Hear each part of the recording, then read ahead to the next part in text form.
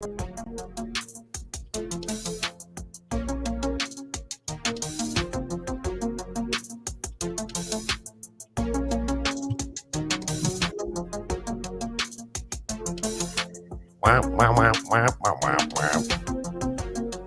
warm. Hello, you beautiful nerds. Welcome to the Drunk Banthas podcast, where we talk about sci-fi, fantasy, horror, and all the popular art that we love. Also, we do it drunk. Mostly drunk. I love that we tell that joke every single time. It will never, but guys, ever it's never. It will never end. And guys, drinking is never mandatory, but it's always encouraged. I am Jedi Master Grayson, and I am joined as always by my co-host and brother Bill. How you doing? I'm doing good. How are y'all doing out there in Magic Land, in YouTube world, and Twitter? Isn't this how it happens? Because niggas don't know how things happen. Niggas just magic. Shit just happens.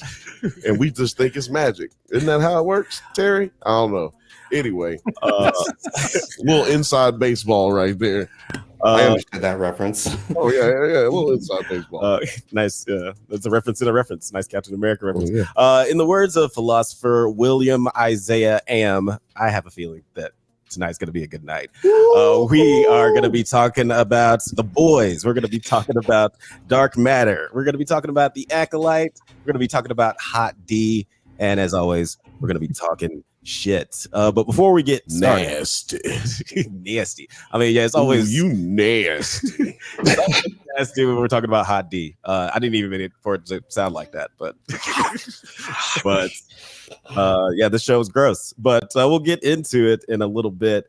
Before we get started, hey, what's up, Frothy? Hey, Thanks what's up, Frothy? Jumping in the chat. And also shout out to everybody who is watching on all platforms. You know where they are. Yeah, this is the Drunk Banthas podcast. You know what I'm saying? Wait. Yeah. You know what I'm saying? Oh, thank you. Please hold your applause to the end. Right. We appreciate it. But Alex, we got some people with us. You want to introduce some of these? Yes, some of these black people and one white person. Yeah, before we get into our topics for tonight, let's go around the panel. Let's introduce the white guy first. Hello. Harris, say hello to people. How's it going? I'm excited. This is going to be a really good one. And for the first time in a long time, I've actually watched everything. So excited. We'll see about that. I don't know. The wool's been pulled over my eyes before. Yeah, I had House of Dragon on while I was riding my bike today. I'm telling you. Oh, shit. We have a guest. Committed. Oh, yes, that's right. We have a special guest tonight. Yes. Do you want to go ahead and introduce our special guest, or you want to go around the? Well, you know, we got producer T, and then we got yeah, we got producer T. They here. We got 9. Are they guests, or are they just here all the time? Yeah, they're just. I just want to say this because he's going to deny it, but the reason why we have our special guest is because I'm a master at Top Golf. I'm undefeated. They call me Terry Woods in the family now. So I can already see these very heated. I got this next guest because I beat this motherfucker. So this is like ransom. This isn't even really like fair. Okay, I love it. We already started not heated. Introduced to the Drunk Banthas podcast for the very first time, actor Travis Bennet. Welcome to the show. Oh. I got an applause. What? The audience loves you. Thanks for joining us tonight, man. How's everyone doing? How are you guys? Well, thanks for asking. Really great. I'm about to do a shot. You know, welcome to the show. Welcome to the show. Yeah, cheers. Oh wait, I'll get a beverage. Hold on, let me walk into my refrigerator. I'll grab something. Something, nothing crazy, something light. Like, Just like tequila. Yeah, we like tequila. Oh, drunk on this show. No, I only drink. What is this? Oh, no, that one. Yeah, this is it. I only drink Smirnoff. Oh, okay. Of course, yeah. Very on brand, brother. I don't always drink, but when I do, it's Smirnoff. I don't always drink, but when I do, it's smeary. I like to imagine a bunch of friends iced you and you just got really addicted to it and just kept it going. You know, I that's not what happened. But I'll take that. I'll take your kind words. Awesome. What's going on? Okay.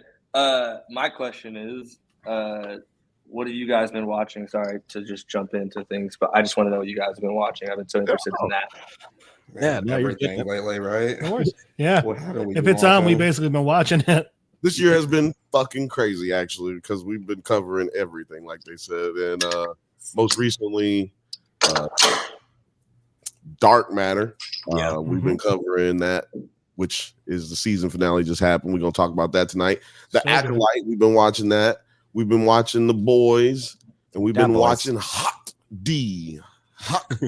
Oh, man, boy, do I love some hot D. Dude, I race home every Sunday evening just to make sure I'm right in front of the TV to see that hot D. Oh, I like man after our own hearts. You know.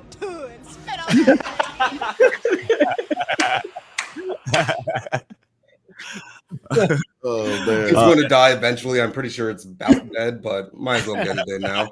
You know, Hey, no, it's okay. get the rotations while you can. Capitalize while you can. Yeah, hot D on this episode. I was over it immediately. What? You're caught up to date on Hot D? Haven't missed a day of hot D in like I think I'd say 5 years. Somewhere around there. I don't miss any of those things. I've stayed up to date on all that stuff. I started Game of Thrones originally. I think season 4 was airing in the middle when I had started originally. Mm-hmm. I was on tour. I walked into a Walmart. I posted on Twitter what do I watch? What's there good? What's out there? And somebody was like, do you watch Game of Thrones? I was like, man, I ain't into that fantasy. That was my initial reaction. And so I just randomly was at Walmart at the middle of the night, like 4 a.m. and just grabbed 3 of the DVDs, like the first 3 seasons, just like whatever. And I got on the tour bus and started watching the first episode, fell asleep. Tried to watch the first episode again, fell asleep. First episode, I was on the phone, fell asleep. Then I watched the first episode and I was not paying attention. And then I realized throughout all those times of attempting to watch it, I picked up a few things. And the one thing I picked up was about the Lannister saw. And I saw Bran get pushed out of the window. I was like, oh.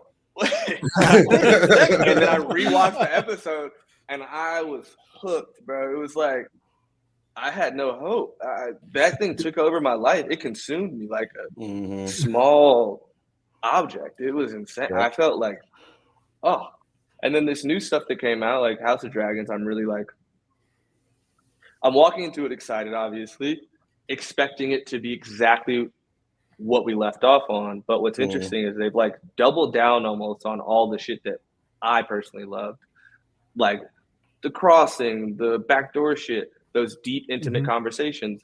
And I didn't remember recently, I was talking to somebody about it and they were like, that it's all technically like hearsay. I was like, what do you mean? They're like, the story is just based on what's reported by different Meisters. Meisters. And Meisters or Meisters? Meisters? Maesters. We'll say Maesters. I think it depends what part of the country you're from in their world, whether you say Maesters or Meisters. I think it's like a north and a south thing. In New Orleans, they say Meister. Yeah. Mainsters. I said Meister. And I like they say Meister too. So yeah, I started there, and then I think that it's such a good. I think for me to understand the stories that I've been told, per se, from Game of Thrones, it's so nice to watch something that feels like you're like in it, in all the drama, in all the stress, in every intimate moment. And there's a lot of conversations that what are being said, but they don't show it. And I love that, like, don't show shit sometimes. Like, you don't need to show me every single thing. Let me, as a viewer, as an audience, try to understand stuff and also guess things. Like, it's nice to feel like you guess correctly. Like, that person did it, and all of a sudden you realize you're like, see? Yeah. You feel good about it. They do it just enough. And yeah, this last season, or this season's been exceptional. I think the last 3 episodes of the last season were so good. Like, And then to start this, it's been so interesting to like come out swinging a little bit. Yeah. How do you guys feel about it? I think that Game of Thrones is so intoxicating because of the foreshadowing. I think that's what you're talking about. Like that's that moments they come from the foreshadows. It's soap operas. Yeah, it's soap. I didn't know soap operas would get this good of a budget. You know what I'm saying? That's what it is. That's what it is. That's that's impressive to me. But yeah, it's like I've never been captivated by white people so quickly. Hello. So easily. I'll just like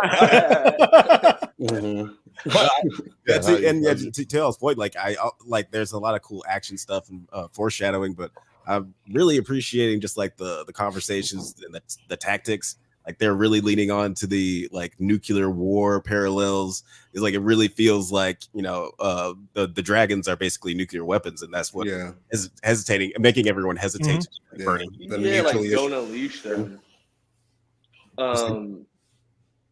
Aegon's dream situation was crazy. Sorry, what were you gonna say?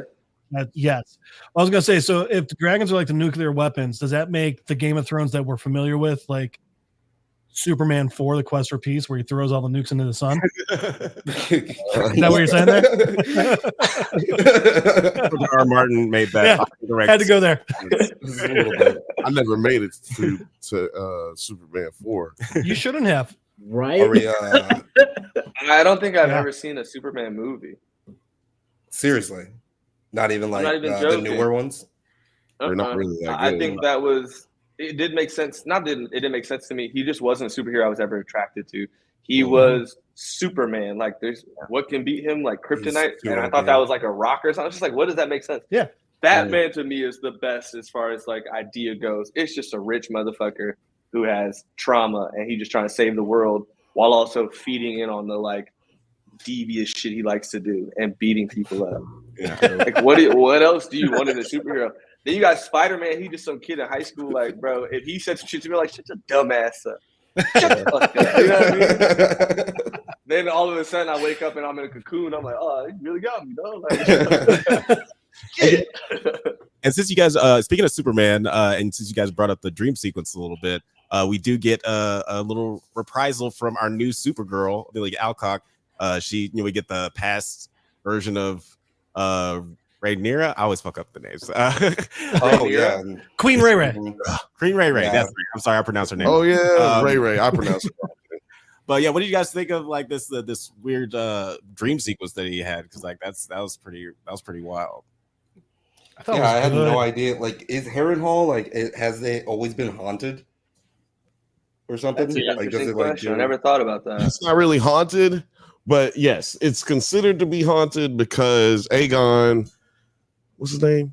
Aegon the Conqueror. Aegon the First, the Conqueror. He went up on that bitch and burned it with his dragon because the dude, Harren the Black, he said, man, I'm paraphrasing clearly, but he was bitch ass nigga.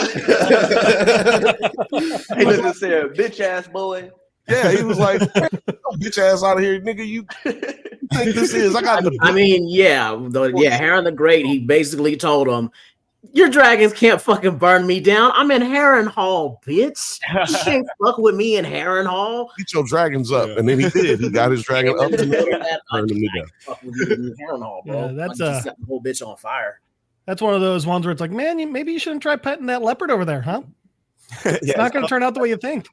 Yeah, I think when he killed him, that's basically when all the other like people started being like, "We're bending the knee. We quit, bro." Like, was there dream sequences in Game of Thrones? I don't remember any. There's like weird visions, I would say. But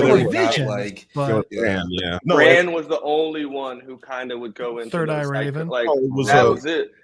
Rhaenyra's dream, we never saw it. Daenerys had oh, dang. All the nisses, you know what I mean? All the nisses. All the nisses, the nays. The nays, yeah. Do you want to do the rundown real quick of this one? The episode? Yeah, sure. Okay. Let me get into it. I'm following along. What we got someone like completely confused in the comments. But yes, it is Travis Bennet, as his name says. Yep. Cutie Pie Team Black is in the building. Yeah, thanks very much for joining us, man.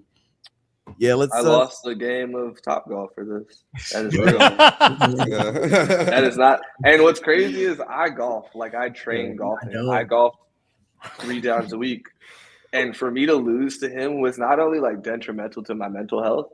It was second time at Top Golf. Second time picking up a golf club.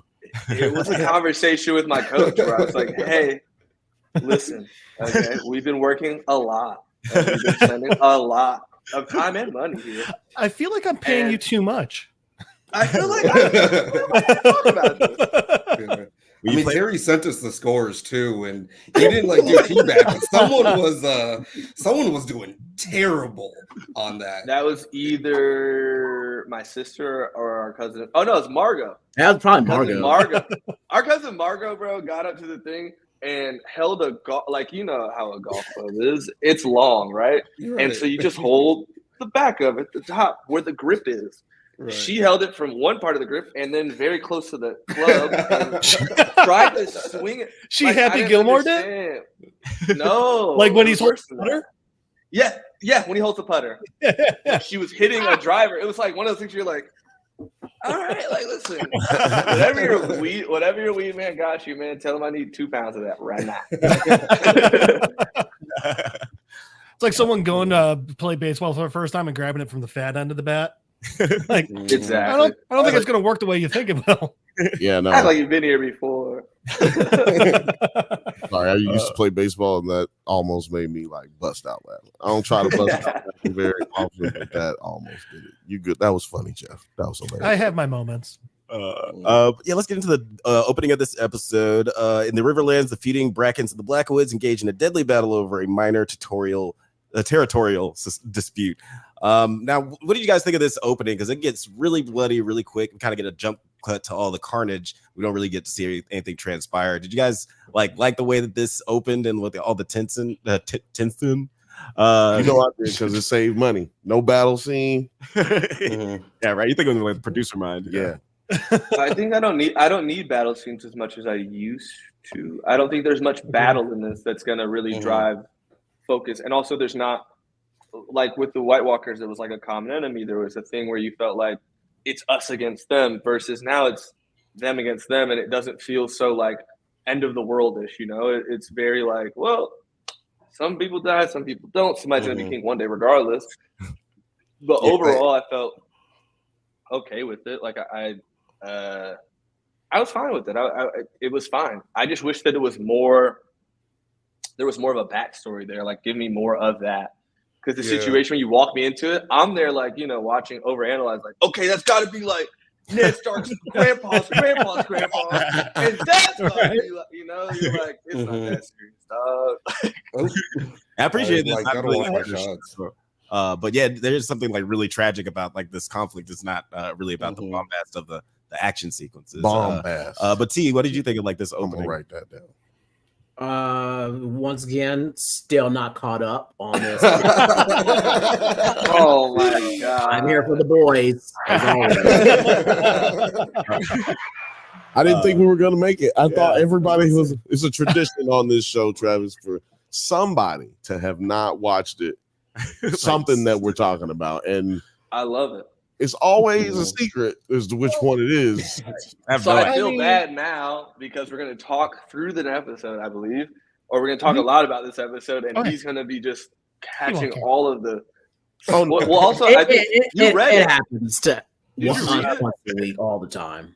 Yeah, you have to be used to it by now, right? Yeah. I don't think any of us read House of the Dragon, did we? Oh, I did. Yeah, I listened to it. Yeah, I got caught up in all William did. lightness, baby. I read part of it. Oh, I know everything that's going to happen, and that's why it's really hard for me to talk about this show. I've said that on a couple other episodes. It's hard for me to talk about in detail how I feel about certain things, but like knowing the outcome. Yeah, but it was like that with us for Invincible too. Since you lobbed that up to me through that alley-oop for me. Like at the end of this episode, that's the most, dramatic part of this shit, most revealing shit. And that's not in the book. You know what I'm saying? It's nothing ever said. Like you said, it's third person, fourth person, secondhand information. And so that's not in the book. That's crazy. that this tragedy that's taken place has this motivation by people who just are completely misunderstanding and misconstruing the situations. And then it's gotten to this point where it's just like, it's a pimple that's got to be popped. It's like there's no other course of action than war because it's gone too far. But all this could have been resolved by just two bitches sitting down and having a conversation, man. Yeah. Right. I think the idea that Rhaenyra had that he had told Allison the dream was so heartbreaking for her. And I don't know if she even knows really if she knows or not, but I think she thinks she knows.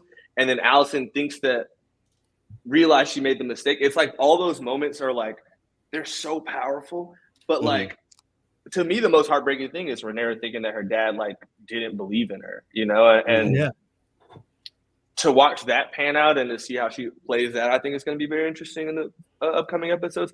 And also how the fuck she gets out of King's Landing. I don't watch the sneak peek for the next episode. Same. I feel like that's just not worth it. If I'm going to watch it. We're not fans of trailers here. I mean, to be honest, their security is lax as fuck because this is 2 episodes in a row where people are just walking around through their shit. And I'm like, damn. Wait, what do you mean? What do you mean? I'm just saying, like, how they had, like, the rat catchers in there. They just kind of walked right past that's the not cave. in the palace. Yeah. Palace. That wasn't in the palace? Yeah. Okay. No, that was in what do they call it? The palace. The Septive Baylor or whatever? Yeah, there you go. Yeah, that thing. But But it's kind of one of those things though. Like it's funny. I just watched The Bike Riders, and it just reminded me that like most crimes that were committed before like 1975, it's like really hard to pin it on anybody. Bro, all you have is eyewitnesses, and majority of those people were scared to say anything. Right? Or lying, or just And it's also the least reliable form of evidence. Yeah. right. Yeah, he did it. Like, Right? I would think about it like if I was like, I don't know, in the 1700s, let me say. Well, maybe not because I was black. So maybe if I was in like the 1400s and like somebody, I was like talking to a girl, she's like, I don't like you, you stink. And I'd be like, she's a witch! Witch! Like, what are you going to say? What are you going to do? I think what she's going to do is burn. Like at that time, like you're just like you could call anybody a witch and they will die, and there's no proof that they are or aren't.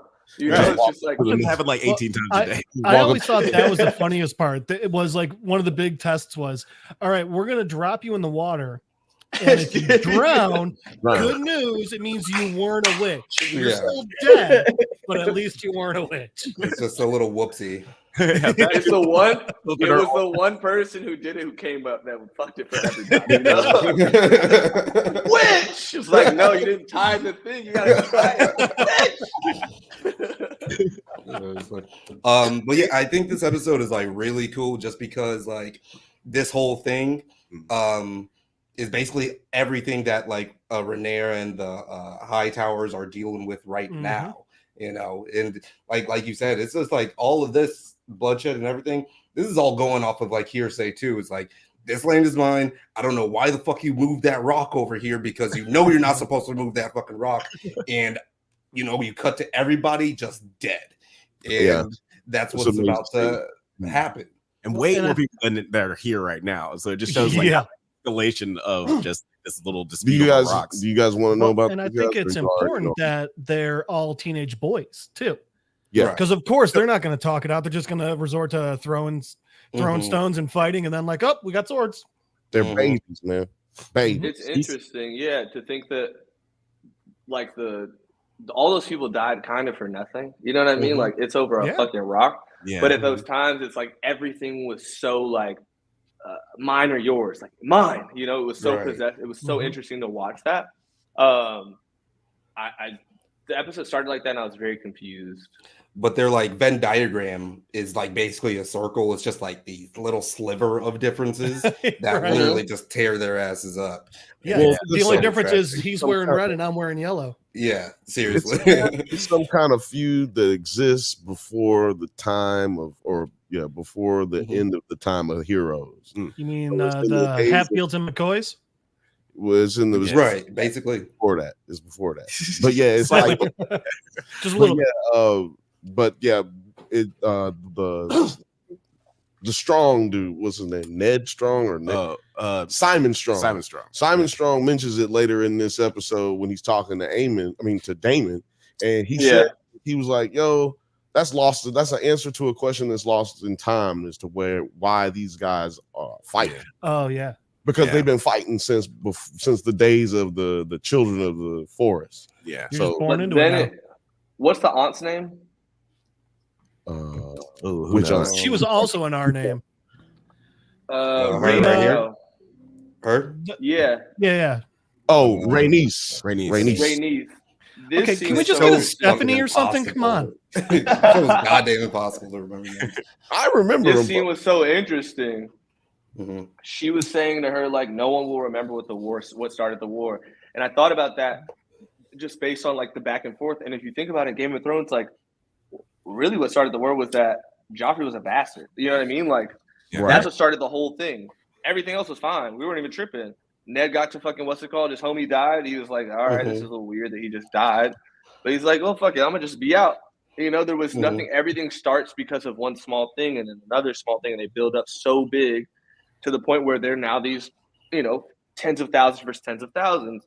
And so, like, she was saying that, was it what started the war? Was it Aegon being named king? Was it when Luke took Aegon's eye? Was it when Aemon killed Luke? It was all these things that you're like, oh, wait, what the fuck are we fighting? You know what I mean? Like, I know we're fighting over, but it's like there's so many little things like that were going on throughout this.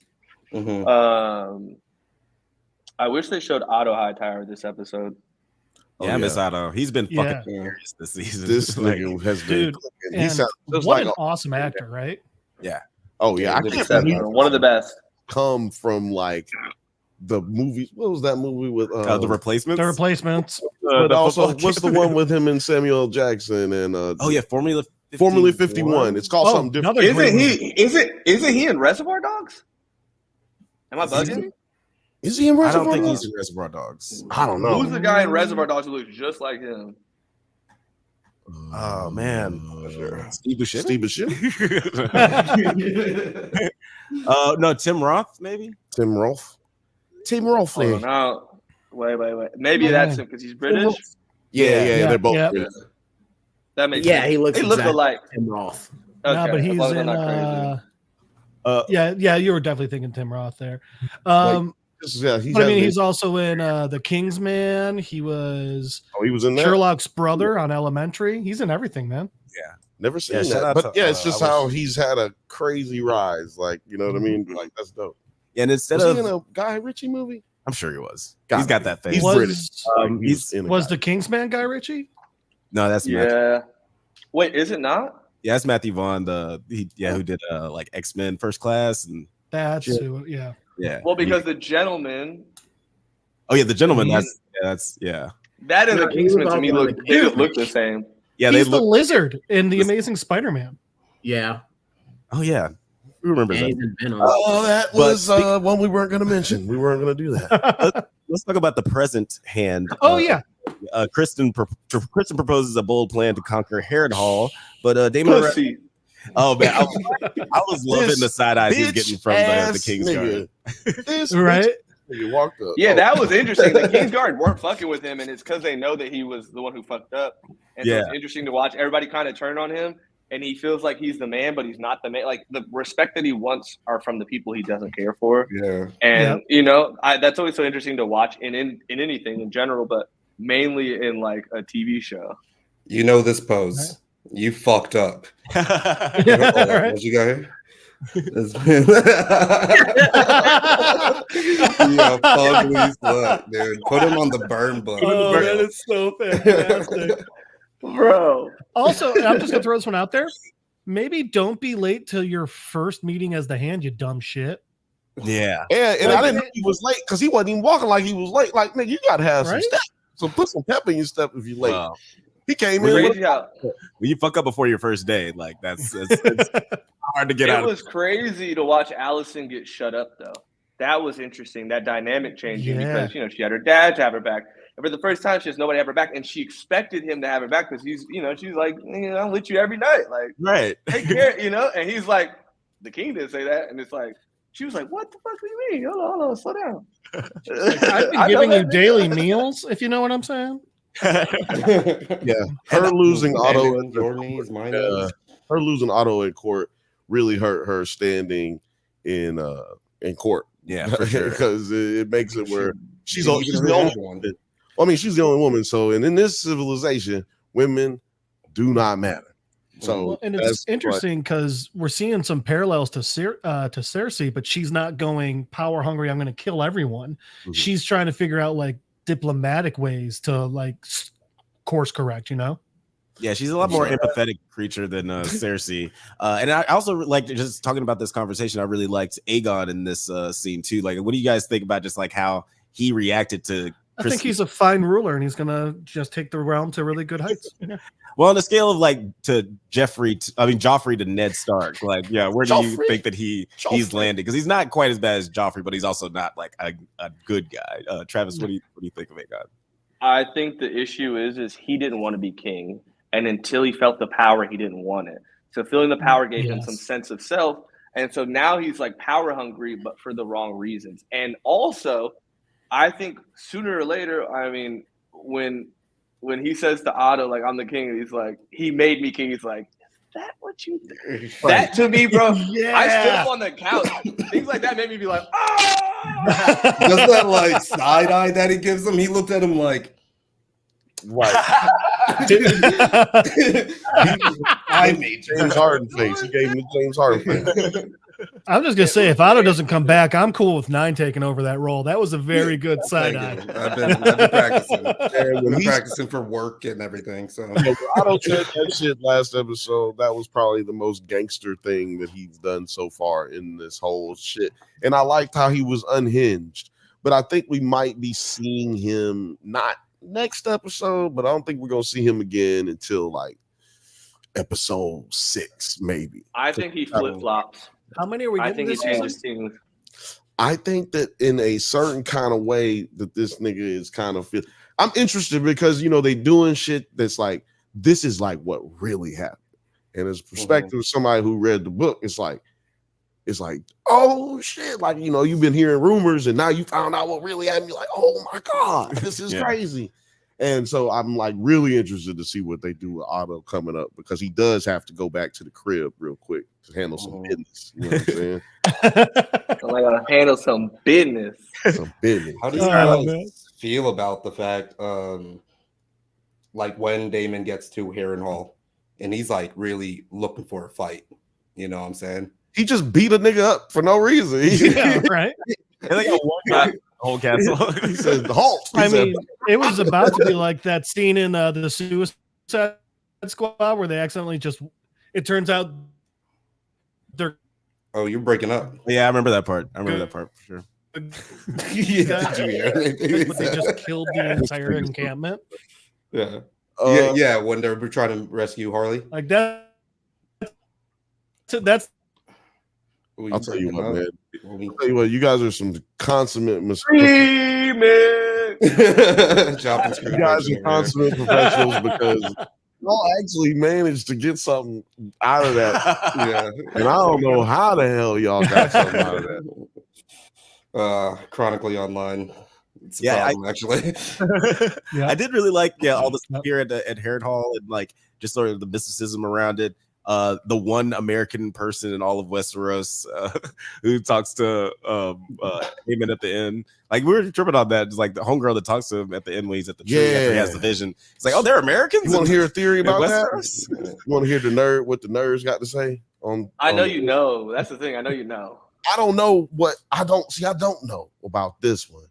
See, this girl, she is a bastard girl that is supposed to be the The Simon realm is at this point.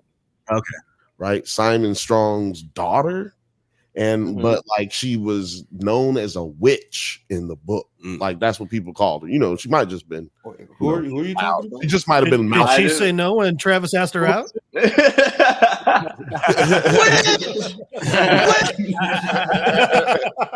Wait, who are you talking about though? She's the one. So when Damon walks in, when Damon walks, she's in the vision. Yeah, when Damon walks in, Simon comes and kneels before Damon and says, "We pledge fealty to Rhaenyra Targaryen." Blah blah blah blah blah.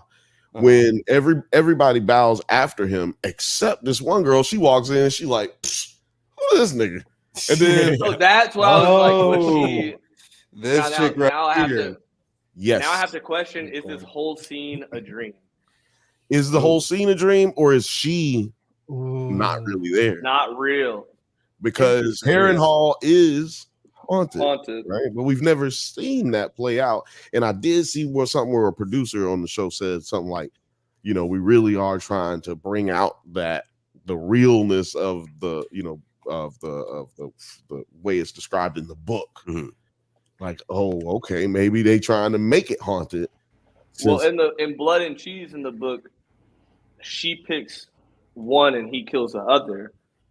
And I believe that she doesn't run away, if I'm not mistaken. Like she stays there through it. And Alicent is said to have been in the room when it happened. So yes. That was another thing. So that's how you know it was all bullshit, right? It was just like, so this is like what really happened. Because if Alicent had been there, then that means Cole would have been there because he was supposed to be taking care of her. So how the hell did this happen?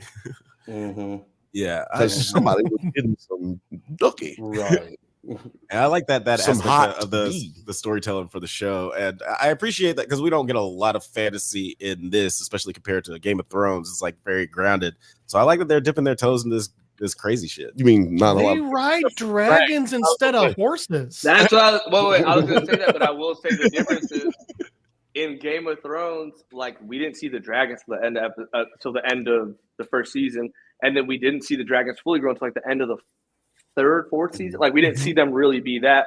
So yeah, that was to me more magical. But also like there was the witch in the beginning who kept there was what was the name? Smoke monster and whatever. Sandra. What are y'all talking about? Don't bury the lady had a demon dark shadow baby and killed the nigga. That was crazy. Don't body shame. I just saw that as deformity, I guess, in the back of my head. And we get zombies too. Like they keep showing the zombies every now and then. Yeah. He was born with scales. And I remember he was born with scales. He had webbed feet. He had this. But I think she just had a dragon. That makes sense? Yeah, no, I definitely feel like, because didn't we see a little like dragon foot or some shit? Yeah, I feel like there's like they had a flash of that in last their season. DNA that makes them want to have a baby dragon, but it's like the genetics are all fucked up. There's still too much. Aegon's dream was the Aegon's dream was the born as a prince, whatever the thing, but he didn't have the dream. Who had the dream about dragons? Was it Aegon too? Was it what's her name? Allison's or Ray Ray's daddy? Wasn't it him? Sarah's. I forgot we called her Ray Ray. I like that. I don't know. Jacaerys? Jacaerys? No. Her dad. Well, her brothers. Wait. Well, Jacaerys was her dad's dad. That was her grandpa. I, by the way, love Jacaerys, and I felt like he was so kind and so cute, and like the way that, like, the way that they had to do, like, or the way that I think it's impacted the story now is to know that it was all good. That's where you're like, bro, it was all good, literally. Like, it was all good. Yeah, his whole legacy was like he was like the longest living king, and during that time it was like peace. It was chill, bro. Like chill. He had peace to know that. That's crazy. You realize there's a misunderstanding, but it's too late. It's crazy. Yeah, I definitely want to get into that conversation at the end for sure. Just moving along, Mysaria becomes Ray Ray's advisor, while Aegon makes Larys his master of whispers. I like seeing. You mean Rhaenys? Oh, you mean the white worm. Mm-hmm. White worm is the GOAT. She's We the don't give her enough credit. right. She saved the day in the last episode. That was pretty awesome. And she knew how much dope that was actress. worth. She's killing it. I keep wondering if she's going to be like, a good guy, or she's going to end up being like Tyrion's, wife and everything back in the day, or if she's going to end up backstabbing. And I mean, that's one of the best things about this show is I'm like, yeah, she's good, but she might not be for long. Yeah. I think something interesting happened, and she, because of the beef with the Hightowers, is really just against them. It's not about anybody else. She's just against them. Yeah. And I think she wants revenge. And I also think that her and Rhaenyra's relationship is really taking a bond, because they're both trauma bonding technically over the fact that they both dated Damon, and that nigga psyched out. You know what I mean? So they're like, bro, he crazy. You know what I mean? And they both want the same things in a sense. They want to do everything peacefully. I think that's so important to like have a relationship. But I think that she's much more like, I think she's further along the path of like, yeah, we want things peaceful. Peace ain't gonna happen. Right. Like, I think it wasn't until the end of this episode that Rhaenyra was like, yeah, no, you're shit. Peace. That sucks. Yeah. Wanted. What happened? What? Something about her seems super genuine. That is from Skinny Mane. Talking about White Worm. I get nervous when there's a comment up and everybody gets quiet because I'm like, we're caught. We're caught. What did they say? Somebody said something crazy. Also, man, out of all the nicknames, White Worm, not a good one. You're one to talk, huh? Not a I'm great gonna one. tell you, Master Secrets is way better. Yeah. when they showed her for the first time and seeing her all through the series, like knowing her from the book, she's a very important part of the book. Was she Jamaican in the book or no? No, she just was. I thought she was gonna be white, to be honest with you, bro. She Jamaican as hell in the first season. Her accent all over the place. Oh, her accent all over the place. Yeah, she sound like Bougie Bantha. Yeah, I couldn't say that was good. And on the other side of the coin, we got Laris, also aka Littlefoot. He makes. I call him Littlefoot because Littlefoot is crazy. they call him the Clubfoot. But see, I got a theory. Hold on. That he's normal. Yeah, I got a theory. I think this nigga got a normal ass foot under there, and he just been dragging that big foot because he know niggas is gonna never see him coming. I'm in the streets. I'm in the shadow. See him come to a hero coming. That's cool. But I'm unassuming. You know what I'm saying? So what is that? The unusual suspects, the usual suspects. He's Kaiser Soze doing. And they even did that in Game of Thrones. I forget the name of the maester who like always pretended to be an old Jerry. But they had like turned it jumped up. doing jumping jacks and shit. Yeah, like I think that's what we got going on, man. That'd be interesting. Or he got a little foot He wraps it. inside of that big foot, but he dragged it. It's like a So wait, is that like the reason why he's like into feet? Yeah, exactly. Imperfect feet. We cooking. What's right interesting though about him, I didn't know who he was related to until this season. Neither. Not until that guy said the thing. And he killed his brother and father. Yep. Mm-hmm. Like that's what's wicked. And also, I don't think that Aegon realizes that when he says, "Do you want me to take care of it?" What he means, you know what I mean? Like he doesn't understand this dude's just killing people left and right. And then the whole thing when it came to Allison and her like bath and all that shit, I was just like, oh, he really on some wicked shit. He's the one. He's the like. Littlefinger didn't have the control that this guy does. This guy has a different control. Right. He has a combination control of Littlefinger. The guy got his dick cut off who was bald, and I don't know. I guess Tyrion. You know what I mean? It's like he has all of the pieces of those. It's interesting. They made less characters but gave them more shit. Yeah, it's like if that eunuch guy you were talking about was way more evil. Varys. Varys. What? How do you guys? And isn't this guy's name Larys? Larys. Yeah. Varys. Well, clearly, George R.R. Martin put all his creativity into the storytelling and not the characters. Yeah. Man, if how you've do you ever guys seen- feel about this dude's haircut right here? Do you think they got barbers in King's hold Landing? Hold on. You brought it up. You know I talk about this on the show all the time. We got to They don't get got brushes, bro. we gotta get more black makeup artists on set. We need more black people on sets because niggas would It's not walk around without a brush like that. We would not wear It's not about that in this though. There was no brushes. I don't understand. You know what's crazy to me is what I don't think about much, but I'm now thinking about it is there some sort of like is there race there? Like is race a thought there as much as it is now? You know what I mean? Is it like Well, oh yeah, are people looking at people like that's a good question because it is because he says nigger in the book. He says negro, niggerette, or something like that. and you're telling me George R. Martin? Yes. I smell a cancel. he's sitting there looking like this and like I'm gonna try and sneak this word in. Somebody tried to You see a sign cancel him outside my once. castle that says dead nigger storage. Exactly. There's a future character that I won't mention that I don't know if they're gonna do it or not, but her name's Nettles and they call her the Negrit girl or the nigger girl. They call her the nigger girl. You can look it up though. You know, it's in there. Because listen, I might sit that episode out. I didn't read the book. I'll listen to it on tape. Yeah. So I'm listening to this shit, and it said the little nigger girl. I was like, hold on. This nigga's I mean, in the actual Game of Thrones, weren't a lot of the actual slaves people of color? Yeah, the Dornish of people of color. Why do you know that so well? Don't worry about it. You don't need to see. You don't need to see my notes, Travis. Don't worry about it. What do you mean you? There's a Confederate flag with the dragon behind him. One Fucking dragon instead of each of the stars. His dragon ass truck nuts and shit. First of all, make that a t-shirt right now. Somebody put that on a t-shirt. I need a dragon with truck nuts. I need that in my life. Speaking of truck nuts, we gotta get to the hottest D of the season.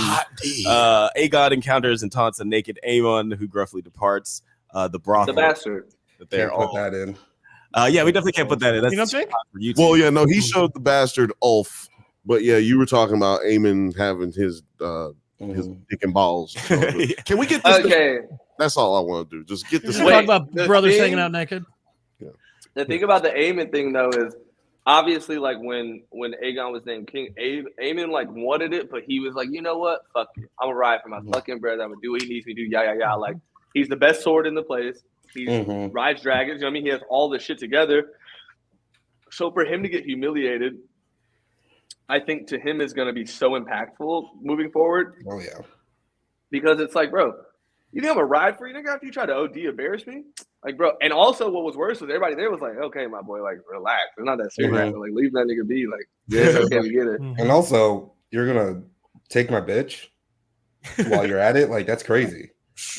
By the way, he not even going there to clap cheeks. He going there to cuddle and talk. Like, that's where I'm like, Right. oh, bro, you really are sensitive. Like, you're not who you say. That's where it's like the perspectives to me really get important because in my head, he was this tough. You know, it's like when you build out characters, you expect them to be what they are when they show you them tough, you know, cruel, mean, all this shit.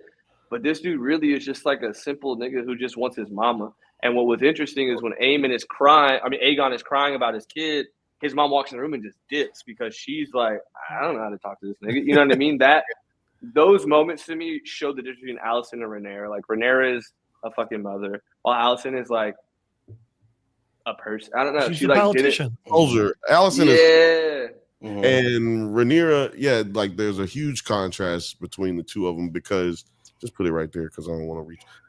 Because like you said, when Aegon needs, you know, when he needs a shoulder to cry on, when he needs his mom, you know, somebody to support him, And mama. she's not there. But when Rhaenys, when she sees, what's his name? Not Luke, but when Luke dies, and then she sees the kids messing up. It's not What is Jairus, his is it? name? No, Jaehaerys is missing a head. I can't. Okay, never mind. Anyway, What's his name? Shit. the old Joffrey? man, No. So Joffrey is the littlest one. Right.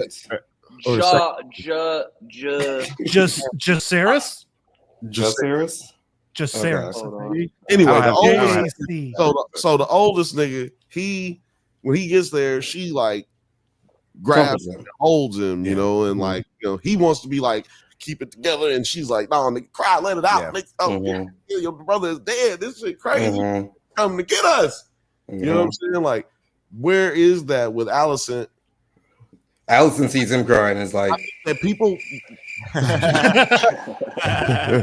there was people who was on Allison's Right, side, baby. you know, Team Green, and I just don't understand how you be that way with all this shit out there. You know what I'm saying? Like Parenting.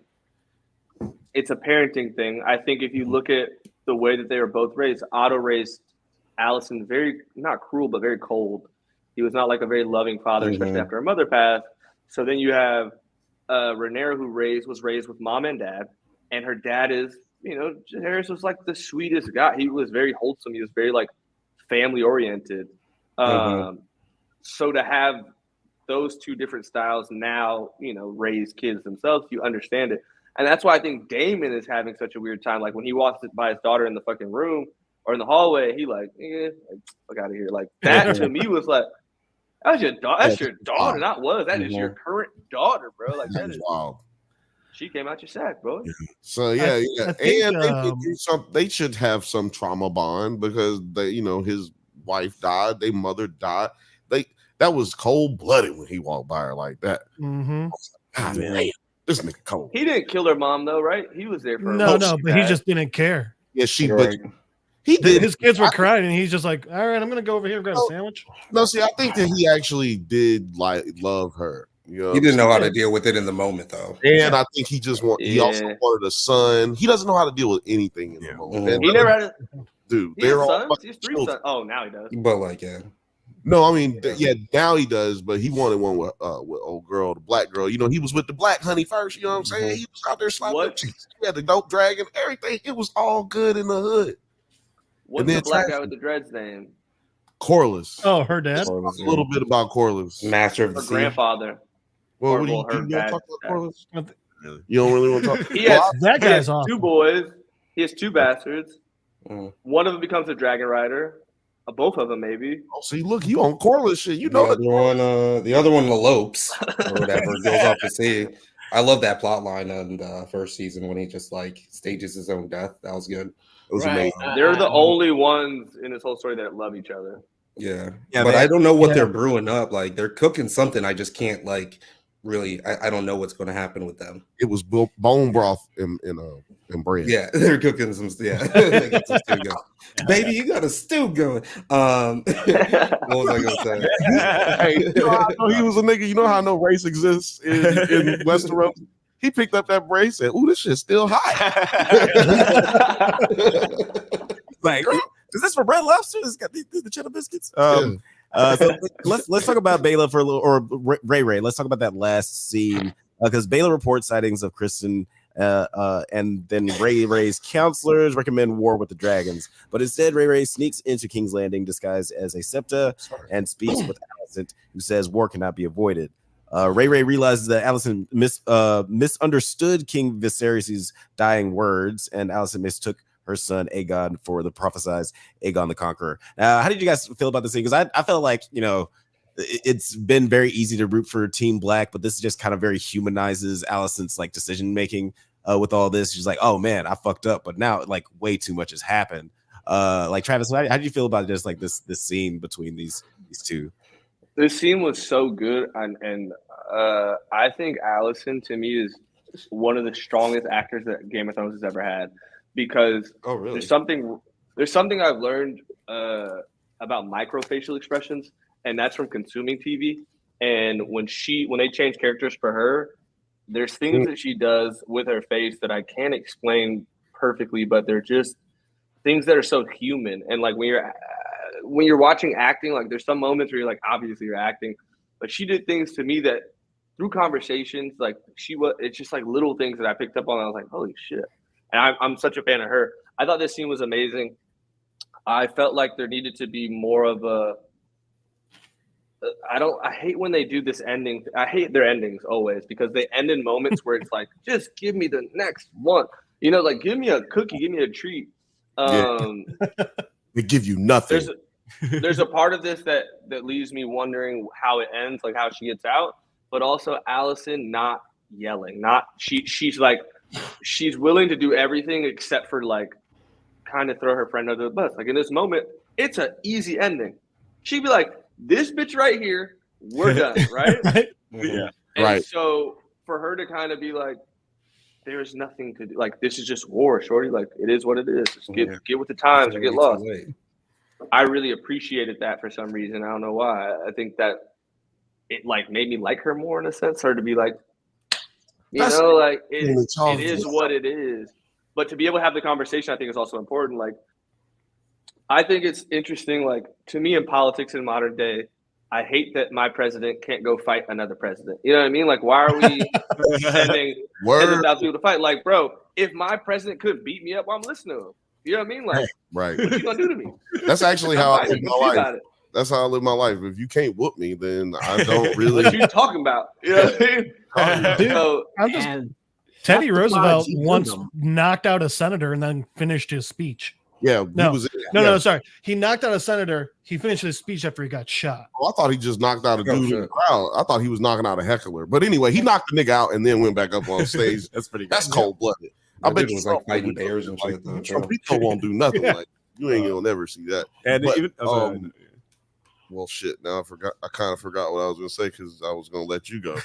Sorry, my bad. Well, I was just even in this scene, like we get both of these characters. Or Ray Ray. I know what I was gonna say. Go ahead. Jeff, because they both said that this scene made them like Allison more. Mm-hmm. You know what I'm saying? Connect with her a little bit more. To me, I felt a little opposite. But how did you feel about this?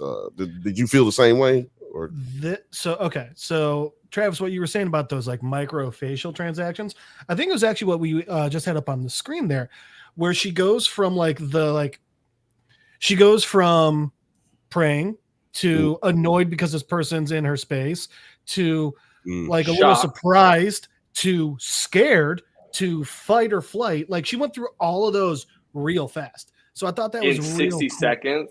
Yeah. And bro, I love acting, and the more that I get into it and the more that I've done it, the more that I respect it.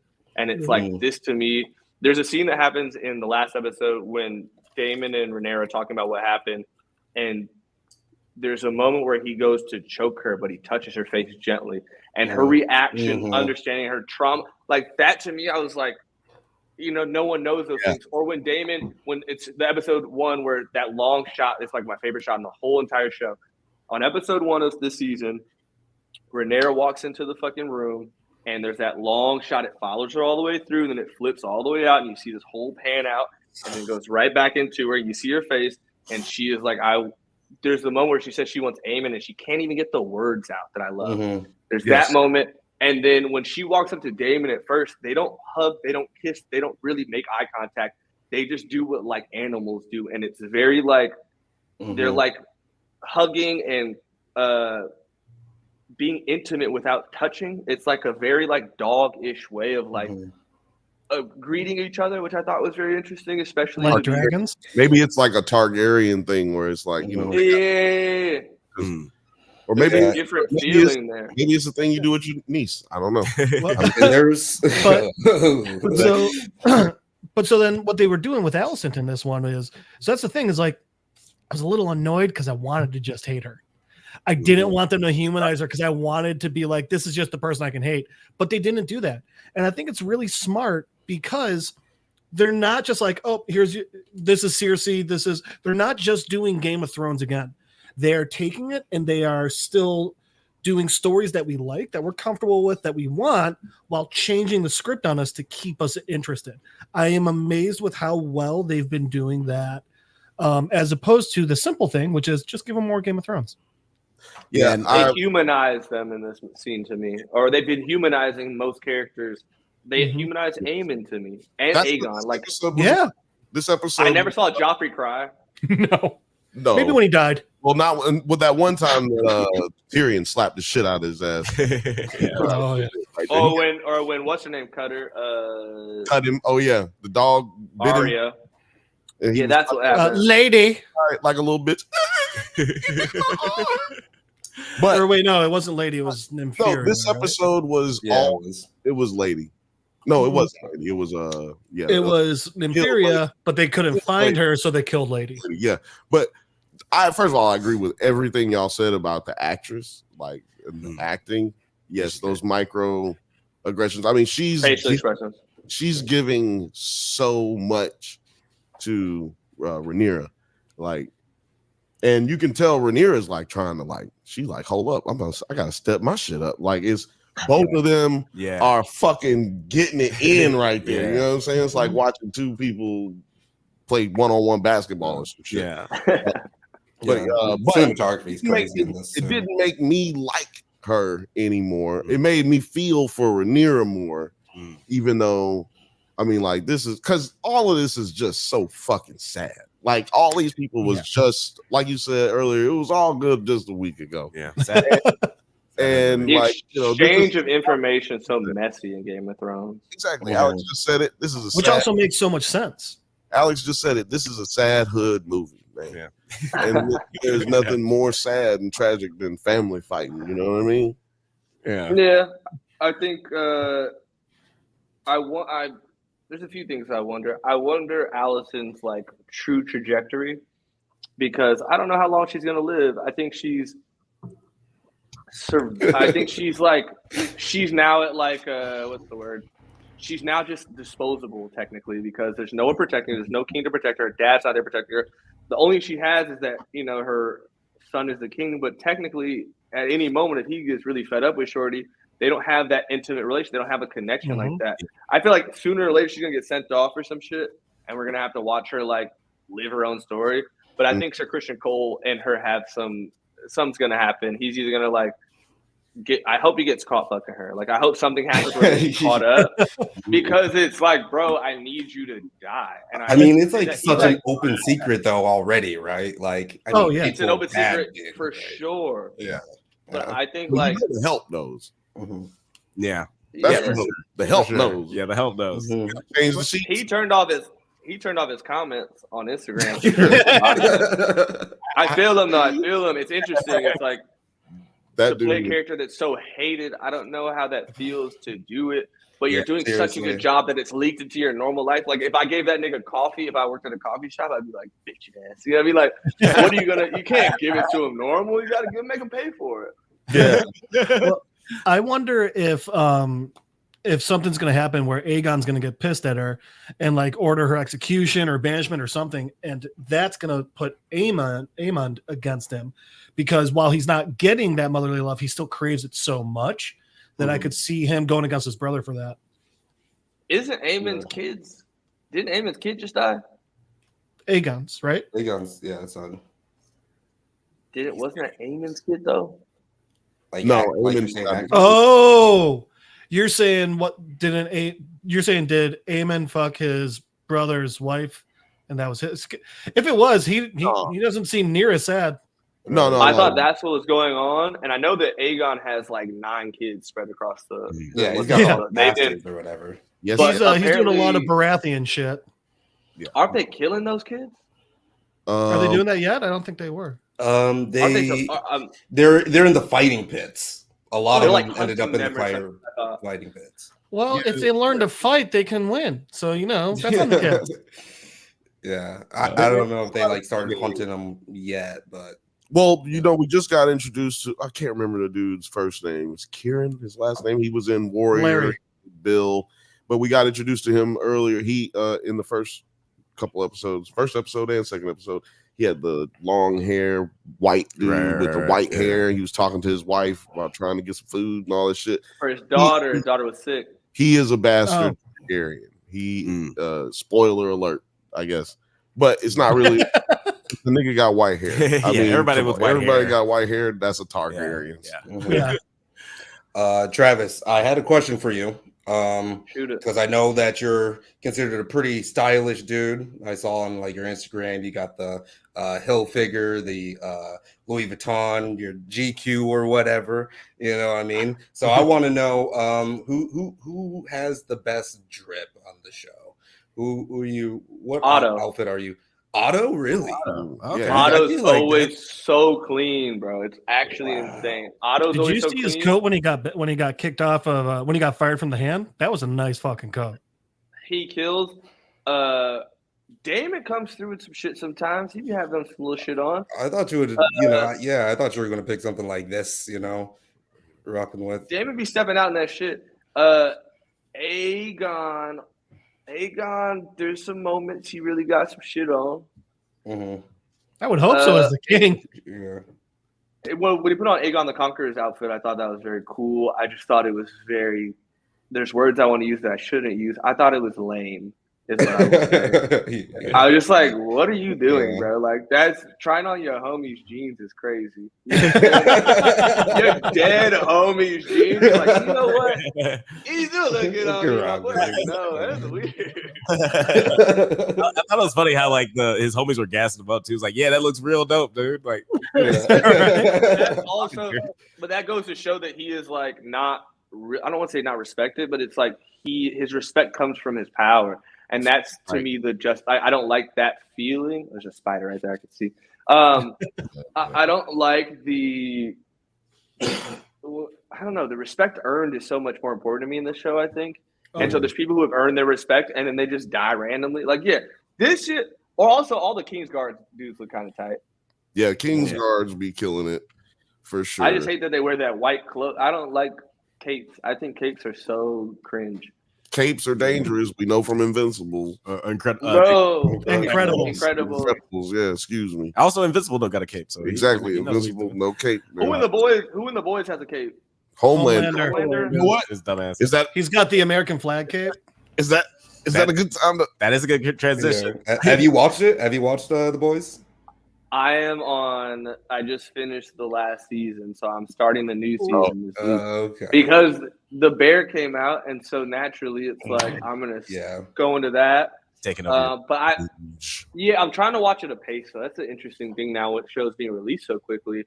Game of Thrones gives us a week to digest. You talk about it through a 10-week period. 2.5 months of conversation, and then if somebody doesn't know, they catch up later. While now it's like a show comes out.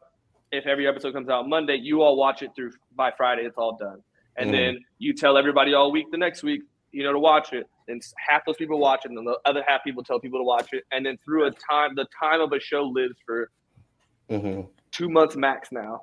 You release all the episodes at once. You basically I'm surprised they dropped The Bear. You basically just described, ladies and gentlemen, Travis basically just described the Bantha Bunch show, which is every Thursday. With your favorite cousin Bill. That's every Thursday, 7 p.m. Sorry, No, it is a delicate balance. Hey, you gotta get these plugs in. It's a delicate balance of like making sure that audiences want to tune in every week. May have a show be required viewing, and also making it just sort of out of the zeitgeist too soon, where people just watch it all in 48 hours and then nobody's talking about it for months. The last show that wasn't Game of Thrones that did this to me was Succession. And it gave you enough urgency to want to keep watching while also being okay and being patient to wait. Like normally if a show... No. Were you guessing? But like, who did you want to be the dude or the Joffrey? I wanted it. I thought it was I thought it was gonna be at first. Obviously, I thought it was gonna be Kendall. Then I thought it was gonna go to. Everybody started saying Cousin Greg. I was like, it's not Cousin Greg. I just knew it wasn't Cousin Greg. I knew he wasn't number one. So I thought Shiv was gonna get it. Yeah. And when Shiv doesn't get it and they give it to Tom, and when Tom gets in the back of that fucking car and he puts his hand out. Oh my God. So think about that. I was checking the time. I was like, holy shit, the show's actually about to end like this. I was like, oh my God. Yeah. I don't check Spoiler alert, everybody. Sorry. I can't check the time anymore. It shows because if I check the time, then I'm I'm Yeah. mentally preparing for like the Mhm. ending. Mhm. So like with the episode last night, I paused it like 45 minutes into like, I don't know, change something or go grab something, whatever. And when I turned it back on, I was aware of the time and it drove me fucking crazy. Like I love when I'm like, and what's crazy when Renee and Allison had a conversation, I was like, oh, this next scene's about to be great. And then it just ended. I was like, It's also like when that ends, there's still like 10 minutes left on the thing. It's like, that's a lot left for just like credits in the trailer, you know? Yeah. Right. It's a lot of shit going on. It's a good problem to have where like you just want more. Because like the last show that did this for me, other than House Game of Thrones parallel stuff, was Invincible, and like that felt like very much required watching for more. but all those episodes came out at once, correct? No, that was week to week. No, they fucked us over. Yeah. No, boys- The Invincible was 4 episodes week to week, and then I was like, "Hey, why don't you wait for many months before you get the last 4?" And we were like, "Fuck you." I'm not over it yet, guys. I'm sorry. Week show. A lot of the Amazon shows are week to week. And you know what? God bless. Although Mr. and Mrs. Smith was just a dump, which I think was a mistake. Mr. and Mrs. I think they had to do that as a dump though, because you kind of are familiar with it. So it's like they have the built-in audience, and a built-in audience isn't trying to like wait. You know what I mean? Especially for a movie to transition to a TV show. I think that's such a hard thing to really grasp or like to figure out. So when I first saw it, I was like, oh, it's a movie. And then when I clicked on it, it was episodes. I was very confused, but I was down. I wonder if Game of Thrones is released all at once, would it change how we digest it? Oh yeah, for sure. For sure. It would be hated. Would it have the same impact? I don't think so. I'll say for myself, the first episode I ever actually watched was like, I'm hooked, was Battle of the Bastards. So that's what, end of season 6? Yeah. So then I was able to binge all of them. And then those last 2 seasons I actually watched as they came out. And I enjoyed the last 2 seasons way more. The end of season 6? Damn. I think it would still have the same impact only because the books had such a huge impact before that's true. Made. So I think that may be the only thing that would have kept it going. And it's got that HBO money. When you got that HBO money, and you can do whatever you want to. Yeah, and like I feel like one of the main reasons people release everything all at once right now is because they don't have faith in people's attention spans, and because this is borrowing from the fan base of Game of Thrones before we got the dump all the episodes at once mentality of the streaming. Like we've already got it. We've already got that. We've gotten used to it. We've been trained to understand how it affects us or how it goes. Yeah, exactly. Do you guys read fantasy books or sci-fi books? Yep. Sci-fi. That might have been for me. That might have been a dumb question. I just picked up a few very recently that I've been like digging in on a little bit. I feel like I think my next project mentally for me to like try to figure out is sci-fi. I really like it. I think it's nice to build worlds. And like, I'm not the biggest Star Wars fan at all, but I'm a huge fan of the world of Star Wars and the depth it goes. And even like I went to Disneyland, and when I went to the Star Wars ride and you go to like the thing and you're like, I don't know if you guys have been there yet, but it's like, you're on the ship and they treat you like you're on the ship. Things like that to me, like that's where I'm nerdy is, it's like the length they go to make something believable for an audience. Yeah. And so I felt like my recommendation all the worlds I'm into. Yeah. My recommendation for you, book recommendation, is going to be the 3 Body Problem series. Check that shit out. I love that one so much. And especially if you love like some like hardcore sci-fi. Some, like, that is hard.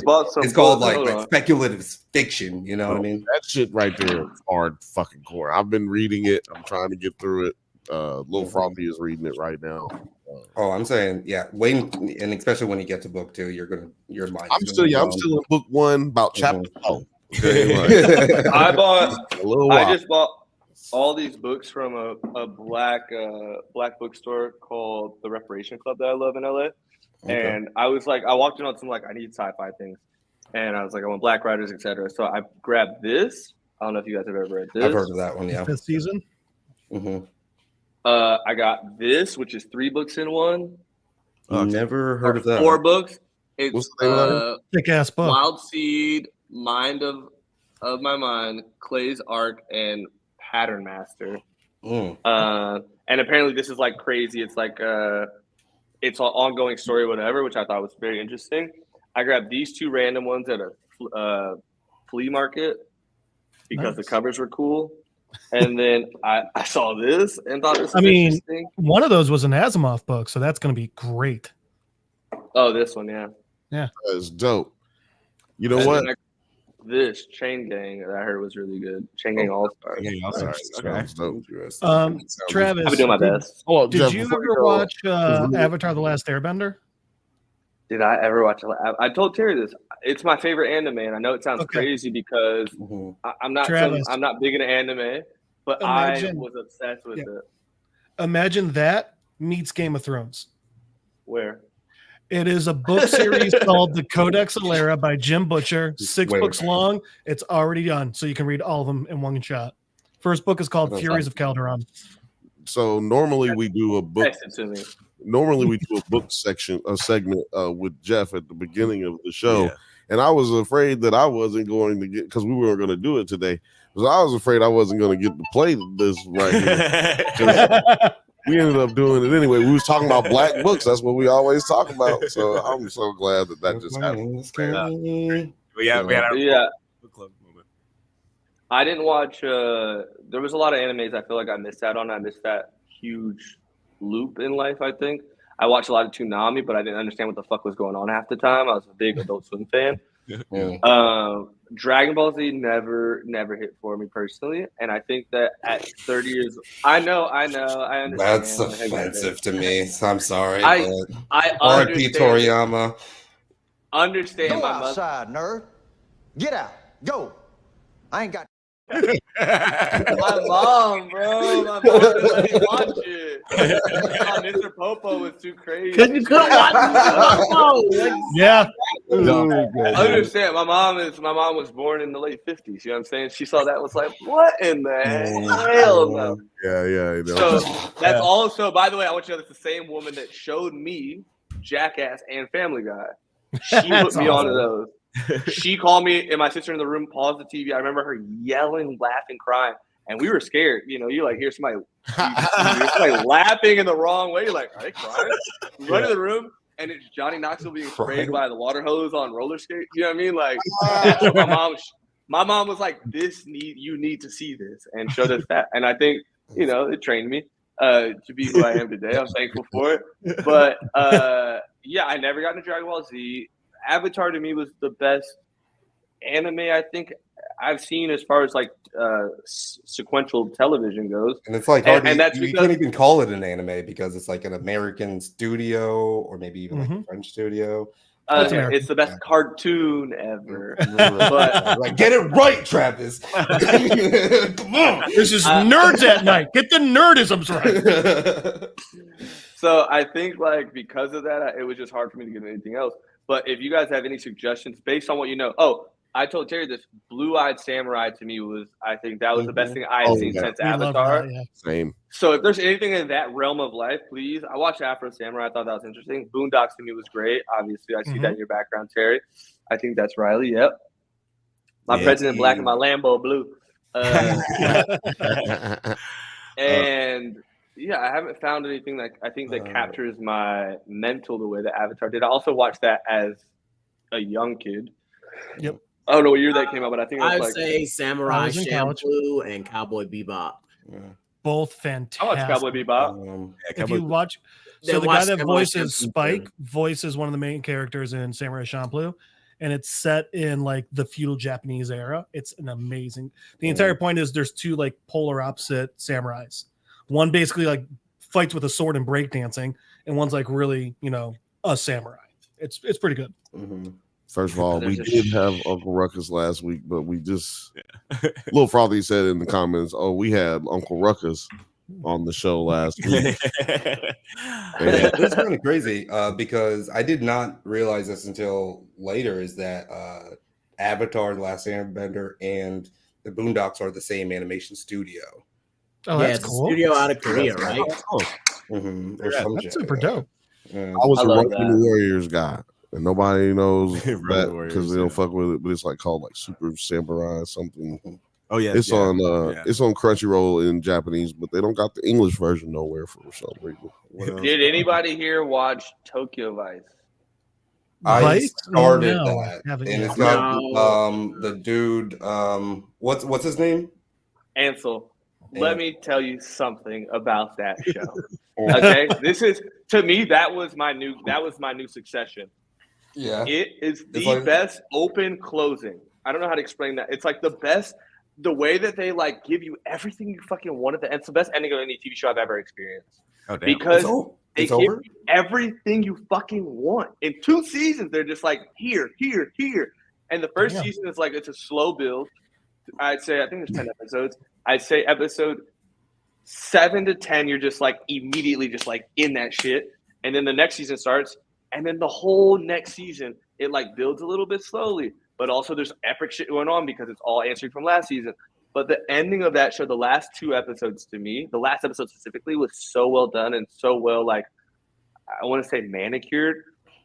As far as like every string was tied, every T was crossed, every I was dotted. It was a perfect Badass. And I love that. do We're it. gonna check it out. And also, I think it dives into worlds that we're more interested in as far as like crime goes and the underworld. All those things are tied into it, and it's Japanese. I think that's another thing. Is like Mhm. I'm in. fluent Japanese. It's not like he's in there speaking like half Japanese. No, he is speaking. He lives in Japan. I found that out as watching the show. Oh shit! Really? Fluent Japanese. Yeah, he is. Is that Exception. Ken Watanabe? Yeah, I'm pretty sure it is. Ken Watanabe. Ken Watanabe. Yeah, he's in it. Japanese I is- fucking yeah. love Ken Watanabe. Yeah. Which one did he play? What's the character's name? He is I think he's Hiro- like. What do they call him? Hiroto Katagiri is his character's name. This is what he looks like. That is not- Oh yeah, that's Kim. Yeah, Oh, that's Kim. who the fuck was he? Kim, Oh, he was the cracked out. I mean, well, you'll see. He was on. I think he was on meth. I think he was on meth. I think like he his was on character, or just you think he just had a bad time while he was filming that show? His character. Bro, I Gotcha. don't understand. Like I guess in the 70s or in the 80s, whenever it was, like people were doing coke and like filming, and I think that is crazy. Like I definitely filmed How do a they lot remember of their things lines? being high, but like I just smoke weed, so it's a lot easier. If they're into coke, they're definitely remembering their lines. You know what I mean? yeah, Uh, it's like taking 9 Adderalls at once. oh man, that's that was actually my name before I shortened it. 9 Adderall. 9 Adderalls at once. Nine That's- Adderall. I just had to shorten it to 9. crazy. Drop the Adderalls at once. It's cleaner. Yeah, it's cleaner. I guess before we move on to the next topic, I'm just curious, Travis, do you have any like final thoughts on like House of the Dragon and like where you like expect the season to go next? Because you didn't read the books or anything, right? I didn't read the books. I obviously watched like I don't know who you guys watch for recaps and like breakdowns. I watched Drunk Banthas. I love Evan Voss. Evan Voss. Eric Voss, Eric the Voss. Rockstars. Oh, sorry. Yeah. I am like that's like my subworld mentally. Like girls come to my house before I had a girlfriend and would be like, "What are you watching?" And I'm like, "Shut the fuck up." Eric Voss is talking about Game of Thrones right now. Please be quiet. If you're not quiet, I'm watching you walk out the door. Right. No, yeah. I watch his breakdowns because I watched his breakdowns originally because of Marvel. Like I was watching some Marvel movie and I understood something and I thought I was tripping or some shit. I'm not like the biggest Marvel fan. I can't like sit here and tell you all the comic books or tell you all the characters, but I do love some of the movies. Mhm. So I was watching one of the movies. I was like, am I tripping? And I watched some breakdown he did. And then I went through the whole Game of Thrones breakdowns, all of them. Yeah. And yeah, that was what I watched on TV every night for like, I'd say like 3 months. Like I rewatched it via him. I think that was interesting also to experience. And then, I love their breakdowns of things. And that's where I kind of got deeper into everything was the breakdowns. Like what I thought was going on sometimes was exactly what's going on, which was very rewarding. But also there's times I had no idea what the fuck was going on. I was like, oh, that all makes sense. Like, what's that? You know? Eric Voss was your Game of Thrones. That was your requirement. Shout out to Eric. Yeah, he got me, dude. I DM'd him recently. He didn't respond. I said, like, What a dick. it was like, no, it's fine. It's fine. I hit him. I hit him and was like, I think I just said, drop that episode or some shit. Like, I hit him with some, like, drop it. Yeah, I get it. I think that's all I said. Drop that shit. Yeah, I barely respond to those either. Drop it. You know. Unresponded to. Posted 2 breakdown, por favor. Eric Boss, you fucker. What's going on? Eric Boss, we're at your head right now. Come on, Eric. Goddamn. Come on, man. I did a press run for something I worked on, and there was the woman from Watch Mojo was there, the voice. Oh, yeah. Bro, I nearly lost it. Like, I watched so many top 10, 20, 30 fucking moments, but bro, I was the craziest shit ever too. Like, you can just listen to her talk about any top 10 top 10 largest holes in the world. It's like, I'm in. Yeah, I'm like, Oh, dude, there's a crazy one in Tanzania that looks like the gates to hell. Right. Those deep dives. That's a deep dive. Deep cut. Do you like Atlanta, Travis? I love Atlanta. I'm a big fan of that show. Okay, check my breakdowns out. I know a guy who makes I will. I know a guy who makes some pretty cool pins. Yeah. I know a guy too. He's related to me. So wait, did you want to talk about The Boys or what? Or I guess you don't want to have. We can save that for the end so we don't spoil it.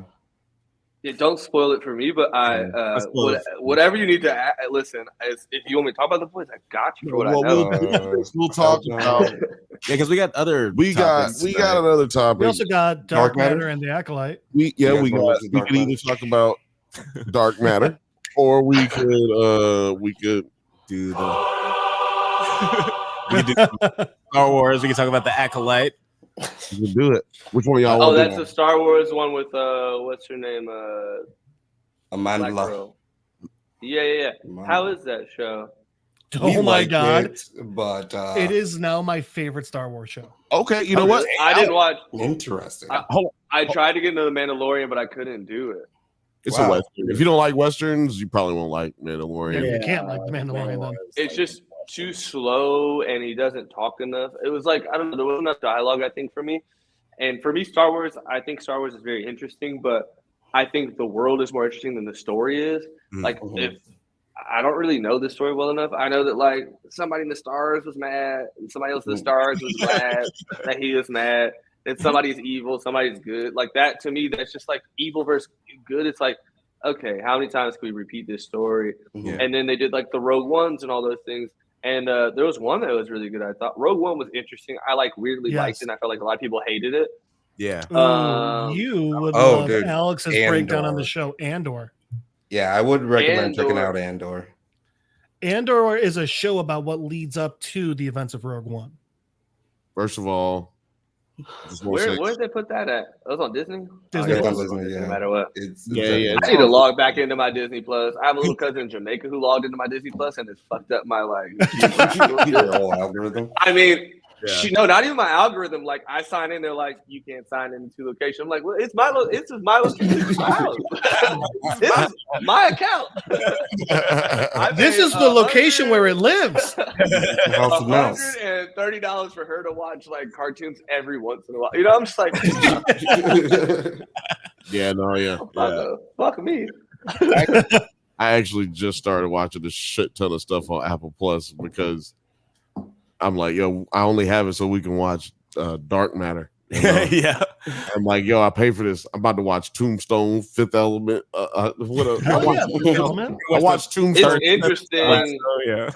Oh shit. I was trying to figure out something to watch the other day, and I like had not like a panic attack, but I was like panicking about finding something to watch all the time. And I just ended up like turning the TV off and like playing video games or something.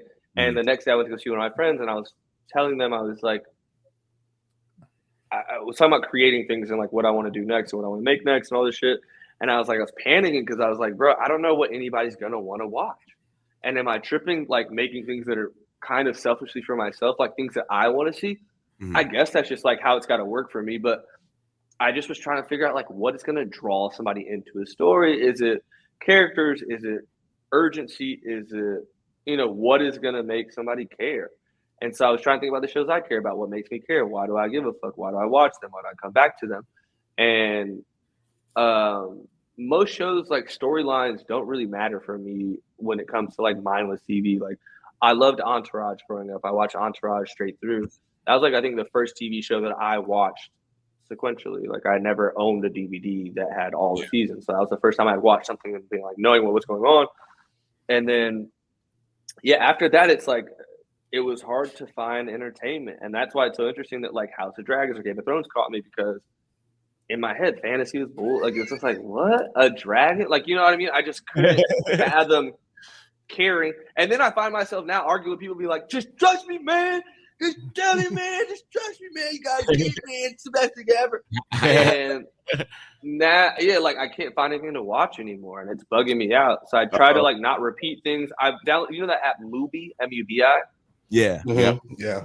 So I like download a movie. I'm like trying to find things on there, but even then it's like hard to keep my attention. I also have an insane amount of ADHD. It's like my prescription for Adderall is aggressive. I just don't take it. But it's like I know that I can't. It's hard for me to care about something for an extended amount of time.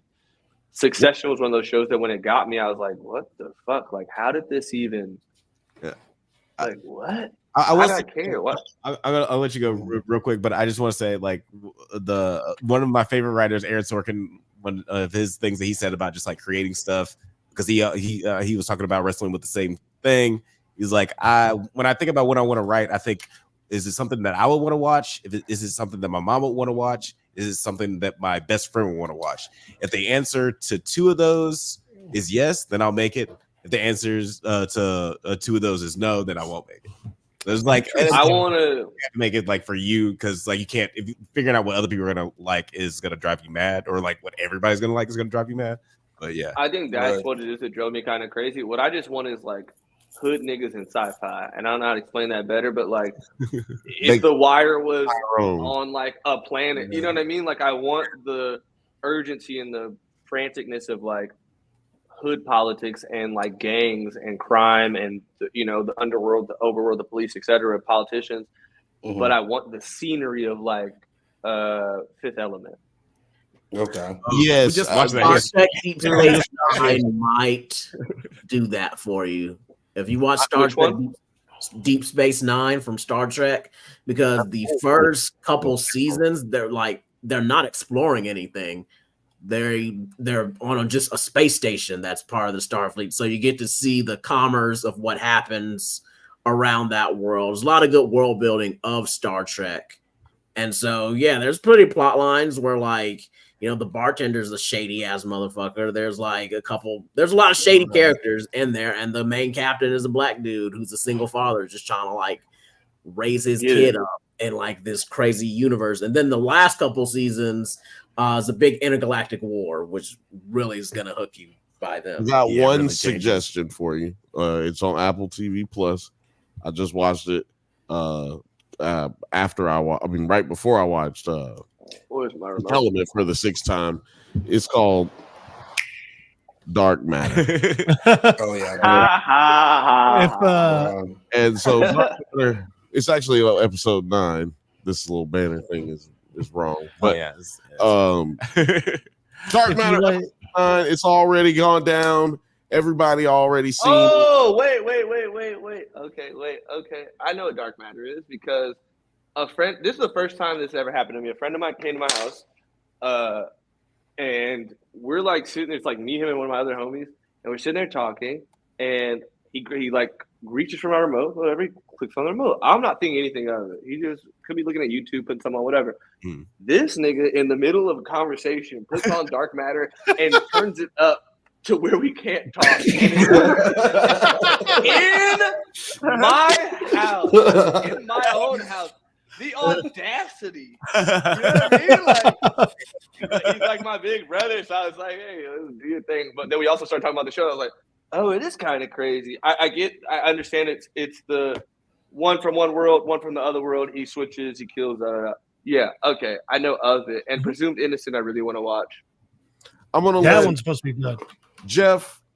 I think he picks the best movies. I'm gonna let you cook right here because you talked about it earlier off pod, backstage. What do you say? I don't know. Anyway, you talked about it earlier when we weren't live, and this ending, to Travis's point about how shit, just give me all of it and let me know what happened. You know what I'm saying?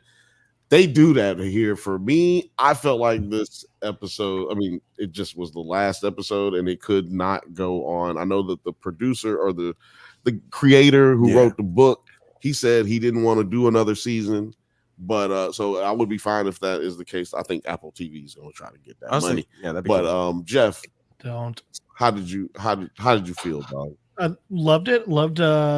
So it's interesting because, like I think we said it last time, it's a great show, but until episode 8, I was like, there's no standout episode. This one's clearly another standout episode, but the most important part to me is it is something that I find we don't get as often as we should anymore, and that's a great ending. And that's because so often it's like, hey, let's keep it going. Let's get the sequels. Let's get more seasons. Let's get that money. I don't care about that. I need a good story, and a good story needs a good ending. This was the perfect ending. Yeah, that's interesting to think. I never thought about that, really. I think that's the issues I have with comic books. I love comic books, but there's no stakes. Even when Batman dies, he comes back. See, that's what I understand. There's something that does bother me about Marvel specifically, and I mean, listen, sorry, I'm ordering food because I didn't eat tonight. And this place about to close, man. Listen, what you getting? I ordered Erewhon. I'm a basic bitch. I like to eat clean as much as I can, so I ordered rotisserie chicken, white rice, and like seasoned just normal vegetables. Tonight is fine. I ate really nice yesterday, and today I had great lunch. So, we were talking about the ending of a good story needs a good ending. You're talking about Marvel, how there's no stakes because nothing ever ends. Yeah, nothing ever ends, and like Black Panther, I don't know who was talking about it, but they were like, bro, Black Panther died in real life and they killed him in the movie. Like, it was like there was no, Superman dies, there's no Superman. Yeah. It just it continues on. So for me, like Black Panther, I felt like the second one was not as good. And that's, I never want to hate on anything, especially of, my culture and shit, but I felt like it was just like nobody knew what was going on, and if I'm not mistaken, Ryan Coogler was like trying to figure it out, but based on what was going on, it was hard. And I felt like also just like sometimes just give it a break on certain things. Like obviously we wanted Black Panther 2, but everybody was like connected to Chadwick, and I felt like you could have grieved, and we could have figured out another time for this to rejoin instead of like capitalizing on someone's death, which I felt happened in a sense. It was definitely. Did you want them to like recast, or they should have recast? Should have gave it time to breathe. They gave us time to grieve in the theater. Like that was weird. Yeah. Like they had a funeral for Chadwick in the movie. Yeah. That was strange to me. I felt like that was very unnecessary, and that is like coming purely from somebody who just doesn't want, like, God forbid, knocking on wood, if some shit happens like that, and it's like, let that nigga just rest in peace, truly. So for me, it was. I really disagree with you. But I was gonna say they even have a solution already set and ready to go, and it's the multiverse. If they had just waited a little longer, they could have just been like, well, hey, the multiverses got smushed together and we got a different Black Panther. Still T'Challa and everything. What you forget? Not only that, what were you gonna say? Oh, I was just gonna say what you're forgetting is that money was already allocated for that. That was why. Valid. I think the best case scenario was to bring back. I know it's gonna sound crazy. Was to bring back Michael B. Jordan. Like it was like, how else do you like? And by the way, having a girl Black Panther, totally down with that. But just give me more of this. Make the story a better way there. Yeah, the story didn't get there right. There was nobody who challenged anybody. It was just like handed to her. Fake out. And it just felt weird. It was just like, why are we doing this? And also, the villain was weak. Yeah, I like Namor. I really like Namor. But like I agree with you on the fact that they should have let it breathe. I think the best thing that Marvel has done lately is the fact that we're only getting Deadpool this year, and they're just going to figure their shit out. They're acting like they're figuring that shit out. A part of that is the strike and also the failure of Madam Web. It's like, you guys tried this shit. And okay, there's something to be said about like inclusivity in all aspects, right? Like, yeah, there should be female superheroes. There should be black superheroes. There should be all these things. The issue with me is at a certain point, it still needs to be quality. The quality should lead everything. James Bond, I don't need a black James Bond. That's just me being me. Seriously. I don't give a fuck. I don't care if he's black, white, Hispanic, Asian. But the James Bond that I grew up being white, it's like, just follow that. It's okay. We don't need to change that. I don't need a black Batman. I don't want a black Batman. Not especially because there's no multiverse. It's like, we talk about that. And in what world does a black orphan just have all this chicken? No, somebody came up with that. Yeah. He's been adopted, bro. It's over. He's on the team. Wanted Michael B. Jordan to be Black Superman. We've talked about that several times on this show. That's actually why Jeff ended up doing this little storybook hour or whatever, because we were talking about why there's plenty of black comic book characters. There's plenty of black characters. One black villain who was good. Who only had one good, like Jonathan Majors, the only time. Oh, okay. Like in the series Loki or what? No, in general, like he was the only to me. Like the last villain that was black was Jamie Foxx, and he was an electrician or a crackhead plumber. Like, what were we talking about here? You know what I mean? Like, you know what? Okay, no you gotta watch Luke Cage then. If you want to see good black villains, then watch Luke Cage. I couldn't get into Luke Cage personally because he looked too much like Lionel to me, and it's just like I couldn't get past it. And so I'd be like watching, I'd be like, "This is fake Lionel." Like we do joke a lot about how like DC is trying to make a black Superman movie when they already have the rights to a black, like actual black Superman comic book named Icon. It's like about a black man from another planet. He's basically Superman but black, and his name is Icon. He's awesome. He's got great stories. Yeah, he's the video game. Yeah. Well, the biggest issue that they did was they used The Rock when they did that last one. What was the one they did with The Rock? Shazam. Black Adam. Yeah. No. Black Adam. Yeah, Black Adam. Yeah. Like he should not have been Black Adam. He should have been Adam. You know what I mean? Like give Black Adam. Fucking black, you know. Harvey Birdman had a joke about that. Really? Oh yeah. Harvey Birdman, attorney at law. They just kept trying to name him Black Vulcan, and he goes, "I just wanted to be Vulcan. Why'd you all have to call me Black Vulcan?" It's a hilarious episode. He said that was Aquaman's idea. I was like, well, what if I called you Whitefish? I'm gonna tap the button. Yes, thank you for bringing us back on track. Yeah, but yeah, let's talk about. Hold on, you got a button too, because I got a button over here. I got a button too. Oh, this is gonna go bad. Okay, hold on. Battle of the buttons. Battle of the buttons. Relax. If we stop too much, it's a jazz concert. Spoken word. Yeah. Okay, Sharks. I got the loop on. Sorry. But yeah, what y'all's initial thoughts on this episode? Because it starts pretty crazy. Jason, our Jason is on the run with his family. Jason 1. Yeah, we got Jason 1, our Jason. Jason. I just make it simple because there's so many Jasons now. I forgot. Yeah, Jason, go ahead. Our Jason is on the run with his wife and kid. They're trying to find a place of refuge, and they realize that Charlie is going to have to be the person to make the decision, because if either of them make the decision, one of their son Charlie variant Jasons, their son Charlie, one of the variant Jasons is going to pick up. Probably going to figure out where they're going. So they go to one of Charlie's hangout spots, one of his best friends' summer homes. They decide they're going to take refuge there, and which is crazy. Yeah, but I'm gonna let you finish because that was wild. Yeah, because I just want to set up those guys and talk about this other situation with Beanie Jason and Jason Todd. Where Jason Todd is the evil Jason. Evil Jason. I wonder how you guys felt about I guess Jeff just left. But I'm here, nigga. You're here, yeah. Well, I said you guys. I'm looking out that way. But yeah, I'm curious how you felt about Jason Todd and Beanie Jason. I watched it. Because like this is an interesting dynamic with this like hostage situation where we have one of the Rambos of the variants, the Rambo Jason. So what's crazy about this is all these Jasons are. We now know from last episode, all these Jasons are in our Jason's universe to kill Jason Todd. Jason Todd is a motherfucker because he created a whole bunch of different universes where now everybody's trying to get back to this one lady.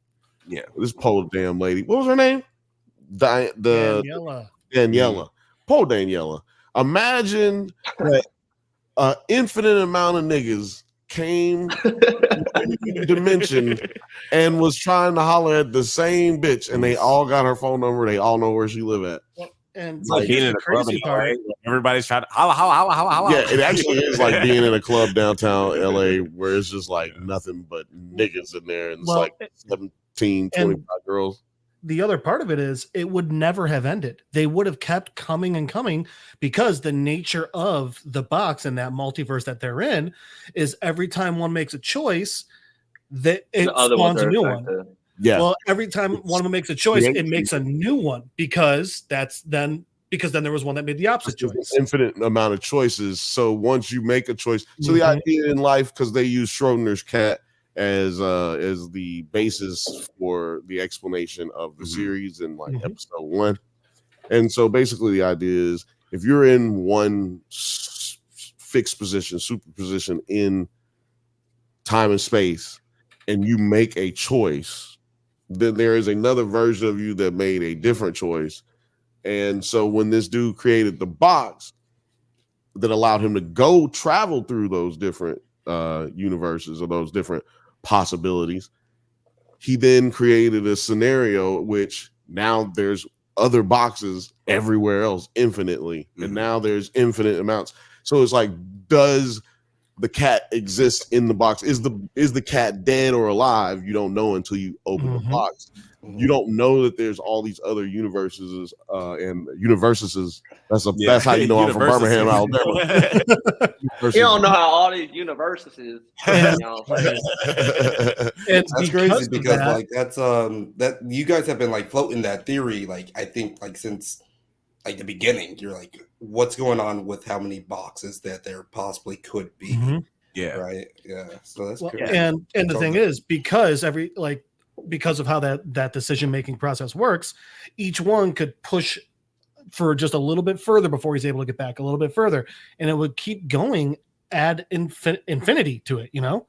Right. Yeah, and we see an interesting like moment where Daniela and Charlie, Jason, our Jason's family, getting infinite text messages from all the infinite Jasons who have come into this universe. Is like, that Jason doesn't love you like I do. Please text me. We don't know what's going on. Yeah, we can kill that other nigga and it'll be fine. Just really, bring Charlie with you. And then they had my favorite part of this weird ass episode is that the Jasons all get to this new universe. They know it ain't their place, and they just create a message board. That's what that's the whitest thing. Yeah, it's like what? It's got a Reddit thread going. Well, and they all talk to each other about this bitch, and they all like cannot stop talking about it, and they keep saying the weirdest shit. And this one dude says something in the chat. He's just like, "Why don't we just all get together and kill the other one?" He sees all of the text. The message board. Yeah, this is on a message board. She does see it though, and then the next guy underneath that is like, "Well, one of those Rambo Jasons." It's like, like, damn, man, we got crazy Jasons, we got Rambo Jasons, and we had like our favorite Jason last week, which was crazy Jason. Grayson. That's crazy. That's one of the things I liked, because like with all these infinite Jasons, there are some Jasons that have experienced way more trauma than the others, and those guys are like way more actionable than the other ones. And I like that a lot of the Jasons in this community have just like labeled them as Rambos. It's like, those are the guys who are off the fucking wall. They're gonna do whatever. Those are the Jasons that, because we know that this Jason, our Jason, has. Take a shot every time we say Jason. Jesus Christ. You will You will end up in the hospital. But yeah, our Jason is the most compassionate. He is the most what did she say? Patient. And he's the most empathetic. Mm-hmm. So that means Question, sorry. Yeah. Quick question. But isn't that, it's gonna sound crazy, isn't that Jason another Jason acting like that Jason? So here's the thing. The one that we're talking about now is our Jason, the most empathetic Jason, is out of all the multiversal versions they've seen, ours is the most empathetic. But the interesting part is now what we're dealing with in the last episode and this episode is they're all that same Jason. Because once that Jason was in the box and trying to find his way home, every time he makes a choice, he makes another version of that base Jason. I'm going to tell you why they're not all the same, though. I'll tell you why they're not all the same. Because once they came back to that universe, so because our Jason is the most empathetic Jason, when he goes into the box, he goes into it with a different mindset. Mm-hmm.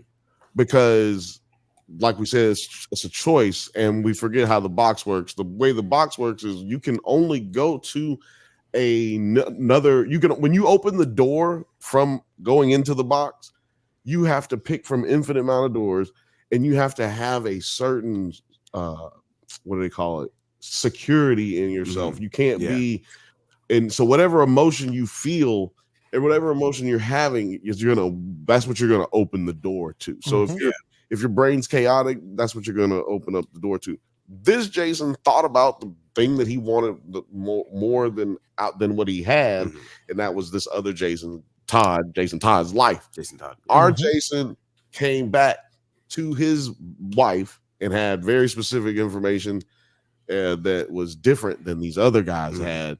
And so that's what I think speaks to their mindset once they actually chose where they went, because they didn't have or experience the shit the same way. And like that's a great way of describing just like that.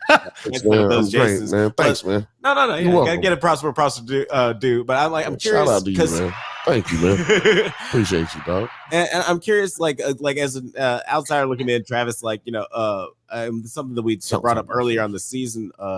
I feel like Rick and Morty.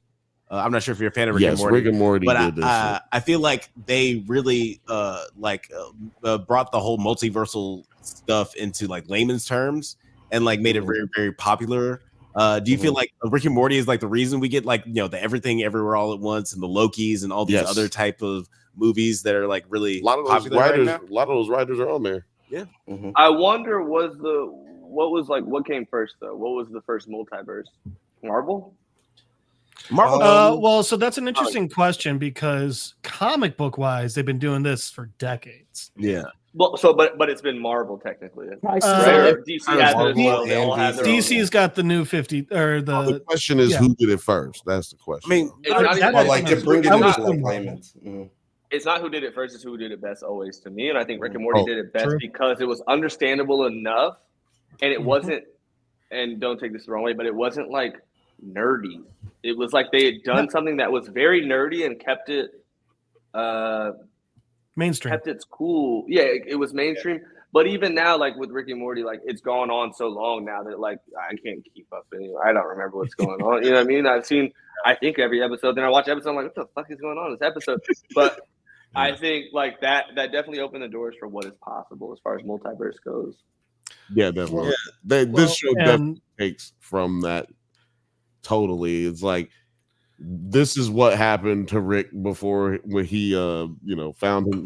This is how he found himself, and then they had to create they had this big accident, then he had to create the citadel of Ricks. So we just have to create a citadel of Jasons at some point. Yeah, and after season 3 of Rick and Morty is after the Patriots won the Super Bowl, all the assistant coaches end up going to other teams. You see this writer from Rick and Morty being the showrunner of this show, this writer from Rick and Morty making this movie. Well, when I'm thinking of that scene where Jonathan Majors is Kane, not Kane, what's his name? Kang the Conqueror. Yeah, when he's Kang, there's that scene where it's him and the crowd, and it's the applause, and that to me is the most multiverse moment in all of the whole thing of Marvel and shit. And Marvel like shows it a lot, but like, yeah, there's 3 Spider-Man shit. I get that shit. Mentally, personally, I didn't care. Like, it was like cool. They brought back the Spider-Mans, but like that wasn't like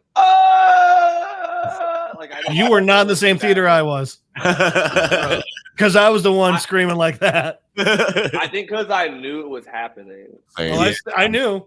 Yeah. I was still just like, I knew before it came out. Like, I don't know. Yeah. I knew because somebody told me something and I was like, what? And it made sense. And I was like, huh. And then I had spoken to somebody. I was like, you know what this is? Like, yeah, it's going in this and that. And I was like, oh. So like it had come to me earlier. And I think that's why it didn't affect me as much. Because when I heard it, I was like, how's that going to go? You know what I mean? It's just like, ugh. Same. Yeah. What? You didn't see that coming? Yeah. When you like the idea of something when it's given to you, how you like digest it and how you put it in your own head in your own way, words, etc., like views. How I saw it happening was so gross mentally that I was just like, I don't want it. And then to watch it happen, I was like, oh, this is actually not a bad way into it. Like the most interesting character to me in all of the Marvel universe, like Doctor Strange, because of that being able to do all that shit. Yeah, my boy knows how to touch clips. I mean, it's also like something you were saying earlier. You don't watch the preview for the next episode of Game of Thrones because it makes the show less fun. Watching any trailer, like trailers of superhero movies, trailers. A little bit. Like Batman, I watched the trailer too. Everybody hated the new Batman. I thought it was good, but that's because I like the new Batman. I liked it. I thought it was. I like Rob, bro. With Pattinson, yeah. Batman. This is that's probably a good job, man. I don't know what they not better than Christian Bale. Obviously, Christian Bale. But he's the Battison. I call him Battison. Yeah. Shout out to Christian Bale. Christian Bale, end of the show. Yeah. Bad Battinson. Yeah. The Battison. Ben Affleck though, like that. You can take that nigga's Batman and throw that shit away. I have one good story of him where I was on a plane one time. Probably the most traumatic plane experience I've ever had in my entire life. Oh, I was flying from New York to LA. I had just the night before I was like up late with a friend. We eat pizza in my hotel room, and she fell asleep before the pizza got there, so I ate half the pizza by myself. I woke up late for my flight. I threw my clothes in my bag and drove to the airport. Okay, this is where I learned. I fly a lot. I'm sitting, I think, in business at the time, and I walked by him in first class, and I clocked it with him and was immediately upset the rest of the flight, just like, I don't like him. And I have no hate towards Ben Affleck in real life. Like, I don't think, yeah. He just was Batman when I didn't want him to be Batman. And whatever. I fall asleep on the plane. I'm sitting next to this woman. I'm in a window seat, and bro, when I woke up to like what felt like punches to my stomach, and I'm getting those hot sweats, and I'm starting to feel like real queasy, like nauseous and everything. And I realized that I didn't take a shit that morning, so that pizza was coming to attack me. And this is the day I found out I was lactose intolerant. So I get up on the plane to go to the bathroom. In the bathroom, boy, was I a faucet, So I'm sitting there being a faucet, and the flight attendant goes like, or the pilot says, "Flight attendants, take your seats." And at that moment, I'm realizing, okay, maybe it's time to, the seatbelt lights on. I'm like, let me put myself up, put my da-da-da. So I put everything in the toilet. I flush the toilet. I am going to pick up my pants. As I go to pick up my pants, I hear at the top of his lungs, as if there is an alien on board with him holding a gun, he's like, "Flight attendants, take your seats!" I am balls to ankles, bro, sweating bullets in this fucking box. Nigga, I'm holding on for I'm holding on for dear life. Like this. Riding out this whole fucking turbulent thing. My biggest fear was one, breaking my neck in that room and being covered in shit. My second fear was just being covered in shit. So I have a hand on the ceiling, a hand holding onto a thing, my foot on the toilet, my foot on the ground. Shaky, shaky, shaky, all that shit happened. Bro, when I get out of that bathroom, I'm the only one in the bathroom at that time. I should have been in the seat. I get out of the bathroom. There's like things on the ground in the aisle. There's like, the things are open. There's people like with water and spilling and this and that. There's laptops everywhere. And I go to sit in my seat. And I'm sitting next to this woman, and she looks at me, and she goes, "Were you in the bathroom that whole time?" I did not make eye contact with this woman. I just went, "Yep." And for the next 3 hours, she cried of laughter. like there was moments where she was like, Oh. and I was just like, bro, I sat through that flight, and I remember getting home and being like, dude, what is good? Like, I just want this to like, I don't know. Throughout that whole traumatic delete that memory. Yeah, through that whole woman's a hero. process. Through that whole process, I thought, if I die and Ben Affleck dies, I'm a hero, technically. You know what I mean? Like, if I kill Batman, bro, I'm the Joker. Was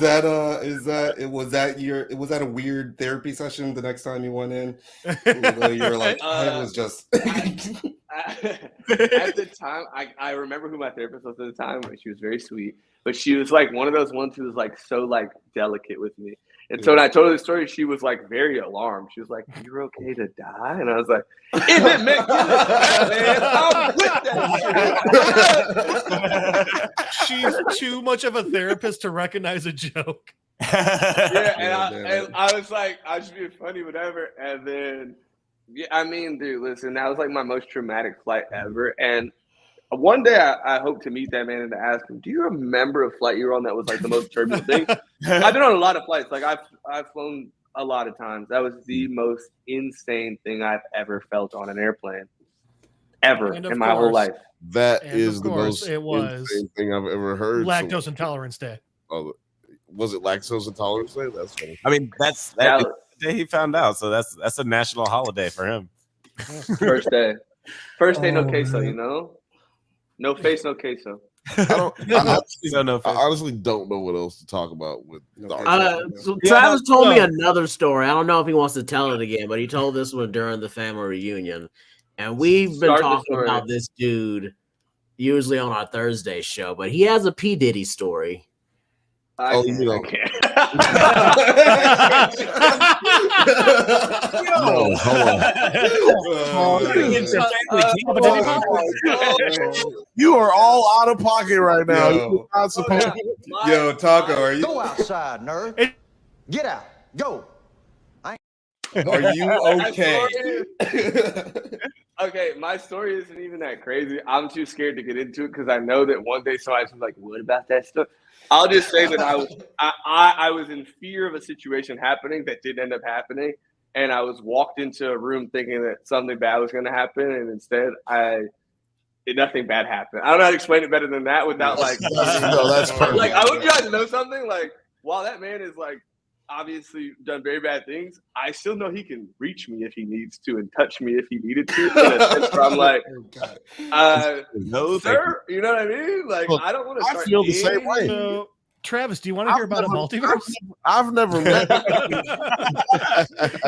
I'm sure. I don't know if he's told you the story. I'll tell you guys in backstage one day or whatever. But like, it's a crazy story. I just know his kids too well to like really put that story up. You know what I mean? Like with family, homies, and shit all day.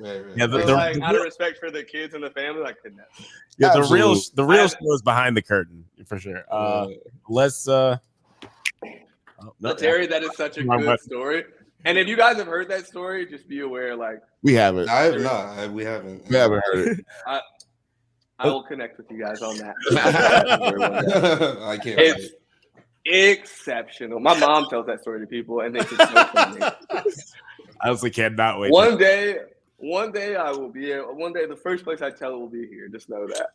Okay. That's an exclusive, everybody. That's an exclusive. But we will be waiting until all are over. You know what I'm saying? We are in danger. We live in LA, so we not. Speaking of, you live in LA too. You know. Yeah. I'm quiet out here, except for every Thursday at 7 p.m. Pacific time. Hell's what I say. What do you find? But I do want to talk about like this finale, just a couple moments because we do get the really a lot of really cute moments between Jason and his family where they're just enjoying the quiet time where they have this. I thought that it was needed because of all the insanity going on. You love it. And it was also like only like 8 minutes total of them just like experiencing real life before shit gets like. I wanted really more crazy nuts. Jasons. Jason Wick. We got all the crazy Jasons at the end. Like all the crazy Jasons like end up. It was weird.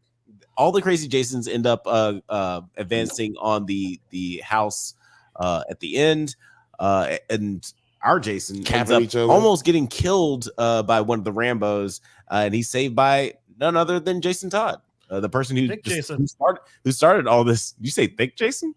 Dick Jason. Oh, Dick Jason. I thought you said Jason. I was like, does he got cheeks like that? He's a dick. He's the one who started all this. He is the one who started all this. Yes. Yeah, Dick Jason. Yeah. Yes. I'm just sorry. I thought you said Thick Jason. I was like, man. What did you guys think of like the turn of Dick Jason, aka Jason Todd, of him like realizing that he started all this mess and he just like wants to make amends and sort of set right everything that he's started? Jeff, I'll let you go. I liked it, but I don't know how much I believed it. It felt like it came very quickly, which I mean, it's the finale episode, so that might have been part of the reason. I think I feel like the only reason he really had that change of heart was when he realized how many more Jasons were showing up and starting to realize like, oh, it's not just that I was greedy and I decided to take his life for my own. I have not just fucked this guy's life up, I have fucked a multiverse up. Yeah, I think that's a big part of why he had his change of heart. Yeah, Peter Parker. Jesus fucking Christ, figure it out. Yeah, this episode did remind me of that episode of another episode of Rick and Morty, where they're talking about multiverses or time travel, and we get at the end they're just like endless snakes coming in trying to rectify the situation. So that's why I feel like this universe is going to divulge it to. It's like an infinite number of Jasons trying to like find their way in this world. And like this world is just basically shit now. This world is it's fucked. Some people choose to see the darkness in this world. I choose to see something else that was really cool about this episode for me though is, do you remember that part where he's trying to explain everything to his wife and his son, and he explains like, imagine we're fishing a pond? Yeah, that's actually taken directly from Michio Kaku's book Hyperspace. Nigga, goddamn, what the fuck? Props. Hold on, shit. I need to hit a button for it. You pulled that shit out. Really? I knew what I was doing. But yeah, I mean, like, it's literally page 4 in this book. It's him describing about how when he was a child, he lived in San Francisco and he went to one of the Japanese gardens and he saw the pond. And watching the pond and the koi swimming underneath it, that coupled with watching rain drops hit the pond really made him start thinking about these other worlds and how basically we are the fish in the pond. And it's exactly what he explained in the episode. It was really cool to me because I fucking love this book. So you're saying that our Jason read Michio Kaku's book? I sure hope so. Shout out to Michio Kaku. He probably did. Friend of the show, Michi. I call him Michi. Let's talk about the ending here, because we did talk a little bit about how this could be like a perfect ending for the show in general. Like, we don't really need anything more. I appreciate, like, it made me think a lot about like a lot of 90s movies where it sort of like gives an idea of a cliffhanger or an idea of what could happen next. Like Long Kiss Goodnight. You could have like 4 more movies following that character based on that ending. Charlie Baltimore. But ultimately, it's just this is before we were thinking about multiple franchises, right. And this is just like a nice moment to make the audience think about what could happen next. Jeff, did you feel like this was like a satisfying ending for this finale, where like the family goes into the box? Yes, very much so. And I like the way you brought it up, because I think that's something that can sometimes get lost, is that when there is art like this, a TV show, a movie, a book, something where part of it is it's alive in your mind, I feel like the audience gets a bit of ownership of it. So I like when they do endings like this, where you can interpret the ending in different ways. And I think that's beautiful, because all of those endings, it's an allegory for the show itself.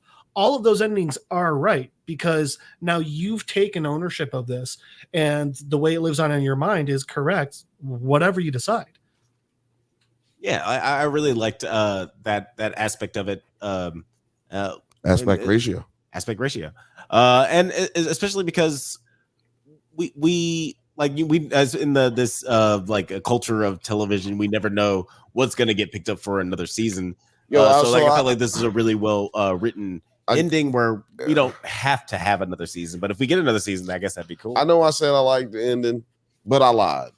I don't like it. It's because you're a bad person. I don't like it. I don't like it. Look, man, now that I know that there's going to be no season 2, I don't like it. Or at least that there's a chance that there's not a season 2. Like the showrunner, creator of the book, like nigga was a director on the episode. Like he was like, no, that's it. So if he's saying no, that's it. That's it. In my opinion, is this another Watchmen situation? Because you didn't like how they didn't have a second season. Yeah. So look, Watchmen ended after the first season, right? Right. Which I think is that was very confusing. I didn't understand. That's a conspiracy. They don't want black people on TV. That's why they got rid of Lovecraft Country. The HBO doesn't like niggas. You know I'm just saying it right now. Unless they Travis is like, I got to work with some of these people, right? I was about to be on House of the Dragon season 3 and shit. And he's like, come on. I'm the biggest fan of HBO. I think HBO is the best as far as build outs go in shows. I don't think anybody can do what they do. And I think that's the issue now, is like, there's a few moments. I think FX does a really good job. I haven't done Shogun yet. I've been trying to start it. I think FX is the only other thing. They're like the cool little brother to an HBO. Yeah. Netflix, I enjoyed Netflix, but there's so much on there. It's hard to like navigate. And I also think Hulu has that thing where it's hard to navigate unless you know what you're looking for. And for them, when I go to Hulu, I just go to the FX thing and go through that. Like I don't really look say that. Like Apple TV has been like building their Apple TV's been killing it. Well, it's been like really good at building. But HBO, well, I was gonna say HBO though. As much as I just was talking crazy, I love you, HBO. Y'all know I love you. I've been with you since it was, back in the 80s. Home box office. Yeah, home box office days. Send us free shit, please. I was there with give us money. But no, it is funny because like comparing like Apple TV Plus to Netflix, Apple TV Plus definitely has a more short tail form of entertainment where they only have a few really, really great prestige sci-fi TV shows compared to Netflix, where they just have like a billion TV shows. We cover them all. I think the difference between like a Apple TV and a Netflix is like the difference between a Drake and a Kendrick. And it's like one person's here mainly for the masses and is going to pump out as much as they can, while the other is going to focus on hone in on what they are good at and give the stories that they want to give. And that's not a bad thing on either side of the spectrum. They're both they're both there for their different things. But I think that then we have the Hulus and the Peacock Pluses or whatever the fuck. And it's like those things don't really have a space right now. And it's hard streamer wise. Like if you had to pick 2 streamers, what 2 are you picking? HBO and YouTube. I don't know who's 2. Yeah. I would have to say Netflix because it has that like, if you're missing out, like, Baby Reindeer had done run its course, and then I went back to it, and I was like, okay, yeah, Netflix still is with the shit, and it's like got like the cultural zeitgeist. We've talked about it before. There's never been a Hulu and chill. There's never been like a HBO and cuddle. It's only been Netflix and chill. It's like they were the culture. They were the ones that brought culture to streaming, I guess. Netflix is the Band-Aid streaming service. Well, they're the only ones that have actually made a profit. Actually, HBO finally said that they turned a profit off of streaming, but no streaming service has actually turned a profit. Well, I don't like calling it Max. I don't think I ever will. Correct. Except, you don't like what? Calling it Max. It's like calling the Staples Center crypto. It's like, bro, Yeah. That's fucking it's stupid. been Staples Center the last 35 years. What the fuck are we talking? yeah. You know what I mean? Like, what are we? Call it crypto. Yeah, exactly. And also, crypto is fake. I'm against crypto. Or like Twitter X. Yeah, like The issue is Some crypto. So the issue is that It's like two I care about. Shout out to Tom Brady. He got caught up in the scam one. the issue is that Netflix started as like an amazing mom and pop Italian restaurant, but then they just kind of kept making the money, and now they're just an Olive Garden, and it's like now they sell it looks the same, but it's not the same quality, man. Yeah, they sell cheeseburgers and tacos as well now. Like that's the kind of shit. HBO to me is I think it's more like I had another argument, but I feel like the reference would be so niche that it's too impossible to really do it. Well, not do it. You're on a channel called Nerds at Night. No niche. You'll find, someone will get it. Yes, like Netflix is like an Olive Garden, while HBO is like Honor Bars, South Beverly Grill, Houston's, and Hillstone. Do you know what that is? Those restaurants? Shit. Nope. R&D Kitchen. Okay. So it's these restaurants that all have the same menu, but all have different names.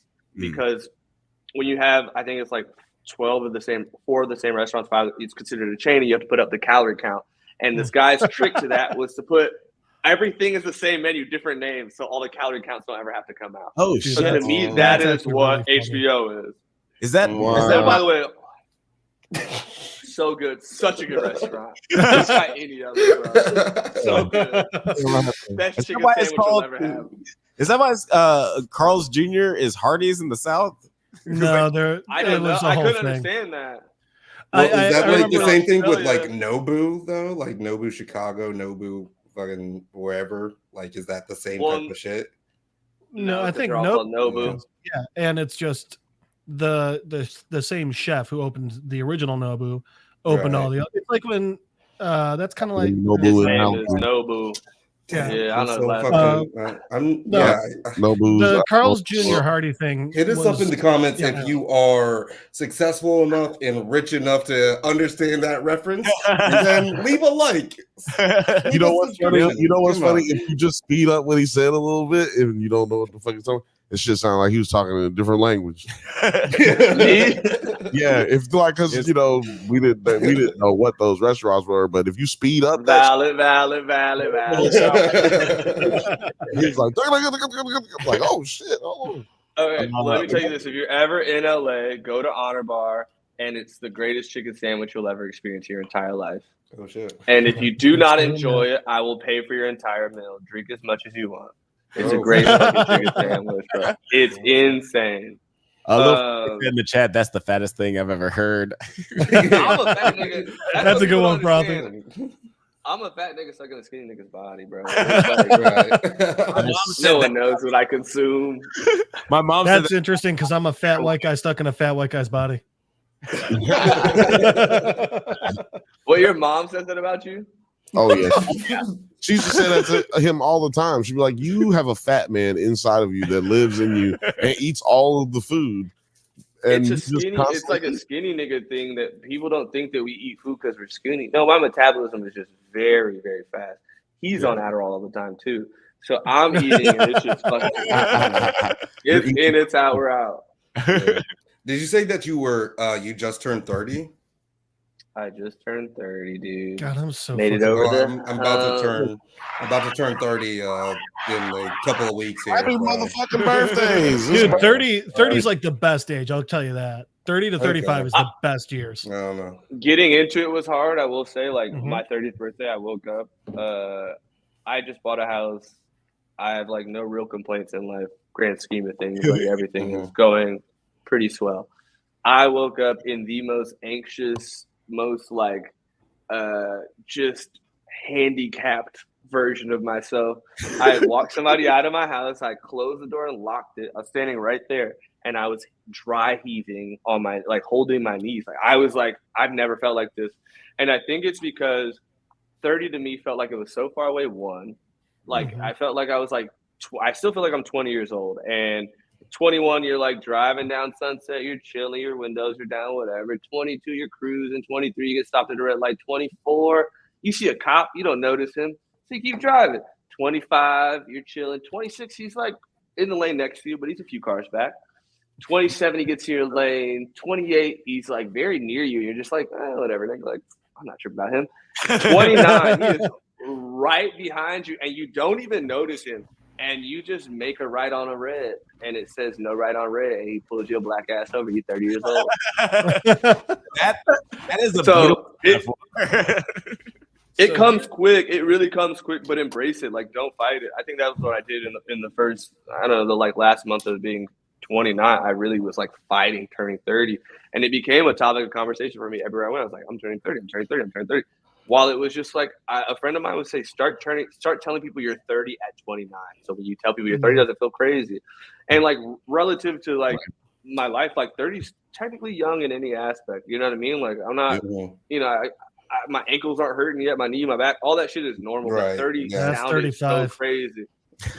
You know, like, even then, like 35 when stuff starts to break. Yo.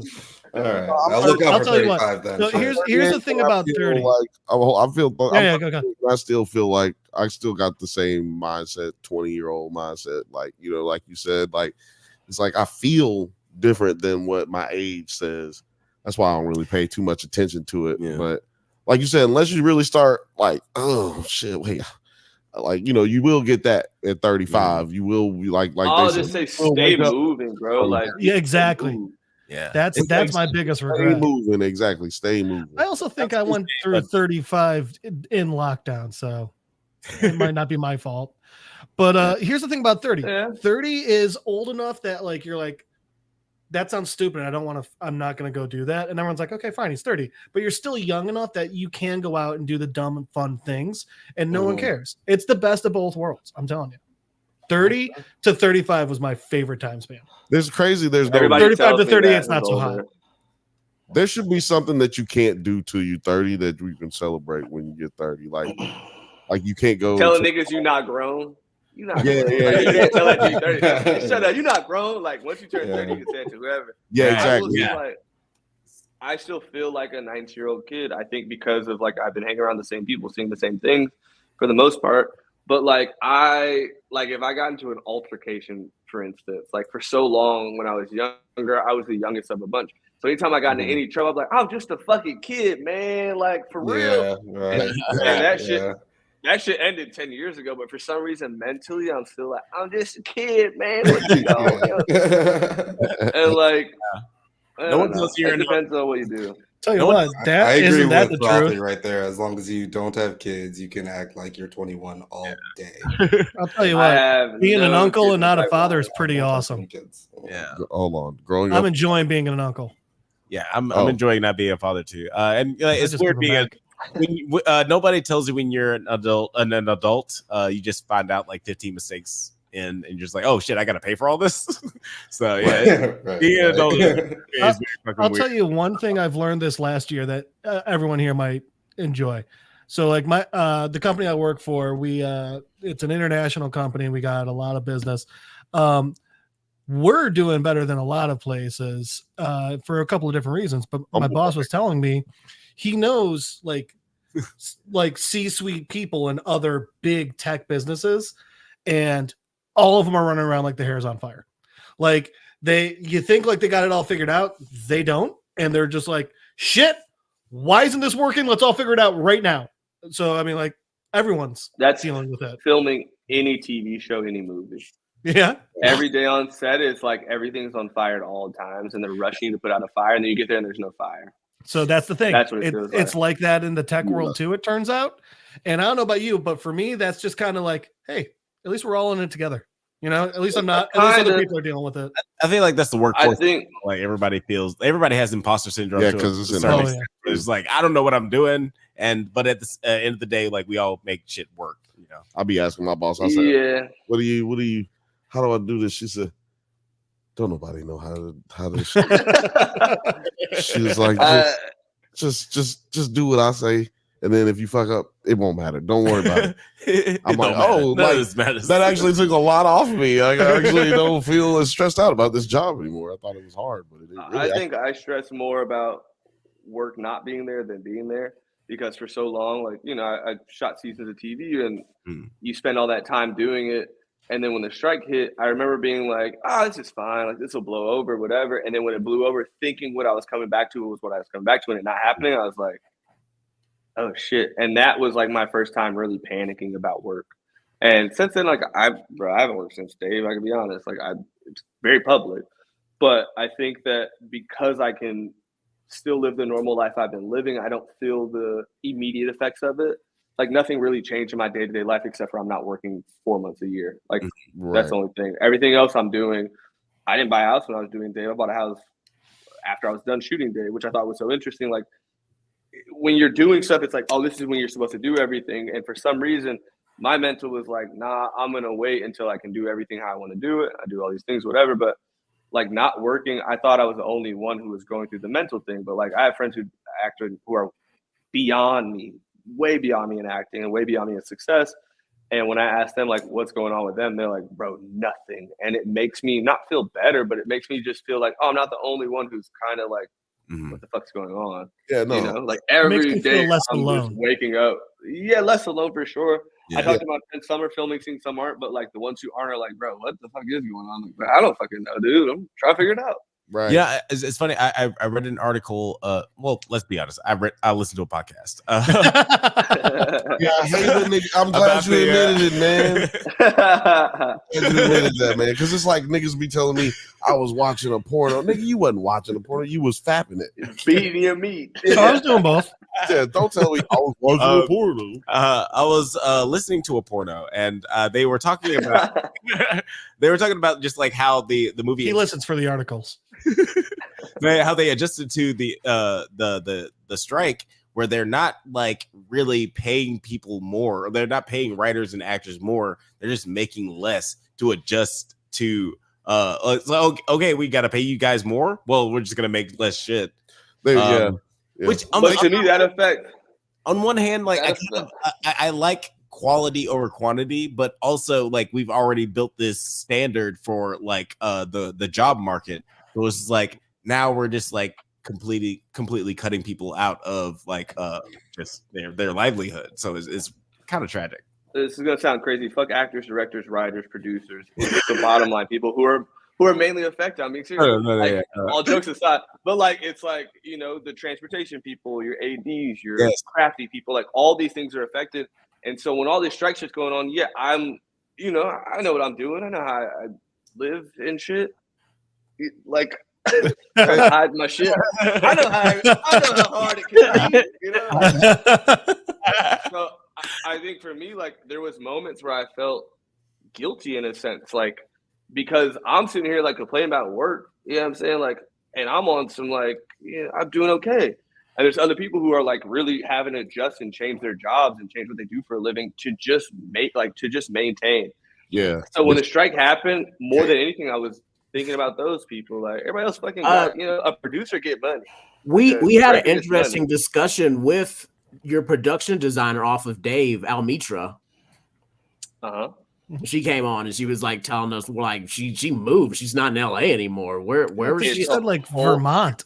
Yeah. So many people from the industry left and there's less jobs. And it's like that's the thing where CEOs and all those people, like while they do things for their businesses and their money, they lack empathy for the human beings that are the ones that built these things, you know?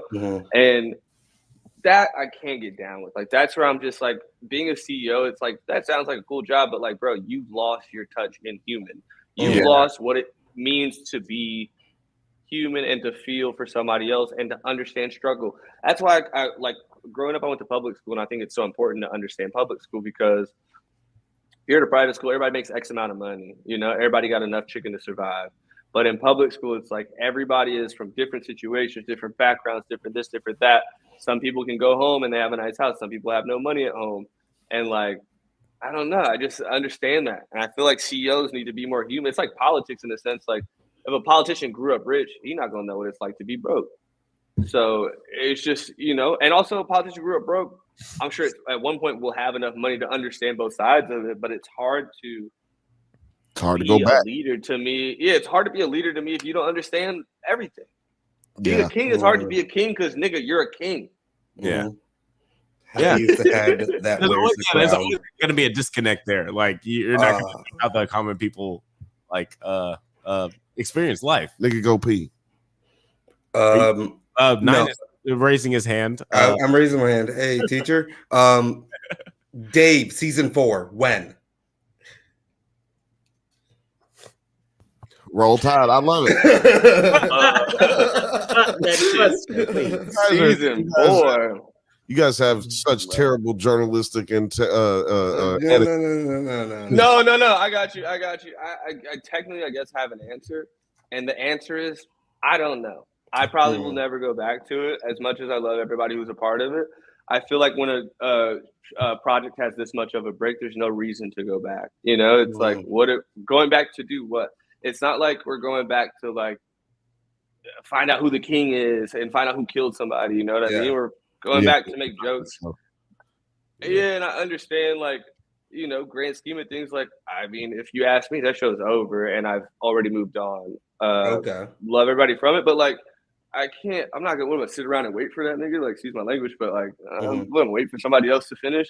I think because of how I came up and like touring, like I had to wait for somebody else to move for so long. Like, I wasn't working, I was at home. If Tyler was going on tour, we were going on tour. If the group was going on tour, we were going on tour. If Earl went on tour, we went on tour. But before, it was like, it's by yourself. So like, to me, I'm like, bruh, I'm not gonna wait for you anymore. I'm gonna do my own thing. So I've been doing my own things. I've definitely gotten my shit together. You know what I'm saying? Found them. That was a crazy. That was a. I don't know what that was about, I'm just fucking around. No, literally. Nine, I realize it looks like you're flicking off Travis there. No. I think no. Because I really like it when no. I was just I understand. I'm giving you shit, Josh. I swear to God. No, love all my subscribers. Thank you. The show is over. I mean, they say we took a break, but brother, I'm gonna tell you guys that shit is washed. I don't know what niggas talking about. We've all moved on. Santino's moved on. I moved on. Christine's moved on. I believe Gator has as well. And Taylor. So it's like, it kind of like he's doing a lot of movies. The strike happened. I think that was a big set off that really really did it. And like COVID probably affected everything too. COVID didn't affect as much. Like, we were shooting during COVID. Yeah, we talked with Tina about that actually. Oh yeah, we had 2 shutdowns. Within 5 days of work, we had 2 shutdowns. So like, we shot the first 2 days, and we had to shut down for 2 weeks. Then we shot 3 more days, and we had to shut down for 2 weeks. So it was hard. For season 2, it was really hard to shoot. Season 3, we opened up. It was fine. It's interesting. I enjoyed shooting season 3 so much, so I was kind of looking forward to season 4. When we got done with it, I remember watching the last episode and in my head being like, that's it. Like, it's like, how do you follow that up? Like, what are we going to do? Were you on rap shit too? Hell no. I don't know what the fuck they talking about. I don't know. Yeah, okay. I don't know why they're asking you why they canceled it then. Well, to answer your question, admin group, we don't know. I have no idea. Look, that's the whole point. I'm seeing something in the comments to say, I liked you so much and anyone but you. I thought that was weird. Oh, he's talking about Gator. Someone in the comments did not say that, dude.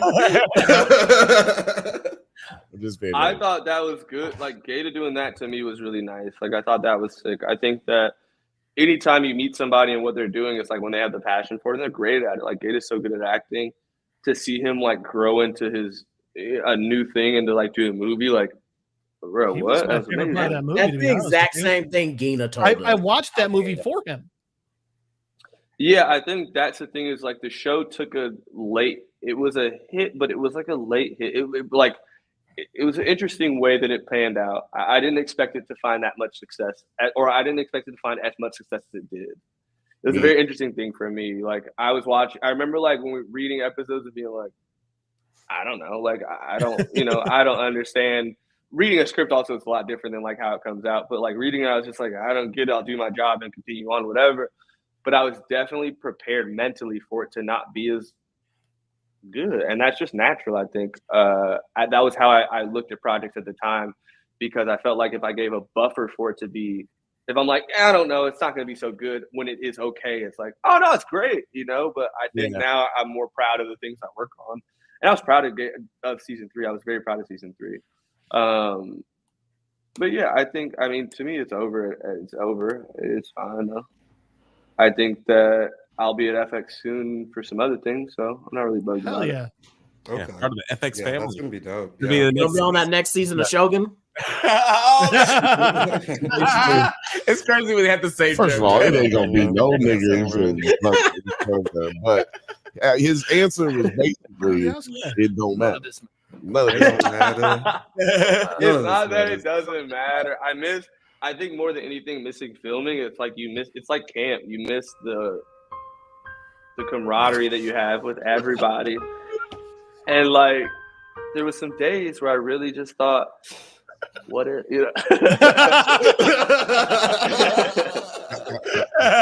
and scene. But that was my first time really acting. I guess like Loiter Squad was a part of that.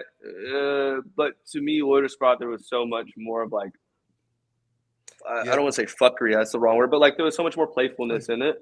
Improv? That it was a lot of improv. It was harder. It weirdly was harder to do. Dave wasn't like the most challenging thing on earth. I think the biggest thing for me was going from Loiter Squad being somebody who was like was more important in that moment, to being somebody who was like very passive, especially because I left the tour to do it. Like I left what I was doing to do that shit. It was just like, it was harder for me to come into. But once I embraced it, I loved it. Like it just took me a while to get into that. What was that? But, I mean, ever since. Did you keep one of the wooden shirts? I'm just curious. What was that decision like? Where he's like, so did you had to like decide to come off tour to do the show? Yeah, I was touring. Tyler just put out Igor I shot the pilot, and then Igor came out. And then between the pilot and shooting season 1, Tyler announced tour. I, at the time, was going on tour. I had no idea I wasn't. So when the filming schedule came to me, I had to make a decision where I was like, I don't know which one I want to do. Because at one point, you're like betting on something that you don't know enough about. And on the other side, it's your bread and butter, and you get to do it with your best friends. So it's like, it's what I'm used to. It's what I love to do. It's like, whatever. But I had felt at a certain point I was going to reach a ceiling as far as DJing goes. Like, unless you're putting out your own music, bro, like, or DJing clubs the rest of your life, I don't want to do that personally. I didn't want to be in the club at 35 years old talking about like, everybody hands. No. Talking to me 2-year-olds. Yeah, I had a conversation with my boys, Tyler, Jasper, Lionel. Like, I think it's like they're my counsel. We speak about a lot of things that are important. And I just was like, I don't know what to do. I don't know if it's the right decision. And Tyler really said pretty much, he said, I think that this is a good opportunity for you. Lionel said the same thing. Jasper said the same thing. But Tyler said, tour's always here. Don't worry about that. Like, you're always good here. And so when he said that, that was like enough security for me to mentally walk away from it. I walked away. I did my last shows with him in September of 2019. No, August 2019. And we started shooting right after. And when I came home, I had flown to Portland to like program a show and to like watch it happen for the first time. And I remember saying goodbye to everybody at the bus. That was like I think my like heart, like it was like saying goodbye. It's been, I've been doing this since I was 16 years old. I was 25 at the time. So 9 years of life with these people on a bus. Like, I knew everybody, production, lights, all these people. So to say bye to everybody, I was fine when I was saying bye. As soon as I walked to the hotel to fly home, like from the tour bus, they were about to drive off at 2 a.m. Like that's our normal time. So I stayed there the whole time, like, trying to feel like it's like I'm there. And I walked home, I called my sister, and I was sobbing, crying, like couldn't hold it down. Can't imagine. And I think that to me was like the top 5 hardest moments of like in my life. I don't like saying goodbyes. Goodbyes are weird to me. So to like leave that shit to come into something and to like not feel immediately like yes about it was hard. It was definitely a challenge. But I embrace uncomfort and like being uncomfortable, and I think I was okay. Oh, That's why I damn. don't say bye. That's why you say Well, see you later. But for that, I was saying bye to tour. Like my identity felt like it was also in tour. Like that was my everything. I didn't go to Right. college. I didn't, you know, it was when I got done with school, that's what I went to do. I feel you on the life story about Shakti. I've heard this since I was 16 years old. My question, personally, Shakti is a genius. He's a great pianist. But I don't know enough about his story to know that we can do that. But I fuck with you. Shout out crying. Shit. So it feels so Crying, good to come let on. it out like that, you know? Shout out to crying. So, Shout out to sobbing. I got a couple real good videos for when I need a good cry. No. Oh man. All I do is watch The Fox and the Hound. Anytime you Dude. need to cry. Anytime I need to cry, I just watch Logan. Honestly, that last scene in Logan just makes me fall for. Just putting that Tearjerker. cross to an X. When they turn the cross to an X. God damn. That's the most Crying. Yeah, let's go. Onward. Have you guys seen Onward yet? Yeah. Oh my I god. haven't seen Onward. No, is that good? Every Bro, every Pixar movie. is a- Come on. I had to cry for a movie that didn't Oh. come out. I had to like cry for a movie that I don't think is ever coming out. And And you thought, I like couldn't cry. And this guy was like, "What would make you cry?" I was like, "There's this movie I would cry to, whatever." And he showed me he just pulled up the clip as a producer. I love him to death, Matt. And he pulled up this fucking thing, and I walked into a room by myself and I watched it. And I came back out and I was ready to cry. hell yeah. Also, shout out to Matt. That's some good producing right there. You goddamn Yeah. right. It He really said, is. "What the fuck do Mad I at Vanishing Angle. cry? What the fuck? I get some good ones for Oh, you Moana. Shout about that? Okay, here we go. That shout out to Matt, man. Shout outs to Matt, yeah. Matt, Mhm. man. Coco, what was the one? Coco? Coco. Oh my What god. about Inside like Out, gotta- Coco. Soul? Yo, Y'all Coco. I got a Soul. niece who loved Coco, and I have a Wally? niece who loved Moana. So both of them hit me extra hard now. Yo, Terry, producer T. You said that you don't like Pixar, really? I would say the first 10 minutes of Up. Okay. Whoa, dude, that's yep. The intro of Up goes in. The intro of Up Too is just sad, man. It's the end. It's the end for Up for It's me. not supposed Wait, to be wait. kids, man. Him Sorry. living his entire life with his wife, and then she just I would love to talk about Up. We got 2 more topics to talk about before. Actually, but I'm for gonna 3 hours. go. Hopefully, I'm gonna get out of here. Yeah, this is a whole experience for sure. Go outside, nerd. Get out. Go. I ain't got time to be distracted by your. Listen, I'm gonna stay my ass inside. Yeah. I got work tomorrow, so but yeah, God man, damn it, that shit was fun. would you be down to definitely come back and I mean, we're streaming on all different platforms, but Mhm. I know everybody on the 9 Nerd Yard specifically would definitely love to have you on, and if we can get like a full whatever, and especially if you Producer, I leave it to producer T. okay, I gotta beat him at bowling next.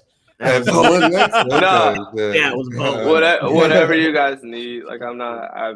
we may go to Top Golf when Terry's about to be here in Chicago in the next few days, so we might. Yeah, we're going to Chicago. Are you guys all going to Chicago? I'm going. Not the week Alex. after that. I'm the only one that's not going. Not Jaharis over here, but Wait, I'll be there. a week Bill after you. and Terry are coming to Chicago Is it and hanging out. With me. The is it fourth? It's not for no, or the fourth or that. What's the? We were talking about it when we were together, Terry. Lollapalooza. What comic? Not Comic Con. What's the No, other one? BlurredCon. BlurredCon's in C2E2. DC, and that's next week. Okay, I was Week kinda after looking at next. the Week Yeah, after in next. Chicago too. I can't remember what it is, but there is. C2E2. Yeah. But I'm out of here, guys. Yeah, man. Thanks everybody Have a for good night, buddy. watching, and have a good rest of the yeah. stream. Travis, Oh shit! Yes. oh, I man. didn't know that was impossible. Oh, I almost ended this. I almost pulled a Blake and ended the stream. I'm just gonna leave this. Night. Travis, as we've learned this evening, when you play the game of Top Golf, you either win or you die. Do you want to Fucking nerd. continue? Hey, that's the name of the game. Do you want to? We're going to be talking about Acolyte and And then the boys. That boys. Coming up. You're next. welcome to stay. Yeah, you're welcome to stay. But I know it's like I don't have any knowledge in them, and I'm probably gonna sit on my couch and indulge in marijuana. And probably, honestly, you know what's crazy is, Terry, please text me all the suggestions of shows that you guys think I should watch, and I will go through that list and start to dive into something. And I would love to come back and talk about one of those things whenever I'm ready. One that I will suggest, whether you want to come back on and talk about it or not. I would love to come back on. Well, I'm saying if you want to talk about this or not, we were talking about this. We covered this show called Warrior. It's on HBO, or it was. Now it's on Netflix. It just got canceled. I know what you're talking about. It was. I try. It's the talking to me that was strange. I don't know how to explain that. Yeah. But in the first scene, he just talks too weird. I was like, "What the fuck going on? Am I bugging or?" He's British, Cockney British. So I think that's really what you're catching. Yeah. That's what I do with Nigerian niggas when I hear British Nigerian niggas or Nigerian niggas that acting and they trying to sound like they from America. I'm like, yo, what hood? What's his face from Dark Matter? Yeah, dude. When you get to Jamaica, and my dad's from Jamaica, born and raised, so I go there a lot. But when you get to Jamaica, I still, as an adult, get thrown off when somebody who is not black speaks in patois. At first you're like, and then you just are like, okay, I'm not the crazy one because no one else is responding. And it's even crazier to think that somebody can have an accent within an accent still. You know what I mean? Yeah, like, yes. Well, I'm not gonna lie. Like this is gonna Tom Segura's got a great bit about that. This is gonna sound a bit racist, but I'm gonna level with you. It's gonna sound a bit racist when I say it, but it's not racist. Okay, that's how you feel when you're in Alabama and like an Asian person talks to you, like a Korean person talks to you. This is literally Tom Segura's bit, yeah. But then they sound like this. You're like, whoa, what is happening right now? What am I experiencing? Jamaica all at once right now. Yes, exactly. Jamaica has a lot of Indians and a lot of Asians. So when you're there, you'll meet, like, my cousin's married to a Chinese woman. And when I met her father, I remember being very confused. And not because he had an Asian accent, because he spoke like Bob Marley. It was like, whoa. Yeah. Like, dog, what is going? He was speaking at the wedding, and I remember being like nobody else. Like, this is crazy. He's so good. I expect to hear him say blood clot tonight. No, hey, bro, all that shit. All that shit. It is about how like someone was like amazed that he spoke Spanish but wasn't Mexican. He's like, no, I'm not. Like, I'm Peruvian. And like, they speak Spanish too. And he's like, yeah, you know, there's actually a lot of people. He's like, you know, there's white people there that speak it. There's black people there that speak it. He goes, there's even Asian people. And guess what? They speak Spanish too. And he's like, and I just watched this guy's mind explode. My mind blew up. You guys, that there's a bunch of blonde white people in Mexico somewhere. Like, You didn't see that coming? Okay, wait. I do have a request from you guys. I request that you guys take the time out of your days and watch Tokyo Vice. And I only mean this just because, as it seems as though we're all fans of the same type of shows. To me, it is what detail they go into and how insane it gets. Like, man, it's such a good payout. And like, yeah. I don't know. I wish there was more forums to speak about shows I care about. I guess this is a nice platform to have. Here you are. Welcome. We like it. Thank you guys for it. Thank you guys for the stand. But I think like Tokyo Vice was, to me, like the best. I haven't seen a show as good in a long time. And I'm like a huge Succession fan, a huge Game of Thrones fan, obviously. But I was like truly, and a girl told me to watch it, and I was like, yeah, you know, you like, yeah. Oh yeah, I'll watch it. Whatever. Yeah, I don't want to watch Tokyo Vice because I'm very impressionable. I have already met like some of the wrong kind of people in Tokyo, so like I watch just to give me ideas. No. The show is also based in the 90s, late 90s. So it's like, which is upsetting that that's 30 years ago. That means it's time to bring it back. It's time to bring it back. I think It looks like it's I on don't know Max. what the underworld is like. Is I it- think because of CCTV now, it's a lot different for the underworld goes. What did What you you gonna say? is that on HBO? Yes, it is. It's on Max. Yes. Okay. It's on Yeah, crypto. so that just to annoy you there, Travis. Travis, let me ask you a question. Do you like audiobooks as well? Nah, I'm a music guy. Like Don't audiobooks to worry me, about I try. I think reading books to me is nicer. So I read books on vacation a lot. I love to like travel and read. It's I think the greatest thing to do when you travel. It's hard for me to watch a TV show when I'm traveling. So I will sit on a beach and read 3 different books throughout a day. Nice. But I think like there's not. I don't know. Maybe I'm sure there's an audiobook that will turn me on to it. So if you have any suggestions, please send them through. Yeah. Fire and Blood. Yeah. I've got one. It's like 14 books long. It's about it's outer space fighting aliens, but it's really well done. And the thing is, it is the absolute best voice actor I've ever heard in my life. What's it called? Where do you even look up? Expeditionary. It's on Audible. It's the Expeditionary Force. Is the series I thought he was by Craig Allenson.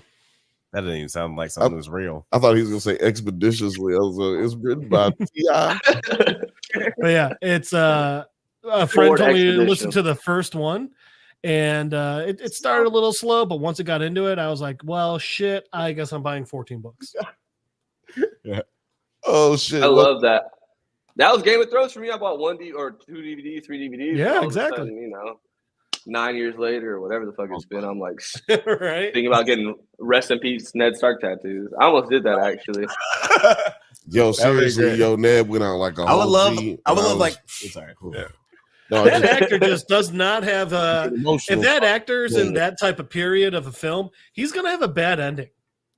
You know what surprised me? One movie he was in, he did not die, was Silent Hill, the second one. Oh man, those Silent Hill movies. I don't like seeing Game of Thrones people in other things, and Same. it's a selfish thing for me to do because to me it doesn't feel real. It doesn't feel like they're in it. It feels like They they're somewhere. They're in the wrong universe. It's like when you see the Ramsay Undertaker. Bolton?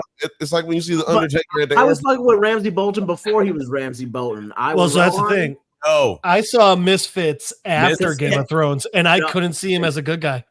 No, because I saw Misfits first, Ramsey and that's Bolton why I saw was just Misfits like this first, little yeah. weirdo who didn't have no characters, who had to like build him up self to be a good hero, just a straight up mad villain now, and that like just gave him. I guess it's easier to see someone go be good and then then be go evil bad. than to see Yeah. someone be evil then be good. Well, shit, the guy who played Joffrey can't get any other roles, right? Because everyone just sees him as Joffrey, right? Well, he quit. I think that's He quit acting because he was getting so much flack from. Yeah, he's a from the plumber show. now. it's it's hard, bro. It's hard when you play a character that's so good. Carlton, Alfonso Ribeira. Like Mhm. he never really outgrew that, but he did a show with LL Cool J, if anybody remembers, in the house. Yes, in the And- house. Yeah. House.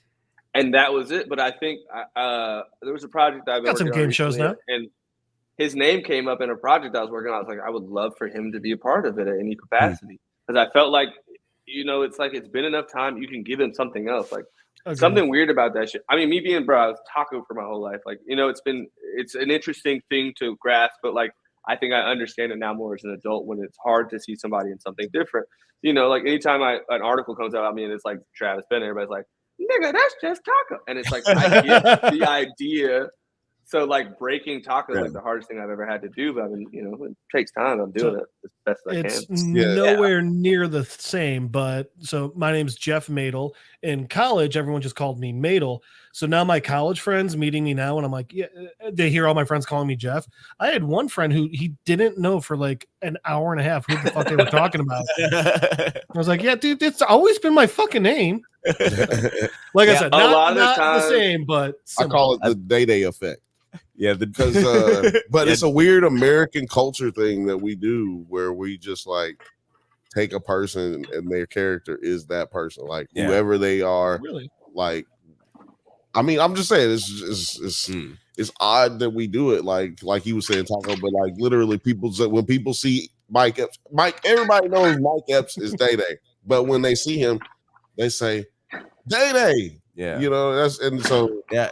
But like I was And- comparing it to like the like seeing the Undertaker in the airport or something, like, you know, people the Game of Thrones situation. That's the kind of culture that you build. They've built with that Extreme show fandom, yeah, is like wrestling type of crazy fandom. Like, yeah, cannot break kayfabe. If I see you somewhere out, you better be bowing and goddamn.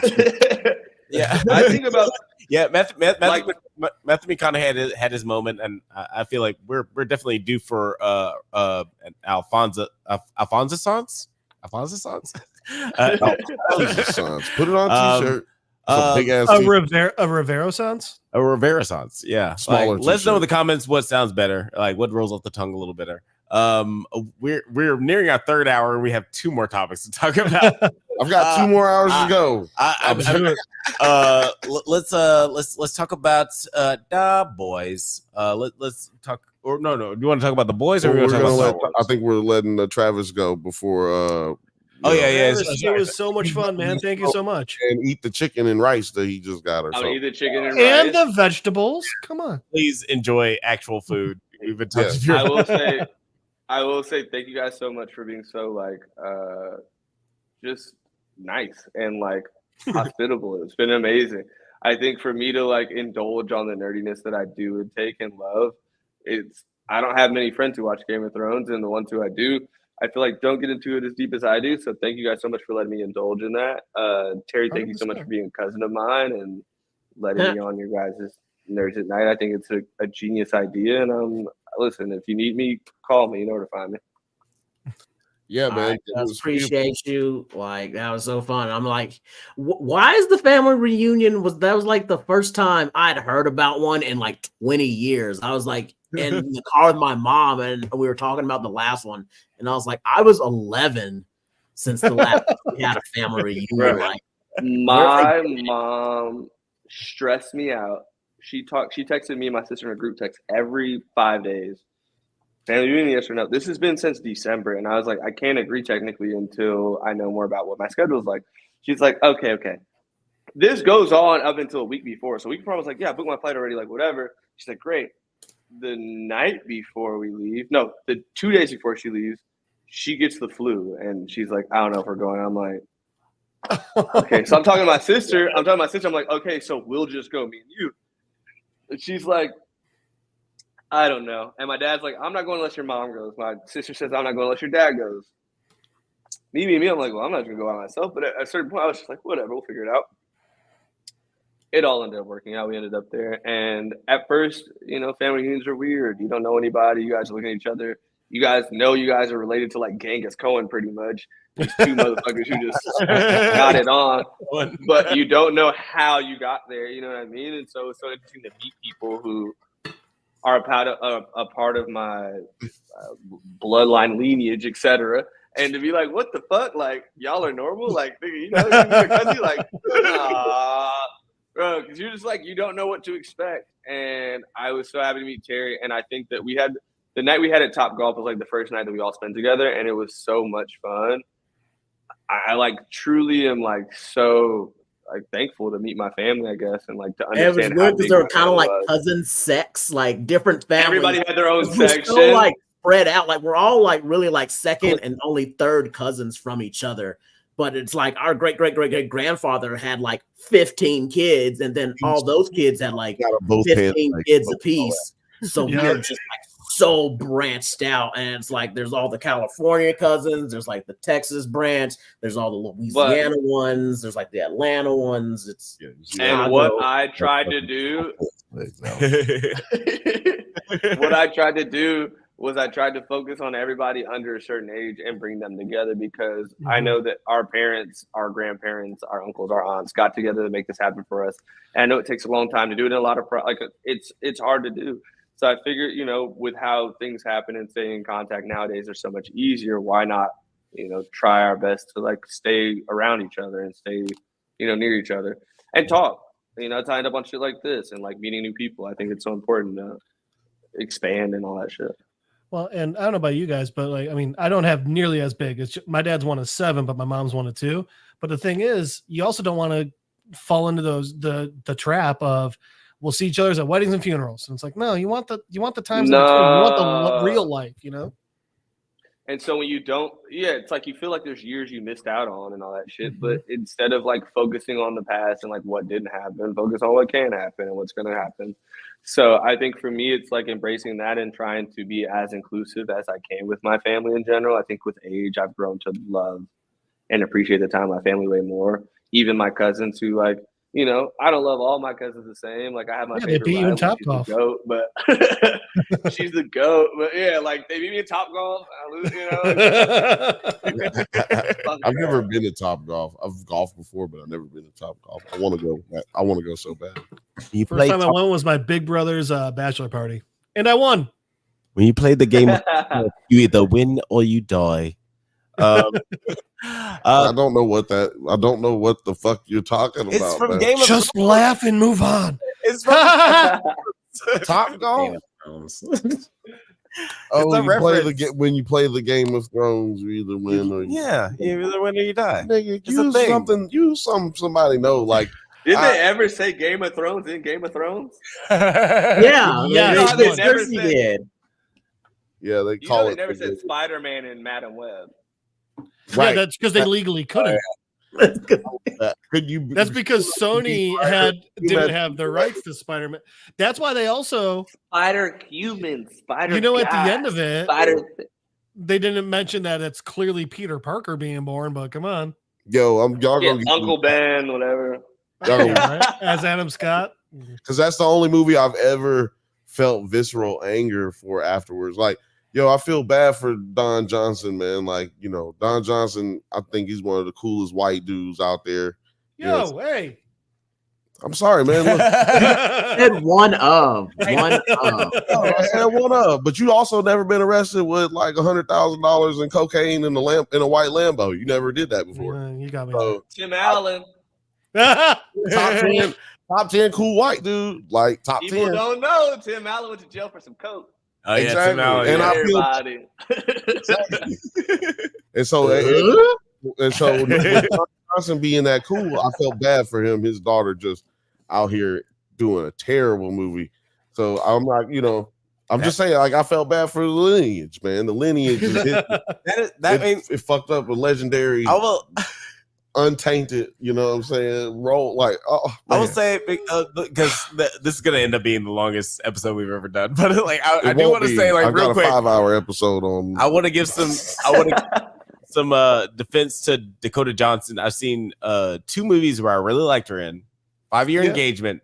She was really, really funny in that. And Social Network. She was really, really good in that. Social Network was good. I just feel bad for his lineage. I'm not saying it's her fault. I just feel bad. All right. I say we let Travis eat his food. Yeah. No. I just didn't know she was. I didn't know she was in Social Network. I was really like, what? I fuck with y'all though. for real. We love you, really appreciate you guys. Terry, send me that list, please, of the movies. All right, I got you. All the things. I will appreciate that. Thank you guys so much for having me.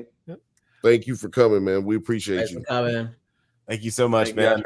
Travis, thank you, man. Have a good night. Hold on. Yeah. What do I need to give the? If we get you no other time, we gotta get you for the last episode of House of Dragons because I can't wait to watch you nerd out on that. I'm there for it.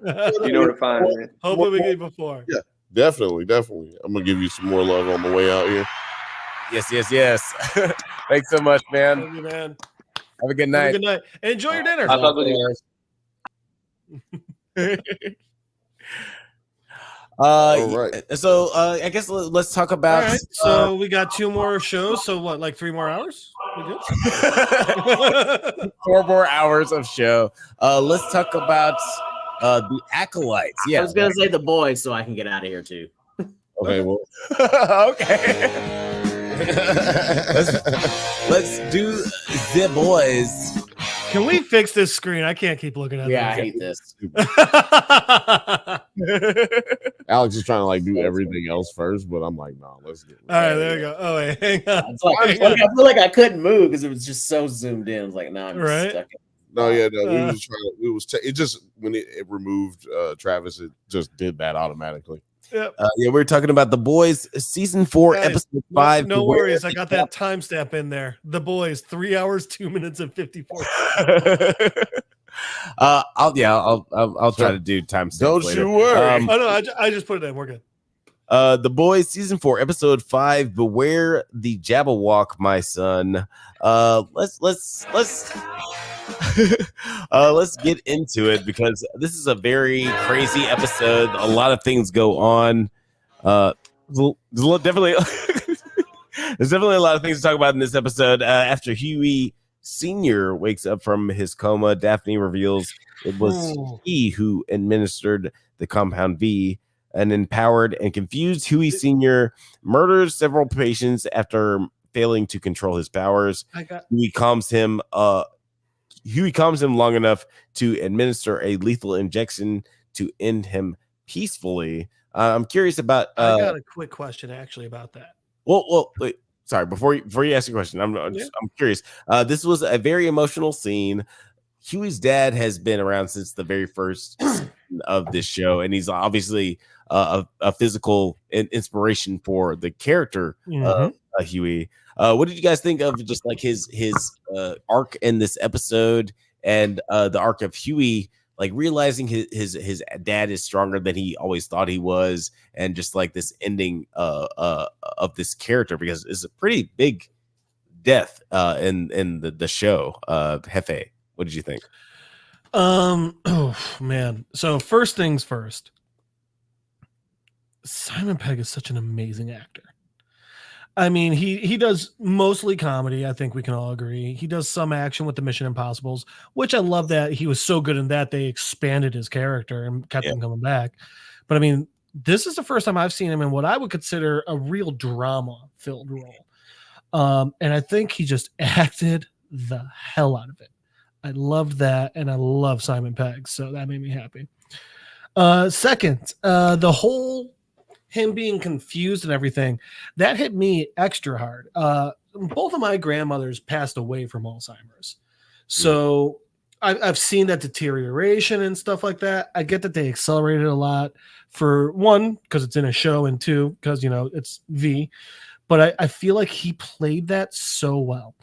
So people who do have dementia or Alzheimer's or things like that, one of the biggest things is when they're in kind of like the middle stage, they get when they're confused, they get violent.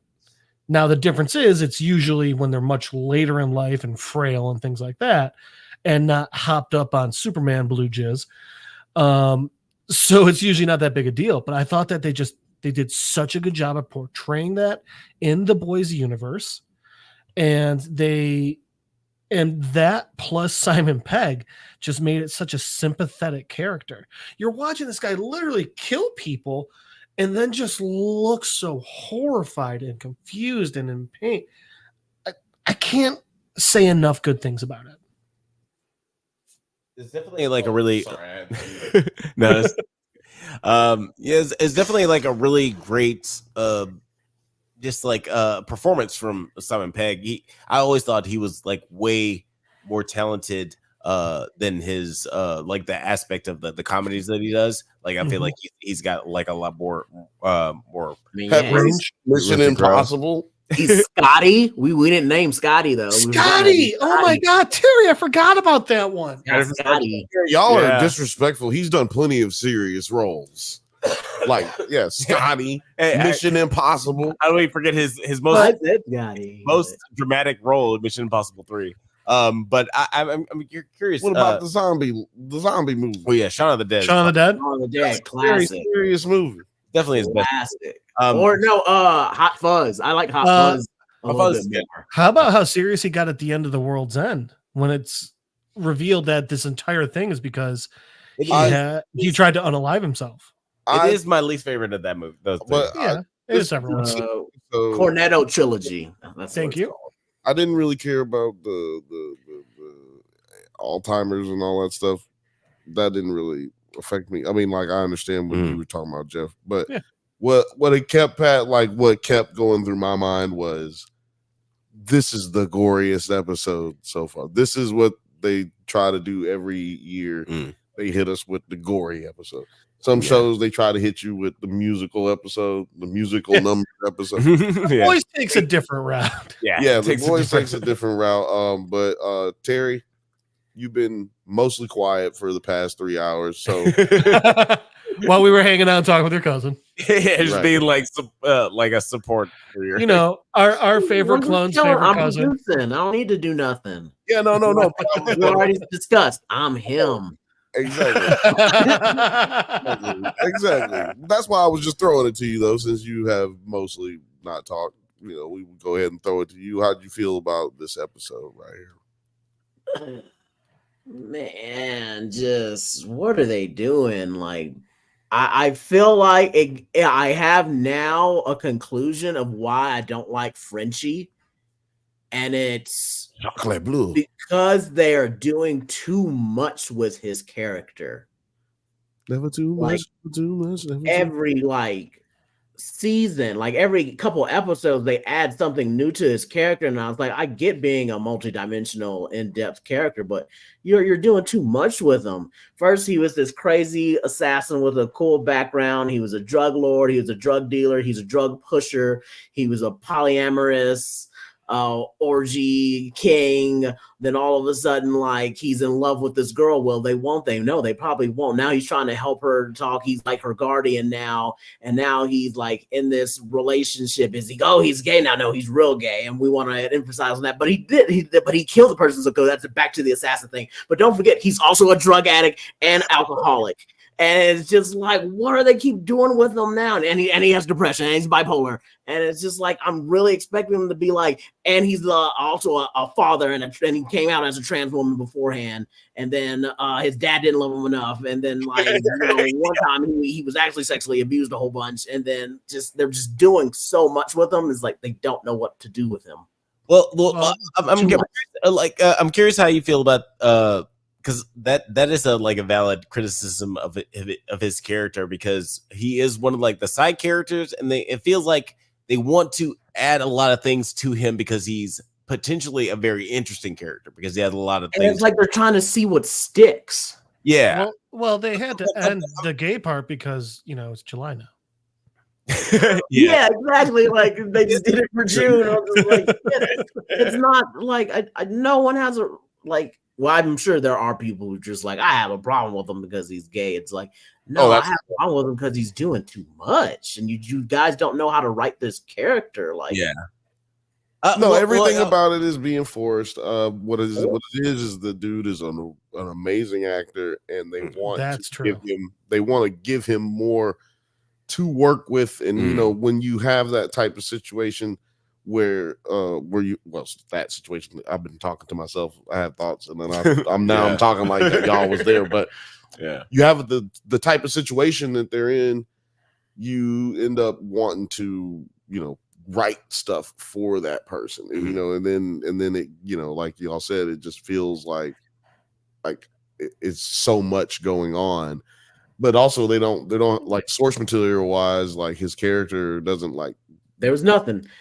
His whole backstory. They're like, that was a fucking lie, right? He just told us a story about how he used to be he was in this bike ride. His dad was in a bike ride to the death over French bread and giant unicycles, and he died. And he had to get vengeance by beating the town bully on his giant bicycle ride with baguettes, where they fought and dueled to the death.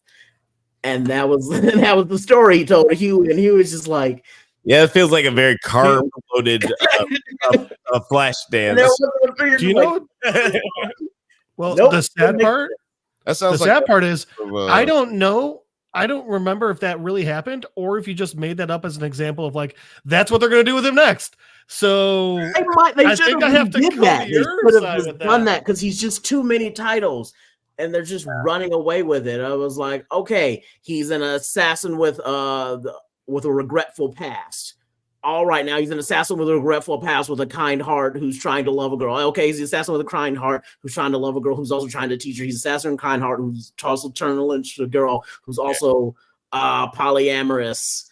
and pansexual, and then the next thing they know, they're gonna also like make him like illiterate or something. He's gonna have like an arc where he learns how to read or some shit. Is what I'm like, next. I was just like, what are you doing? I was like, the next thing is like he's an orphan that was like raised by nuns, and like the nunnery, he has to go save it, but then like in order to save it, he has to like finally confront that he never learned how to read because the nuns would like smack his hands too much, and that traumatized him or something, and that gave him a BDS kink. And I was hoping you were gonna go with, like, that, and I swear to God, that happens next season. I was hoping you were gonna say like he ends up saving the world with like jacks and a rubber ball or a bounty ball, or like old school pogs against the Homelander to save the day or some shit. Yeah, like it is like interesting with like Frenchie because he seems like he like we could make a whole like prequel type movie of like The Professional with Frenchie, where we just like still my favorite movie. Thank you. All of his traumas. But like let's talk about, because I don't have my notes next to me yet, but here it is right here. We get the return of the characters. We get the return of the characters from Gen V as Homelander tells the seven Tech Knight and Kate Dunlap and Sam Reardon that they will now be wrathful gods. And this is obviously comes after an epiphany, I guess, like a sort of tragic epiphany that he has after his visit to his childhood home. Place. How do you guys feel about the playpen? The playpen. How do you guys feel about Homelander's epiphany and his path moving forward? Because it's like really just like one single scene, but I feel like it's gonna have huge implications on the seasons going forward. Bill, how did you feel about Homelander saying that they should be wrathful gods moving forward? It's about time we're finally getting into the comic. You know what I mean? Like, there's in the comic book, these motherfuckers are running shit like that anyway. You know what I mean? Like, but the way they're able to be controlled is through the money, right? Because they don't want to lose favorites, just like they do. They turn it into social media for us in this show. I thought it was a good episode. I've heard people say that they didn't like the episode because of whatever reasons. I think it's just because they hate women and gay people. Alex, you didn't like this episode? Me? Yeah, you hate women. Traditionally. See where I went there? I said traditionally. Traditionally, you don't like women. That's crazy. But anyway, I thought this episode was chill. I don't really remember exactly what you asked me about, but about the wrathful gods. They brought wrathful gods. Yeah, like I said, I think it's good because it's getting closer to how they actually behave in the comic books, because they're really way worse people in the comic books than yeah. Well, yeah, it's interesting because like with Homelander's epiphany, like he realizes that the way that he was raised is like totally fucked up, and like the way that people were trying to kill everybody. What? I said, so let's just kill everybody. Let's just kill everybody. The way that people were like implementing their own ideals onto him, he's trying not to do that with his own son. To his credit, like even though he's doing it in a very psychologically problematic abusive way. So he's truly raising a Gen Z child. But he's trying not to implement his own ambitions he's definitely a millennial being like, I gotta break the cycle. Right. I gotta break the cycle. Exactly. I'm not gonna give my child. Well, but then what about the scene where he's basically having Ryan egg on the chick to beat the fuck out of the director? Right, exactly. So that's what I'm saying. Like, it's backhanded. It's bullshit. You know what I'm saying? Like, and I didn't like that either. I didn't like that. That's where they're going with Ryan. Like all of a sudden, because it's a hard left. Yeah, it felt disingenuous to his character so far this season. Yes, we didn't see nothing that built everything we've seen of him. Nothing led to that. There's nothing even that has happened that would make him go like, there's no thing that he saw that humans do that's bad or something like, you know what I'm saying? Like there's nothing that gave me the idea that, okay, yeah, now he's gonna, turn heel. You know what I'm saying? When he spitballs that guy against the wall, he regrets it. He has trauma from it. Yeah, he nearly has a breakdown from it. Yeah, and then now he's just like, oh, okay, it's okay because I'm not doing it. Like his dad told him, was like, hey, son, do you like? It was like, are you saying that his dad, Homelander, giving him the power of a choice made him flip the script so hard, like just because he finally had his own choice of whether he wanted to do something or not? We're saying that was such a catalyst, exactly, to make him be like, yeah, now I'm cool with people getting beat the shit out of and egging them on and watching people get fucked. I'm with that. Which they could have pushed it further because Homelander was, like, he said like one line about like, hey, don't you think we should do this? If he had been like, Ryan, how is he going to learn? Or like, Ryan, this is how to make a better world. Like if they could have just had Homelander like say like 2 or 3 more lines to push him further, that would have made it felt more organic, feel more organic. We felt more organic when you said it. We definitely get that scene where we get the reprisal of the Guardians of Godolkin. That's fluffed. We get the nope. The Jim V characters returning as Homelander tells the 7 Tech Knight, Kate Dunlap, and Sam Reardon that they will now be wrathful gods, and they must be cruel and ruthless for the greater good. Good. So that scene I actually did buy because I mean Sam and I'm sorry, what was blonde brain girl's name? That was Kate Dunlap. Kate. So especially Sam and Kate, they were so emboldened by the end of the end of Gen V that it made 100% sense that they would not only fall in line but be excited to do what Homelander was saying. But do you think that A-Train, because I'm curious about A-Train. He has had this strange turning point where he's had a lot of moments where he could basically join Annie and be a good person and fight for the greater good. But do you guys think that he'll be able to get out of the 7 alive even? Like, do you think that he'll be able to survive this whole storyline? I feel like he's eventually gonna get got, but I think they're gonna like do a bit more with what's the redheaded girl name? Firecracker. No, not Firecracker. Oh, the one who rips her hair out? Yeah. Ashley. Oh yeah, Ashley. The upper decker.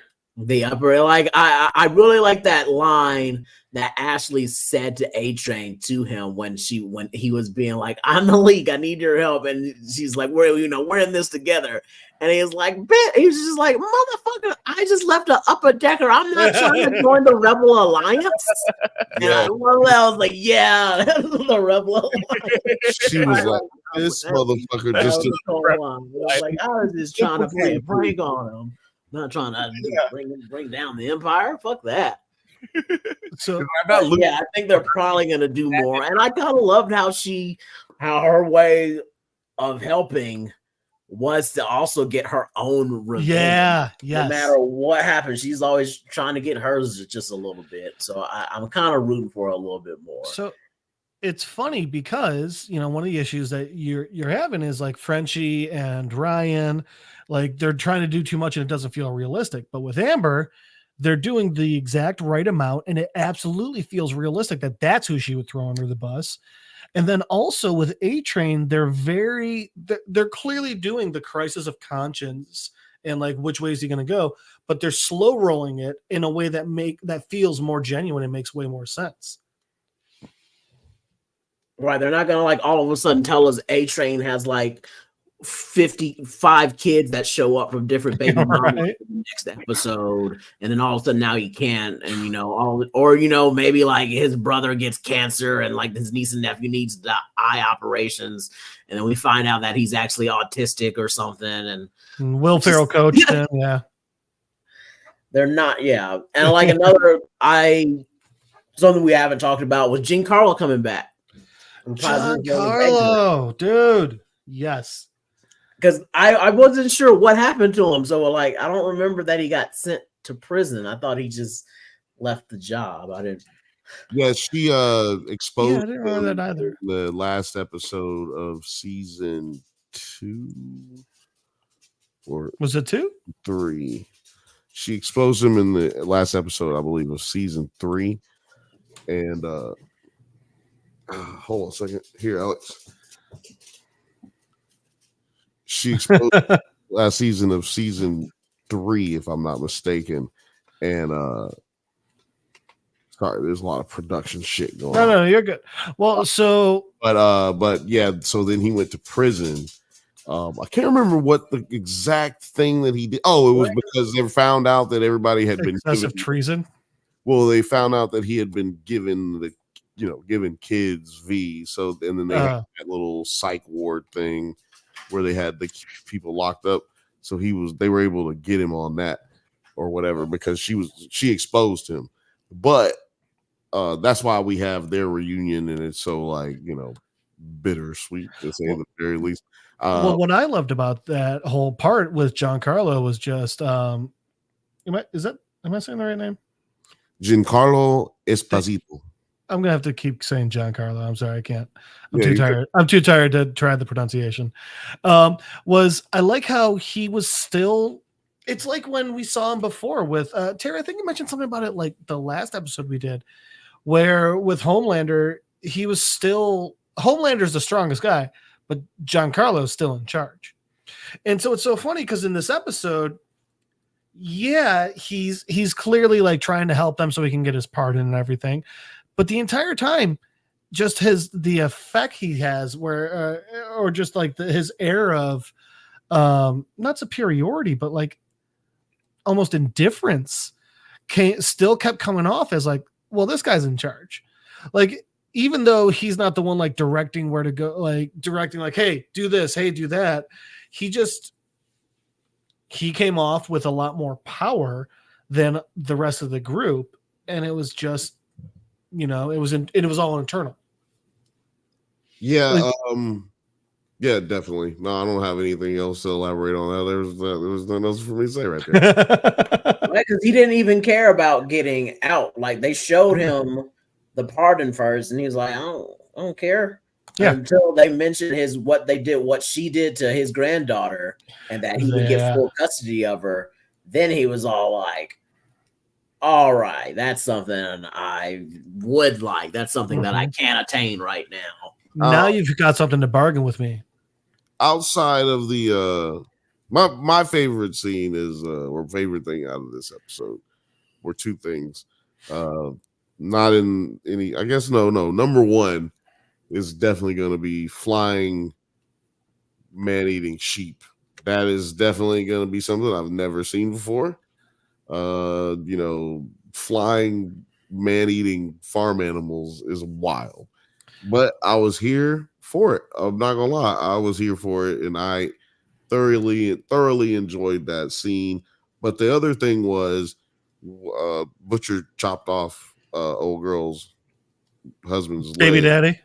Baby daddy. I was gonna name that as one of my favorite parts of just seeing that happen. Sorry. Wait, Terry. Which part? The flying purple people eating farm animals, or Definitely the cut off the leg? Sheep is. I'm so mad at that scene. So am I.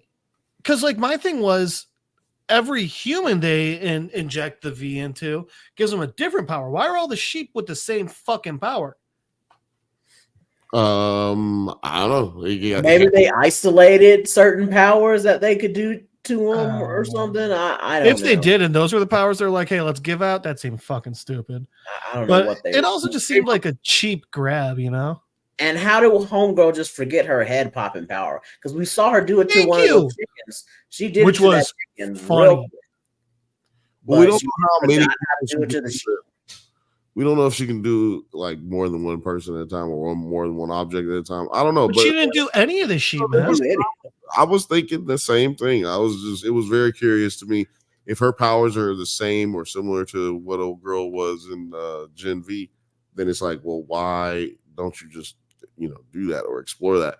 Yeah. But I don't. I mean, but I'm not gonna pretend to know what the writers be thinking. Maybe that's something that's gonna be revealed. Maybe that makes sense later for some reason. But what I was excited about, or what got my attention with the his dude's leg getting cut off by Butcher, was that I don't think Butcher's friend is real. You know what I'm saying? It's kind of been a theory on the internet. Oh, that's interesting. Old buddy is not. You don't think what's Jeffrey Dean Morgan? Part of he's the tumor.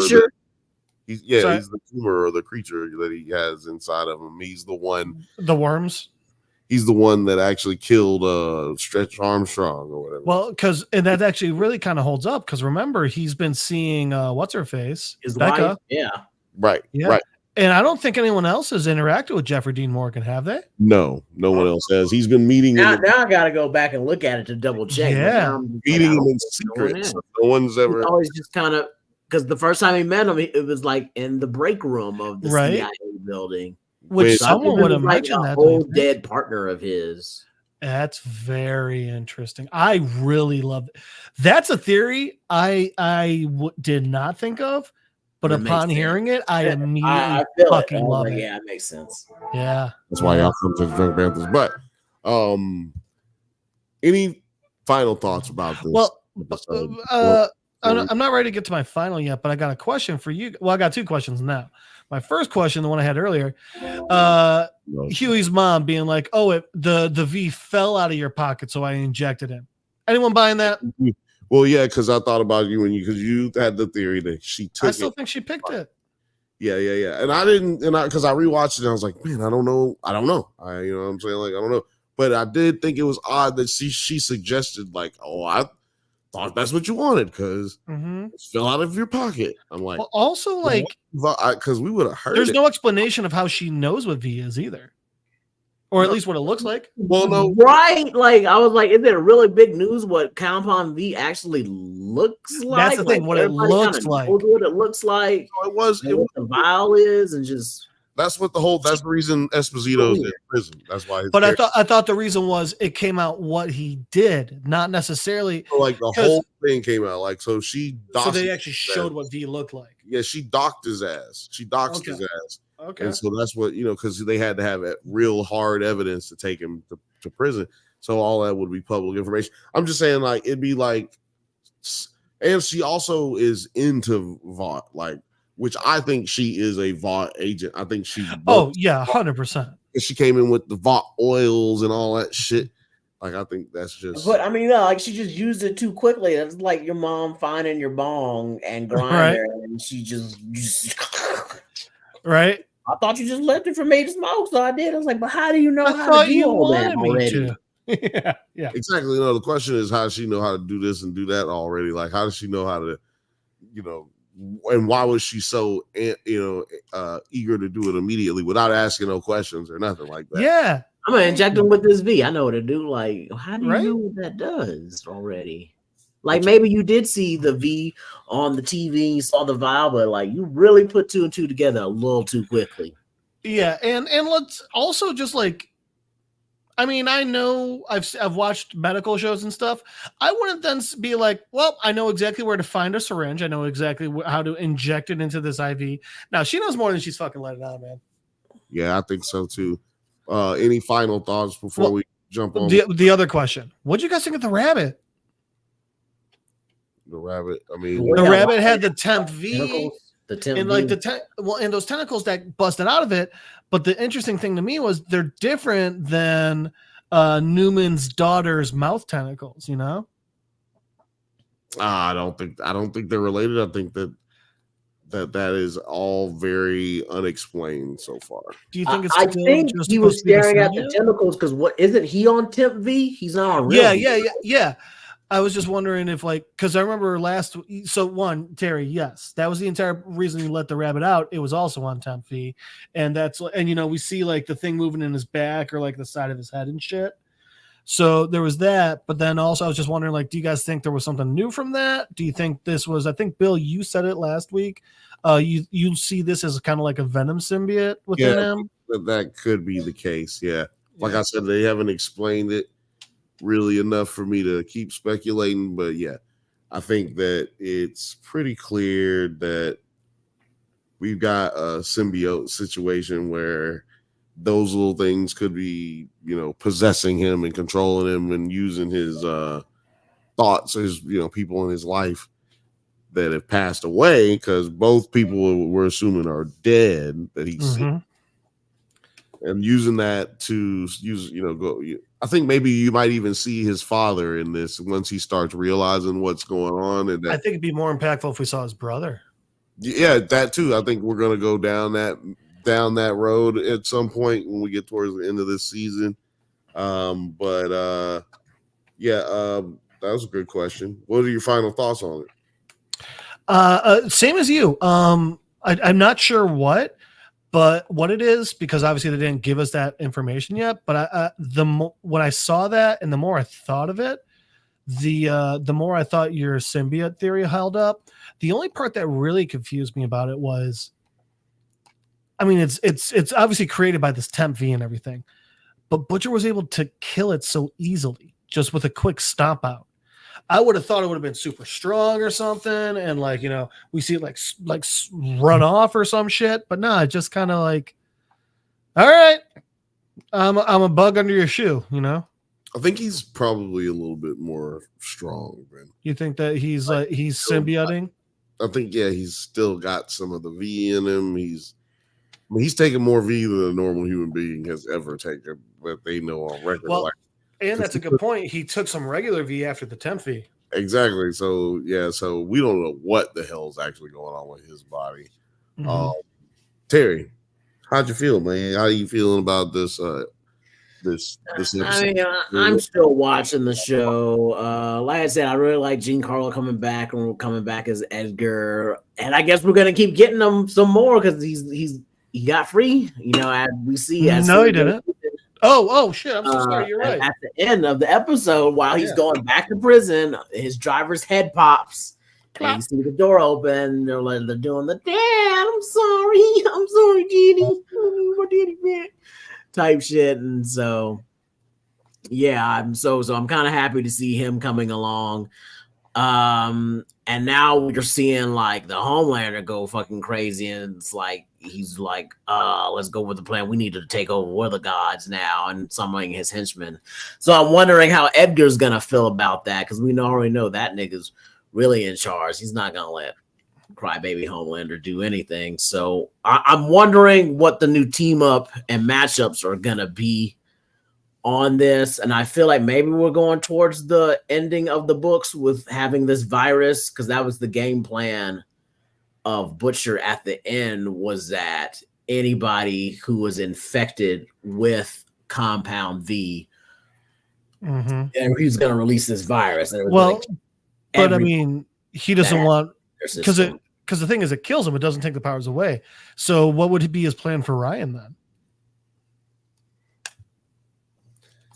You're right. So I'm thinking on this one, he's probably not going to do a mass release of it, or I don't know. Maybe I don't know, but it's funny genetically. When a horse mates with a mule makes a with a donkey makes a mule. Well, when a horse mates with a mule, it makes a donkey, right? No, a horse and a donkey make a mule. Yeah. So and mules are sterile. Yeah, so they can't make anymore. Maybe there's like some sort of like genetic thing there where like Ryan is like genetically immune to that virus because he's got a mixture of the two. Do you know why? Gen V. They were testing it on the kids at the school. And all those kids weren't just like pure.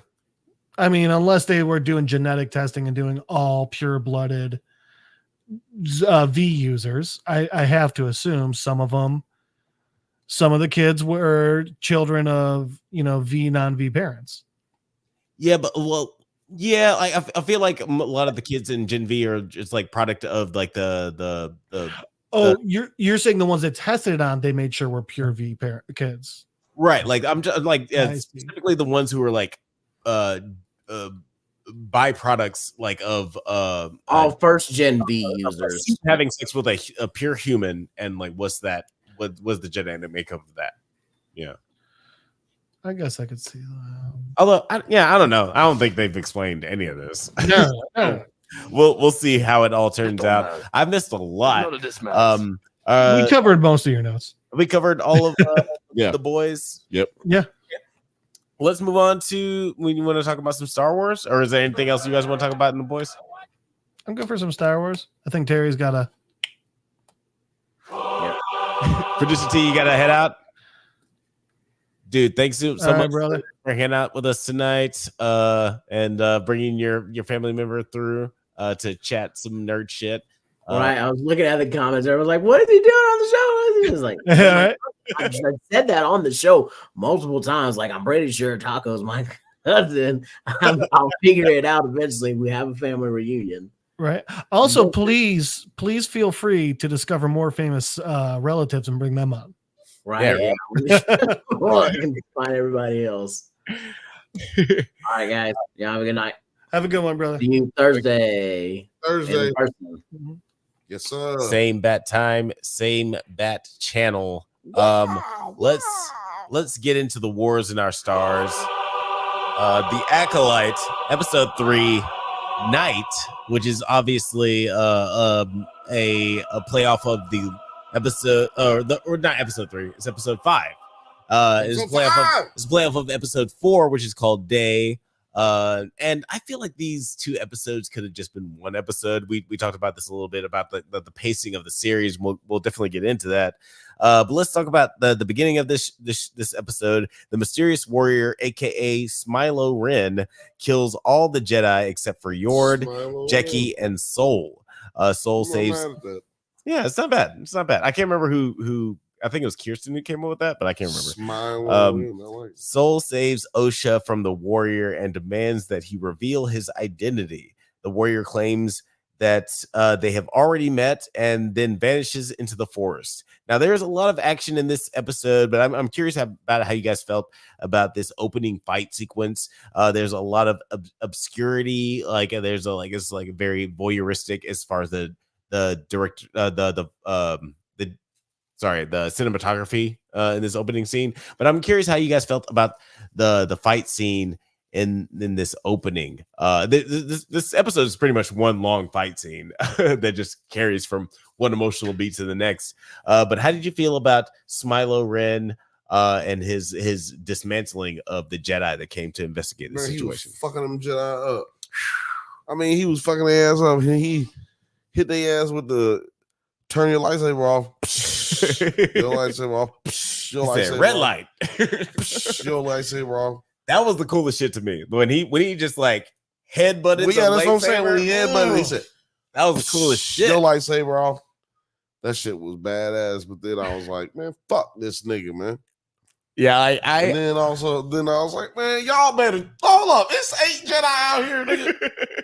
Well, y'all better get it together, man. I haven't loved this series, but there are definitely moments in this show that I loved, and that moment where he headbutted the lightsaber is like, that was like, I felt like it's like I feel like I should have heard an N-word in this moment.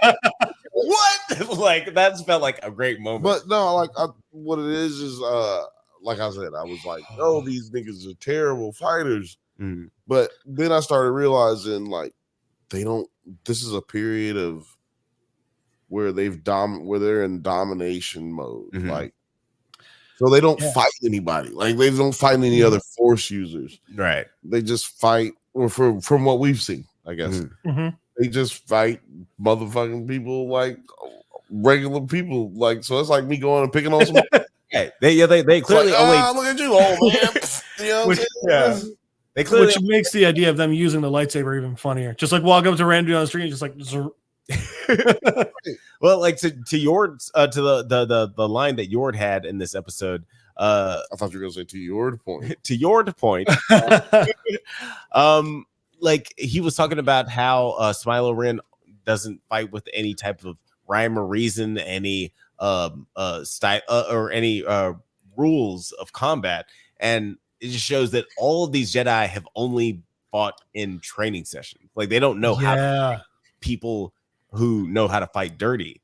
And Jeff, I'm curious how you felt about this opening sequence, because I've heard a lot of criticism. I personally liked how visceral the fight scene was and how things we haven't seen before. But how did you feel about this opening sequence? So first off, I would like to apologize for my quick dump out there. I've had an entire pitcher of water, so yeah, had to just go take care of that real quick. Pee in the bottle after you're done drinking water. Yeah.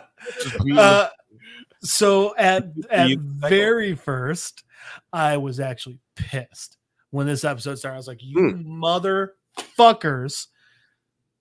Because at first I was worried it was what I said last episode, where I was like, remember, I don't know if you remember, but I said, if they just come back and everyone's just like waking up and it's like all over, I'm gonna be so angry. Right, and it starts with Osha like that. And I was like, hang on.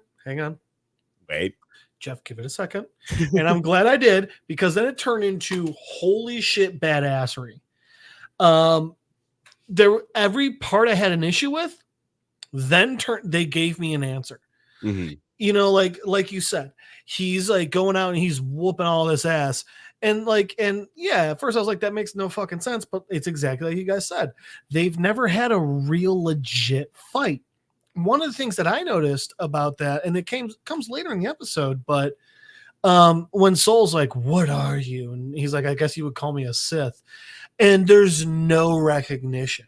I mean, this is so, like, I thought this was supposed to be like, this ends and it's like goes into the prequels. But if that's the case, no, it has to be way, way earlier, because they don't even know what the Sith are at this point. So it's also interesting, because then I'll come back to that part. So there's parts like that where it's like, okay, how is he so much stronger?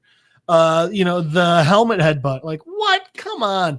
But no, there's some sort of technology in it that disrupts a lightsaber for a second, which you think is the case. But then when you get yellow lightsaber dude running in with the helmet, he uses it the same way. It's like, yeah, clearly.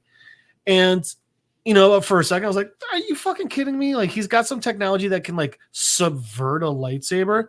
But then I thought back to when he was still like undercover and talking with May.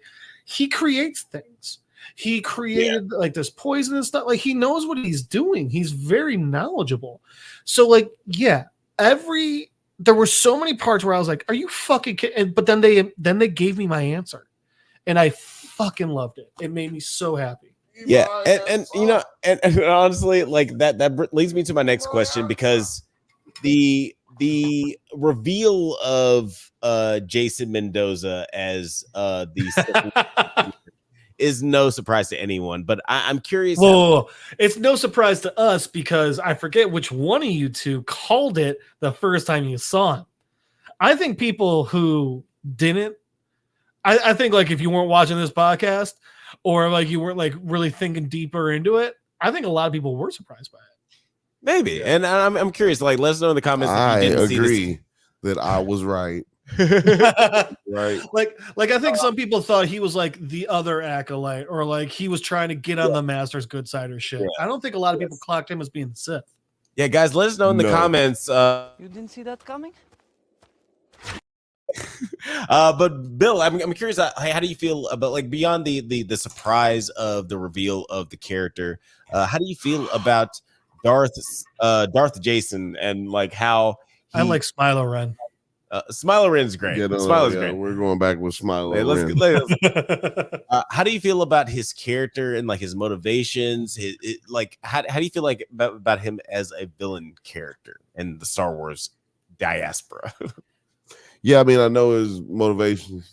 His motivations is to kill Jedi. I mean, yeah, that's his motivation. But how do I feel? Do you about like it? Yeah. How do I feel about his motivations? I mean, you know what I don't like about it? Let's just talk about what I don't like about it.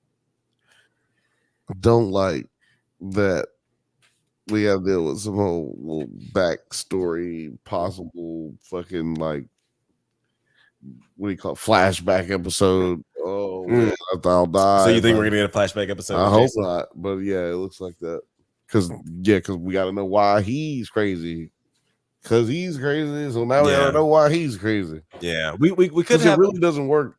Him going out from here on out, not knowing what the fuck he's actually angry about. Well, we could have a situation because we talk about Star Wars a lot. Like a lot of people have problems with we don't have the backstory of Snoke. We don't know enough about Snoke. But Stupid. The Emperor. We didn't know anything about him in the original trilogy, Should have kept it that way. But he was still a compelling villain. And I like the things that they did with the prequels with Palpatine's back. with Shreve. Palpatine has somehow returned. Somehow Palpatine has returned. The sequel trilogy, yeah, like that messed up a lot of things.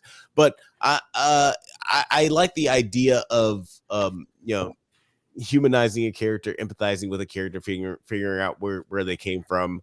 And I like the Smilo Ren. Like I like the idea of figuring out where he came from, at least emotionally, because he has a lot of really great lines where he's talking about like Soul says your darkness has consumed you or something like that, and Jason says I've embraced my darkness, what have you done with yours? Like I like lines like that.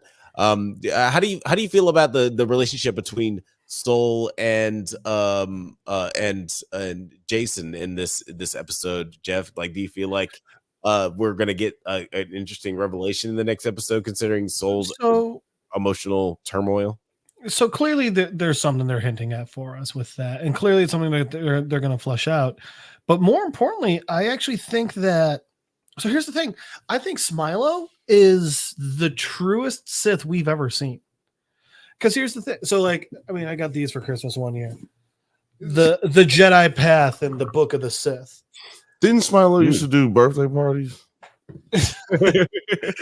So, but the thing is, though, like, remember, he's saying it's little things. It's not little things. It's rebuttals that he has a lot.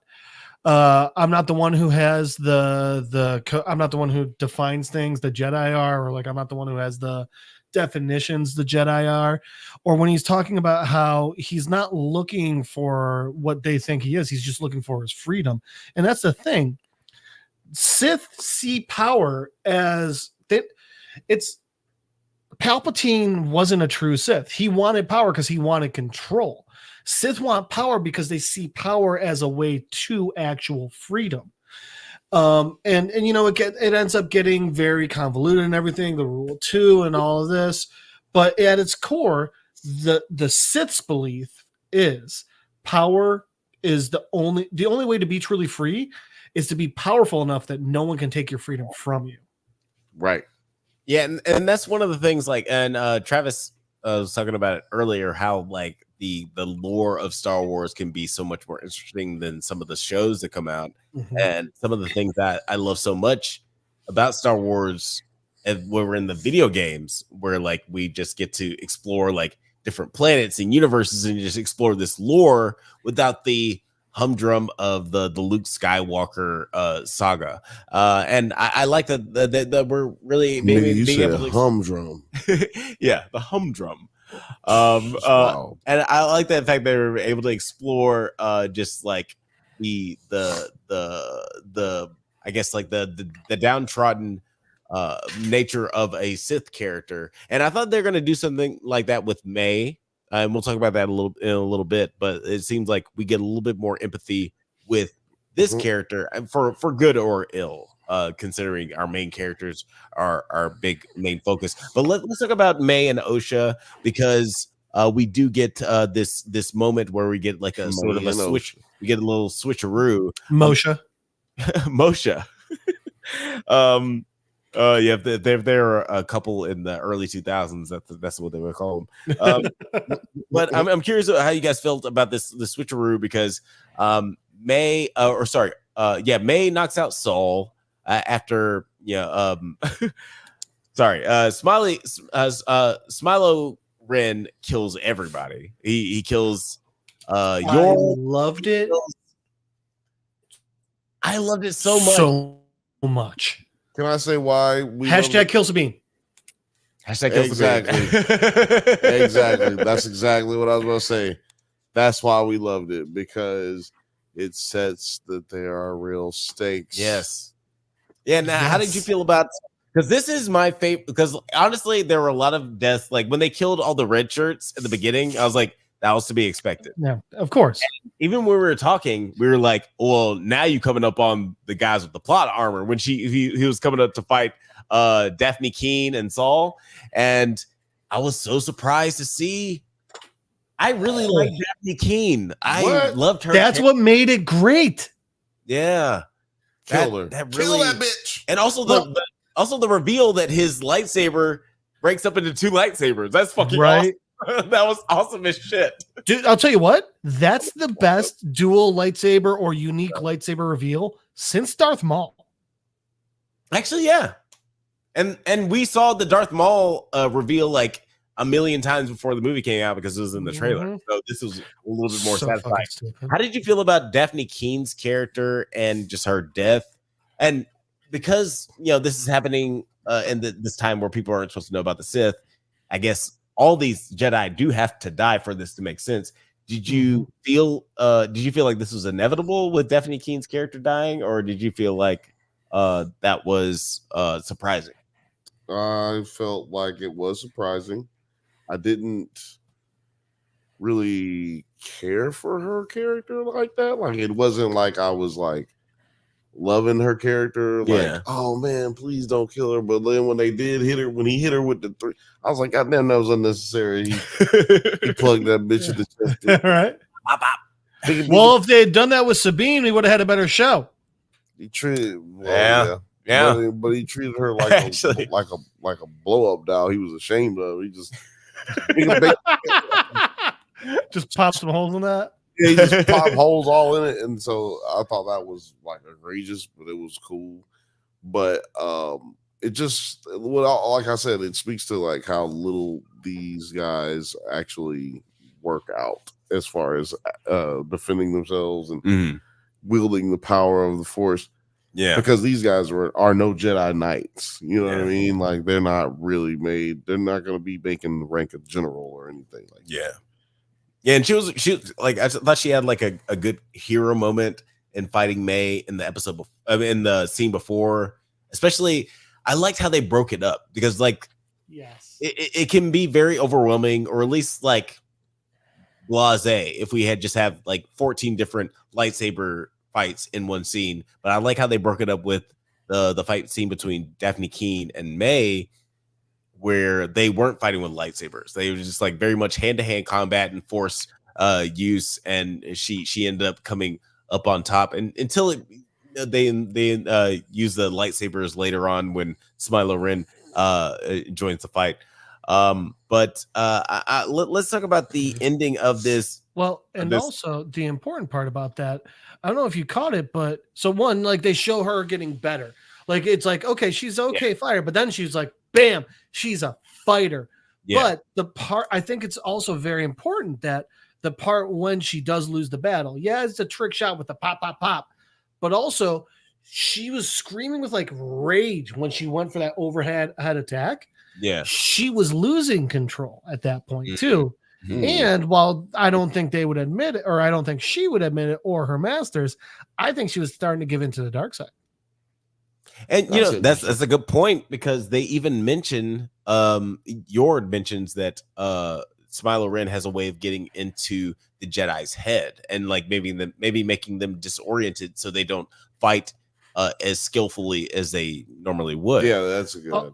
Also, Alex, I'm sorry to take us off subject, but did we gloss over the fact that he's basically Magneto? Oh, he's got the helmet, so they can't get in.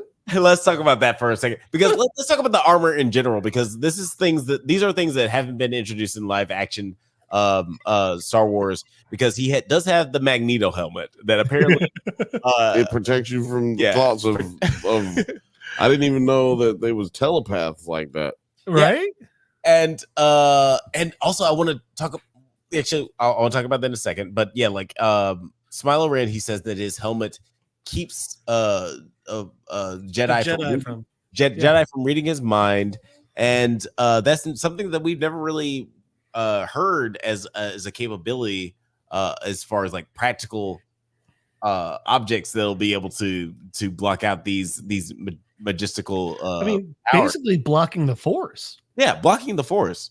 And I thought that was like an interesting way to introduce that, but also the fact that he's able to deflect the way he's able to deflect these lightsaber attacks, and like again, like the way he just headbutts a lightsaber strike like a fucking G. That was dude. Probably my top 5 favorite Star Wars badass of all time, where he headbutts a lightsaber. Headbutts a lightsaber. That's what I was saying earlier. Wait, so I guess here's a good question though. Did he headbutt the lightsaber, or was it when he got close enough it shorted the lightsaber out?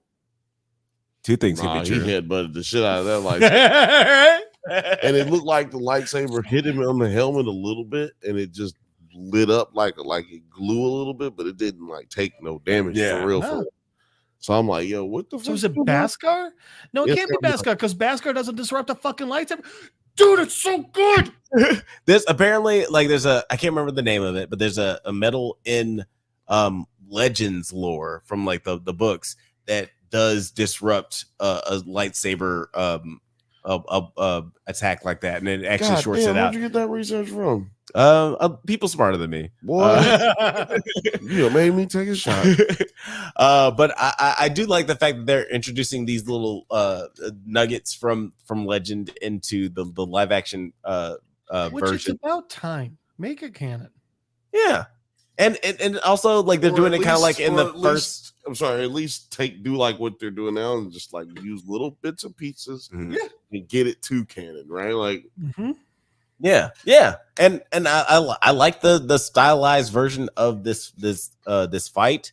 I like the gravitas, like the sort of like bucket version, bucket vibes of just like headbutting a lightsaber. I liked him force pulling 2 people onto a lightsaber. That was such a good scene. Like I thought that was great. Okay, I gotta point out this episode and the fight scenes are so good. I feel so stupid talking about them because all I can say is like, "Oh, it's so cool!" Right? That's how we feel. That's how we feel talking about Futurama episodes. We know that these are funny jokes, but we don't know why they're funny because we're not mathematicians. but it made me laugh. Right? Next show. It's like I enjoyed it. Next thing. But no, I did like a lot of that stuff, and especially the after it seemed like we have like this Mexican standoff between Saul and Saul and Smilo Ren, and they're just talking about like the philosophy of the light and the dark. Do you like that shit when niggas is like fighting and then they be like, let me tell you a story. It's like, God damn it. I do is sometimes like in this. No, it makes sense because in this it makes sense because I feel like Smilo Ren's main motivation is like so big. He wants to make a statement at the same time, and is also like having this ambiguity. But like he has really, really strong feelings about like the entirety of the Jedi. So I feel like he has a lot to express, especially being just like so solitude for most of his life. But what do you think of these last moments? So I also okay, I don't always like when they do that, hey, when they do those scenes, it's like, all right, we don't always fucking need it. I actually felt like it worked in this one because of how Force users fight. So like, Force users they're not just like looking for openings within the other person. They're also like sensing the Force within them and trying to use it as like how are they going to move next. Right. Obi-Wan, which by the way, still pissed that the title of the show wasn't just Kenobi because it should have been. Come on, man. That last fight scene with him and Vader, though, there's a part where they're just walking around each other, and I think they're talking as well. But again, the reason why is because they're watching each other. They're shifting different stances before they ever come together to do it. So in the Star Wars universe, it does make sense to me. And I think part of the talking is you're not even thinking about what you're saying. You're just trying to distract them while you get a read for the way to get it within their defense. Yeah. Like one of the things, the samurai influence in Star Wars is always really, really cool. When we get the last stand between Obi-Wan and Darth Maul, where they change stances like 2 or 3 times before they actually have that last interaction with each other that ends probably in like 15 seconds, but it's more about the drama of them, the preparation, and like who's gonna win in that preparation, which I really, really, really dug. But like in this episode, like toward actually let's talk about the end, because like there's a whole lot of stuff that happens. Like basically, I think there's a big thing we gotta cover before the end. Well, yeah, like I'll just kind of gonna run through it. Okay. Darth Jason, he kills fucking everybody. He kills. I thought that was the other show. What? Wasn't that Dark Matter? Oh yeah, sorry. Darth Jason Todd. He kills fucking everybody. He kills Daphne Keene. He kills Yord. He kills everybody. You said everybody except for Saul. And it's funny because I feel like I'm curious how you guys feel, because at some point I was like, well, he's gonna kill all these this cannon fodder, but he's not gonna kill our guys. He's not gonna kill Daphne Keene. He's not gonna kill Yord. But at this point, like it's like, oh, now anybody's fair game. Yeah, anybody's fair game. That's why the murder was important. I think that he's just in a situation where you just gotta deal with it, man. Yeah. You gotta deal with it. Keep it pushing. Because I fuck all that. I really am. I'm stuck on this one thing because I really was pissed off because Smilo Ren gets taken away by some bugs after killing 25. Oh, I do have to agree with that. After killing 25 fucking Jedi, he gets taken off by some bugs, some night bugs, some cicadas. I wouldn't have had a problem with that if like it happened sooner, because when he came, was talking, I felt like the light was what did it, but they're swinging around lightsabers for like 45 minutes before that. Yeah, and light is a part of the name of the weapon, right? And I thought that Osha was gonna come in and it's gonna be like this whole thing where they're like chasing them into the scene, and that's what disrupts everything that's happening, and that like saves the day. Now I will say, so late they waited until like 3 important characters got killed. Yeah. Well, okay. Well, so first things first. Mm-hmm. I'm actually going to work backwards on this one. I do love that they gave Osha the idea and the solution, and I like it because we just watched one of the most epic lightsaber battles I've seen in any Star Wars anything. So I do like that at the end, the solution doesn't come from the Force or a lightsaber. It comes from just being clever. So I did like that. Yeah. But before that, and I think this is very, very important, after killing Daphne Keene, he not only kills Yord, he snaps Yord's fucking neck, which was amazing. But so here's the thing. All right, killing Daphne Keene, we're like, oh shit, all bets are off. But at the same time, you're like, all right, that's it. He gets one of them. He gets one of our main characters. But then when he kills Yord too, the entire time he had May, it's like he might kill May. No one. This isn't one of because like there's a difference between no one's safe and everyone's on the chopping block. Right. So there was that feeling like, hey, maybe he's gonna like burp, and like May's like dead. Also, like Saul could have died. Like the fact that I'm so excited talking about this because they did what you guys called it. You were right. I was withholding because I was like, no, they're gonna hurt me again. And they didn't. But you were right from episode 1. No one's safe. But the thing is, they took it that step further. Yeah, no one's safe. Okay, Han Solo dies. But everyone's in danger. Han dies. Leia dies in that movie. Luke loses another limb. Fuck, they might have killed Finn in that movie. That's the difference between the two. That's what makes it higher stakes, and that's why I'm so engaged right now. Too bad that it's only what is it? 9 episodes, 8 episodes. I know. Yeah, and I'm a big advocate for making the series as long as it needs to be. Like, don't make it 22 episodes. You can tell the story in 10. But also, don't tell the episode. Don't tell the story in 10 episodes if you can tell it in 6. Because I feel like Night and Day could have been 1 episode. But I also feel like don't like make a series 8 episodes that could be 10 episodes. Yeah. It's all about the story that, like, tell a story that needs to be told.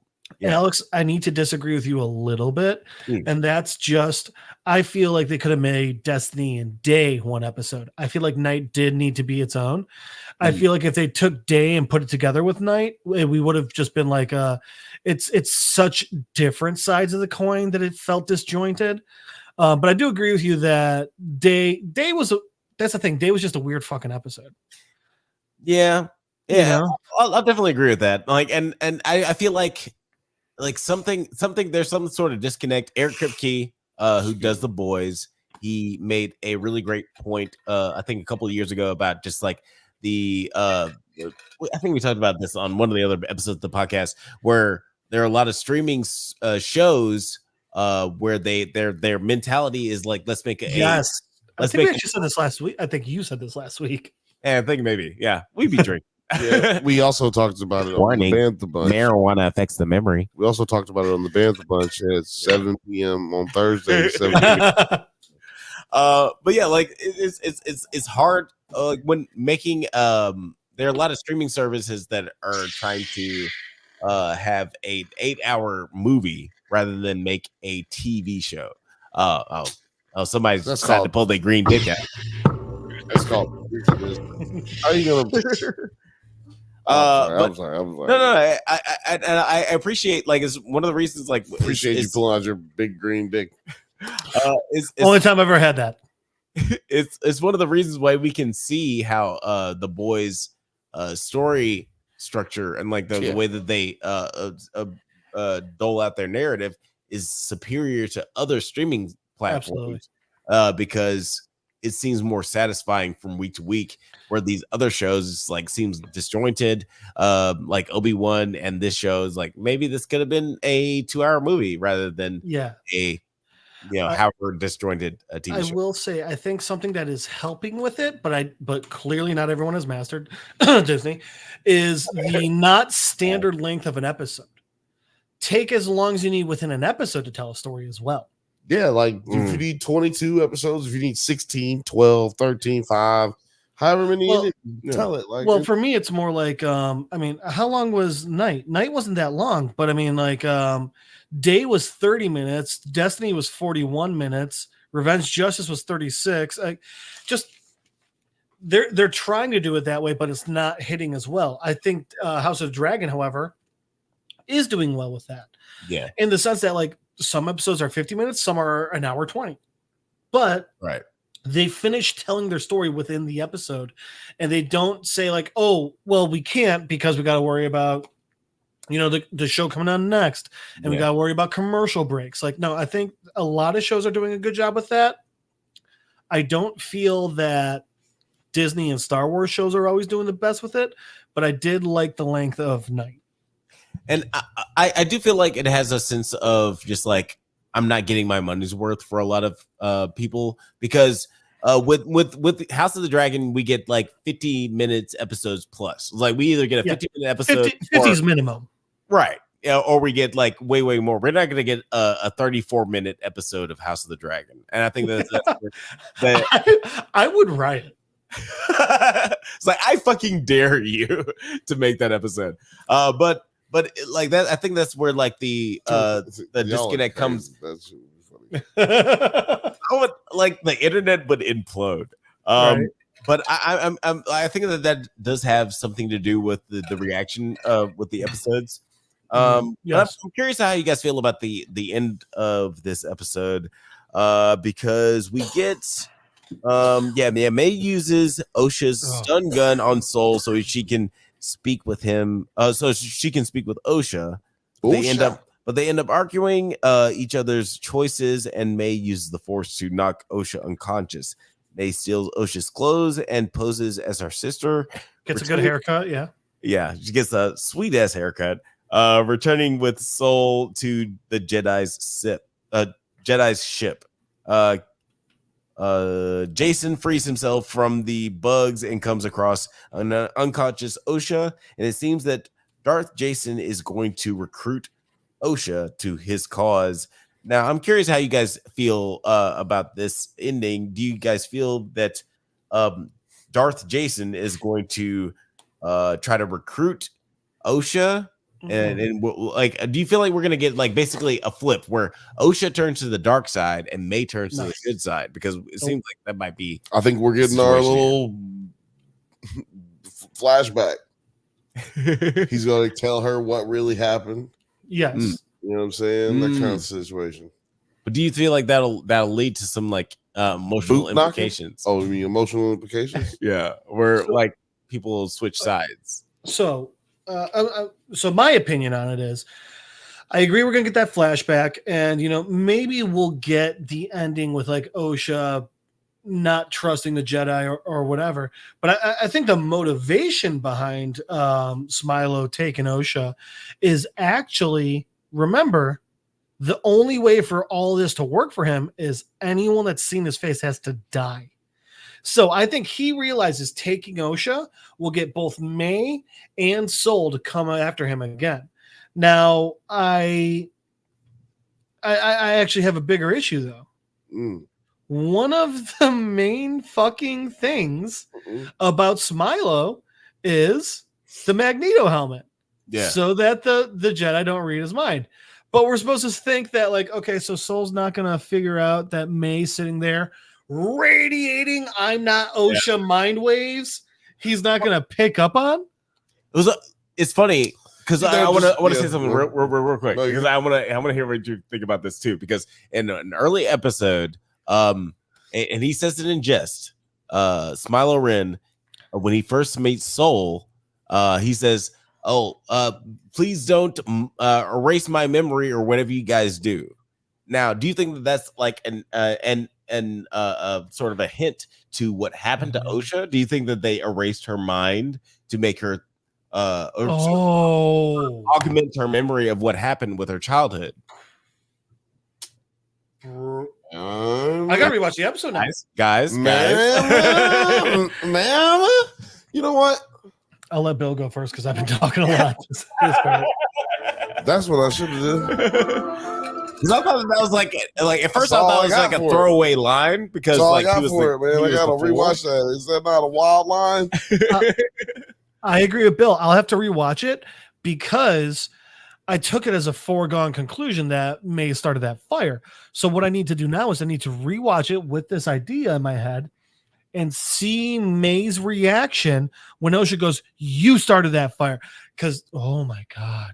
Yeah. You just became my favorite Star Wars show in the span of on episode. Because here's the thing, and I'm going to be fully honest about this. I was very, very, very cautious. I've been let down so much by Star Wars shows.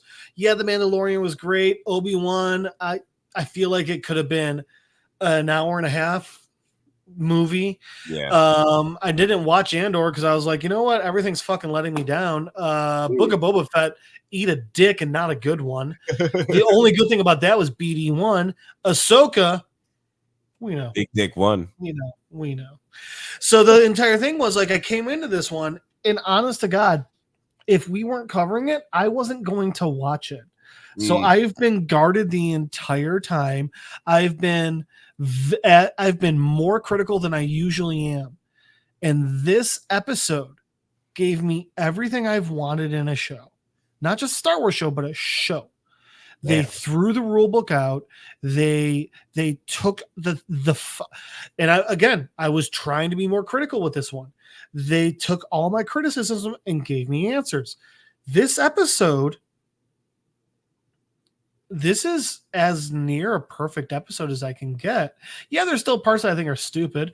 I think it would have made a lot more sense if Smilo, instead of getting like lifted up and carried off by the insects, if it was more just like we see them swarm him so much that he's focusing on them while they run away. But still, I'm amazed with how good this episode was, how much it turned the entire show around for me. Yeah, this is like definitely the best episode for me. And I feel like this, by the way, might have broken the fans. Oh yeah, like this is the Last Jedi all over again. Well, no, what I mean is, before this, the highest rated episode was a 5.4. Mm-hmm. Oh. This one's only a 6.7, but still, compared to what these people have been doing in the review bombing, they've still been review bombing, so that's really good. Yeah, that's really good rating for them at this point, especially. The review bombing has been really, really hard for sure. Mm-hmm. And at the end of this episode, like I kind of want to 3% on Rotten Tomatoes. Yeah, like it's all over the shop. I don't feel like it deserves a lot of hate. Like I like a lot of things about the show. I like the story the most. The thing I like the least about the show is the cinematography. I'm not a cinematographer. I don't know how to make things feel real. But he loves commenting. Well, hang on a sec. Let's get Travis back on here. Travis. But I do feel like, like there's we talk about the Apple TV Plus all the time. Foundation had like a fraction of the budget of these Disney Plus shows, but they take a lot longer to make them. Well, actually, not even this show. This show has been in production since 2020. So even look at Dark Matter. They used their money wisely. Yeah, it's all about like the way you use your budget. Like you want to, like it's all about the thoughtfulness behind the product. And I feel like Foundation looks way better than this show on its like Foundation on its worst day looks way better than Acolyte on its best day. But that's my biggest critique. Like sometimes like the visuals don't look as great, but I'm definitely digging the story. And I'm curious how it's going to go forward. And I'm curious how you guys feel about this last scene where it seems like Darth Jason is going to recruit Osha to his cause. And we get this situation where, May has assumed the identity of Osha. We talked about this a little bit in the like earlier in the episode, but I'm curious, do you guys have any sorry, it's been 4 hours 20 minutes and 16 seconds. I've been jumping all over the place. That's my bad. I'm sorry, you were asking a question though. No. I'm just curious, like before we wrap up things here, just like the way things are ending here, do you guys feel, because I kind of feel we might get a switch where we get the twist. We brought this up earlier in the episode, but do you feel like Osha will turn to the bad side and May will turn to the good, or how do you guys predict the next few episodes turning out? Bill, I'll let you go next. Man, I think the next couple episodes are going to be pretty boring. Yeah, man. It's like this is the best they've done. This is gonna be the peak, or it's gonna go downhill. Usually, it's 4 and 5 that are like kind of. So it's got to go downhill sometime. Yeah. The penultimate episode is usually pretty great, though. Right. So that's what I'm saying. Next episode, I think it's going to be, not like it's going to be bad. Some people might say that this episode of House of the Dragon was like that. You know, this episode was just people chilling, trying to figure out shit. Yeah. No action took place. Nobody got killed. Nobody was trying to kill somebody. Like we had a chase scene. We had a little chase scene. You know what I'm saying? Like, and I think that's what the next episode that we're gonna have on Acolyte is gonna be like. The question is, does it? No. You motherfucker. The question is that like, will this have? You didn't see that coming? The question is did they write something coming up that's gonna be like captivating, regardless of whether or not we see a bunch of violence.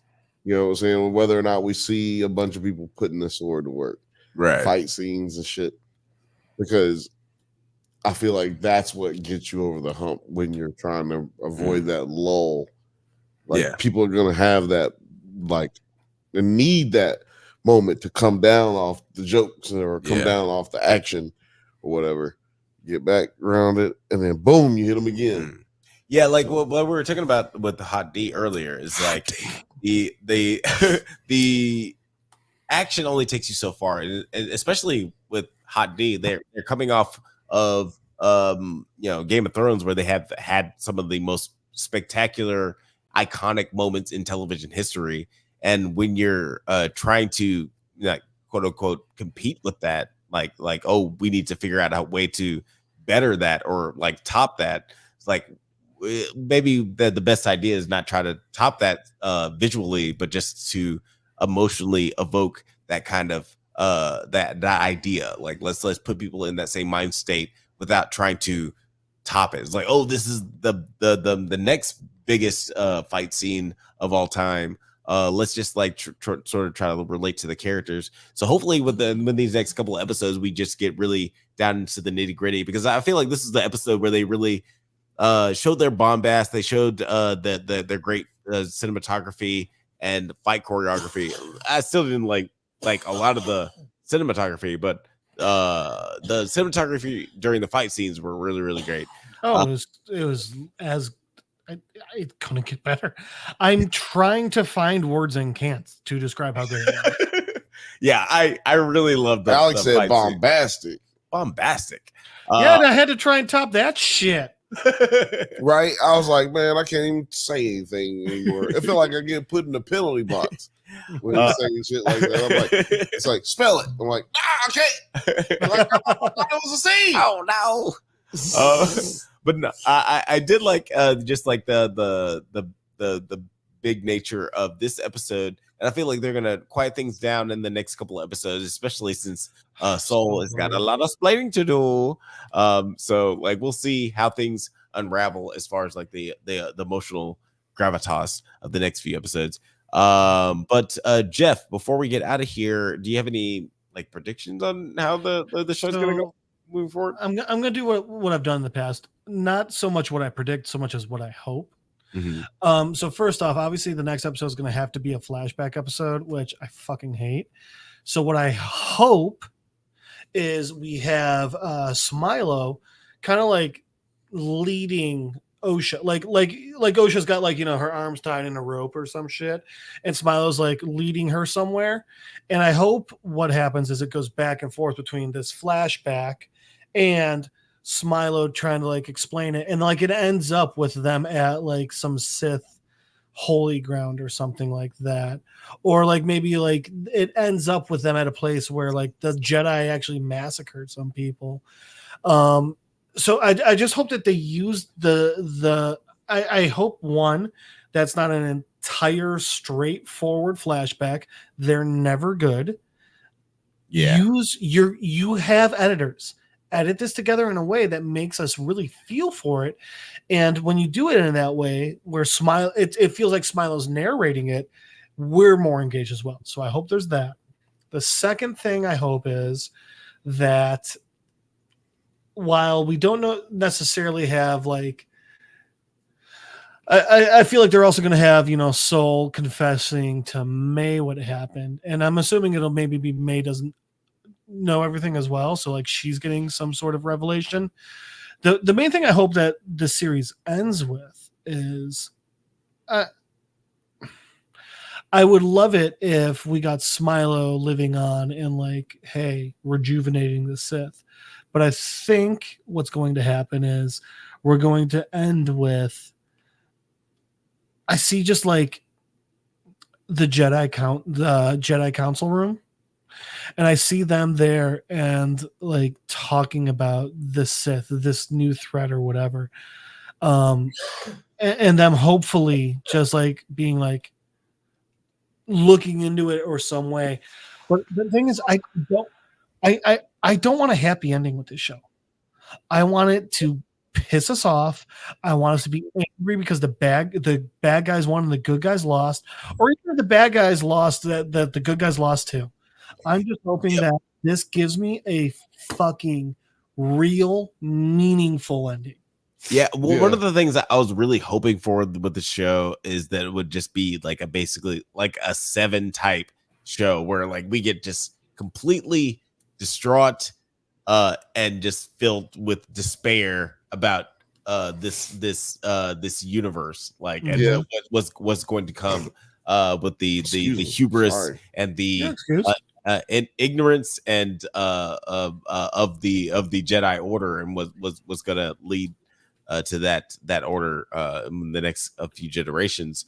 But like we'll see. We'll see how brave Disney Plus is going to be.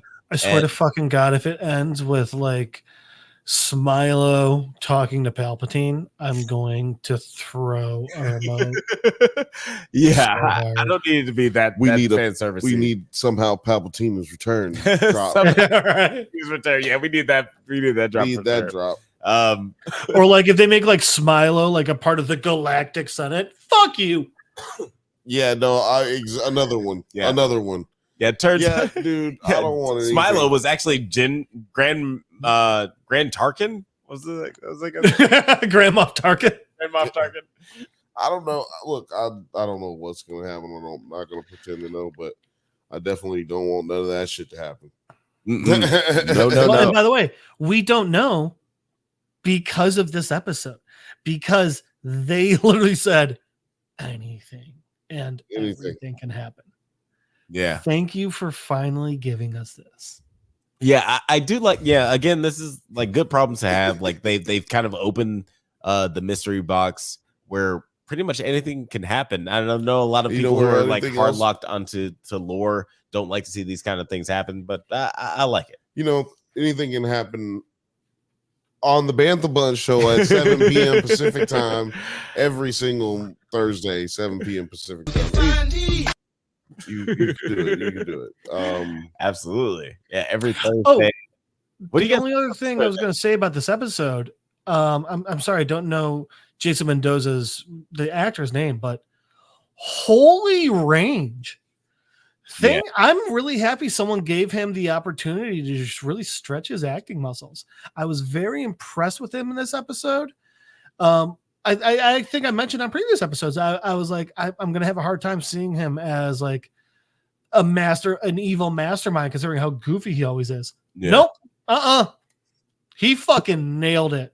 Yeah, he pulled it off. And like, I've always felt like he's had range beyond his comedic chops. And you said stretch those acting muscles. How about those other muscles? Hey-o. Hey, girl, hey. Hey, girl, hey. Apparently, this was a topic of conversation on, was it Tuesday?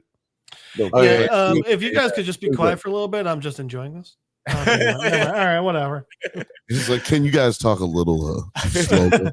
Just like soften that a bit, yeah. I will say, yeah, humble brag. I got an opportunity to interview. Is the humble brag that's actually a copy paste of your arm?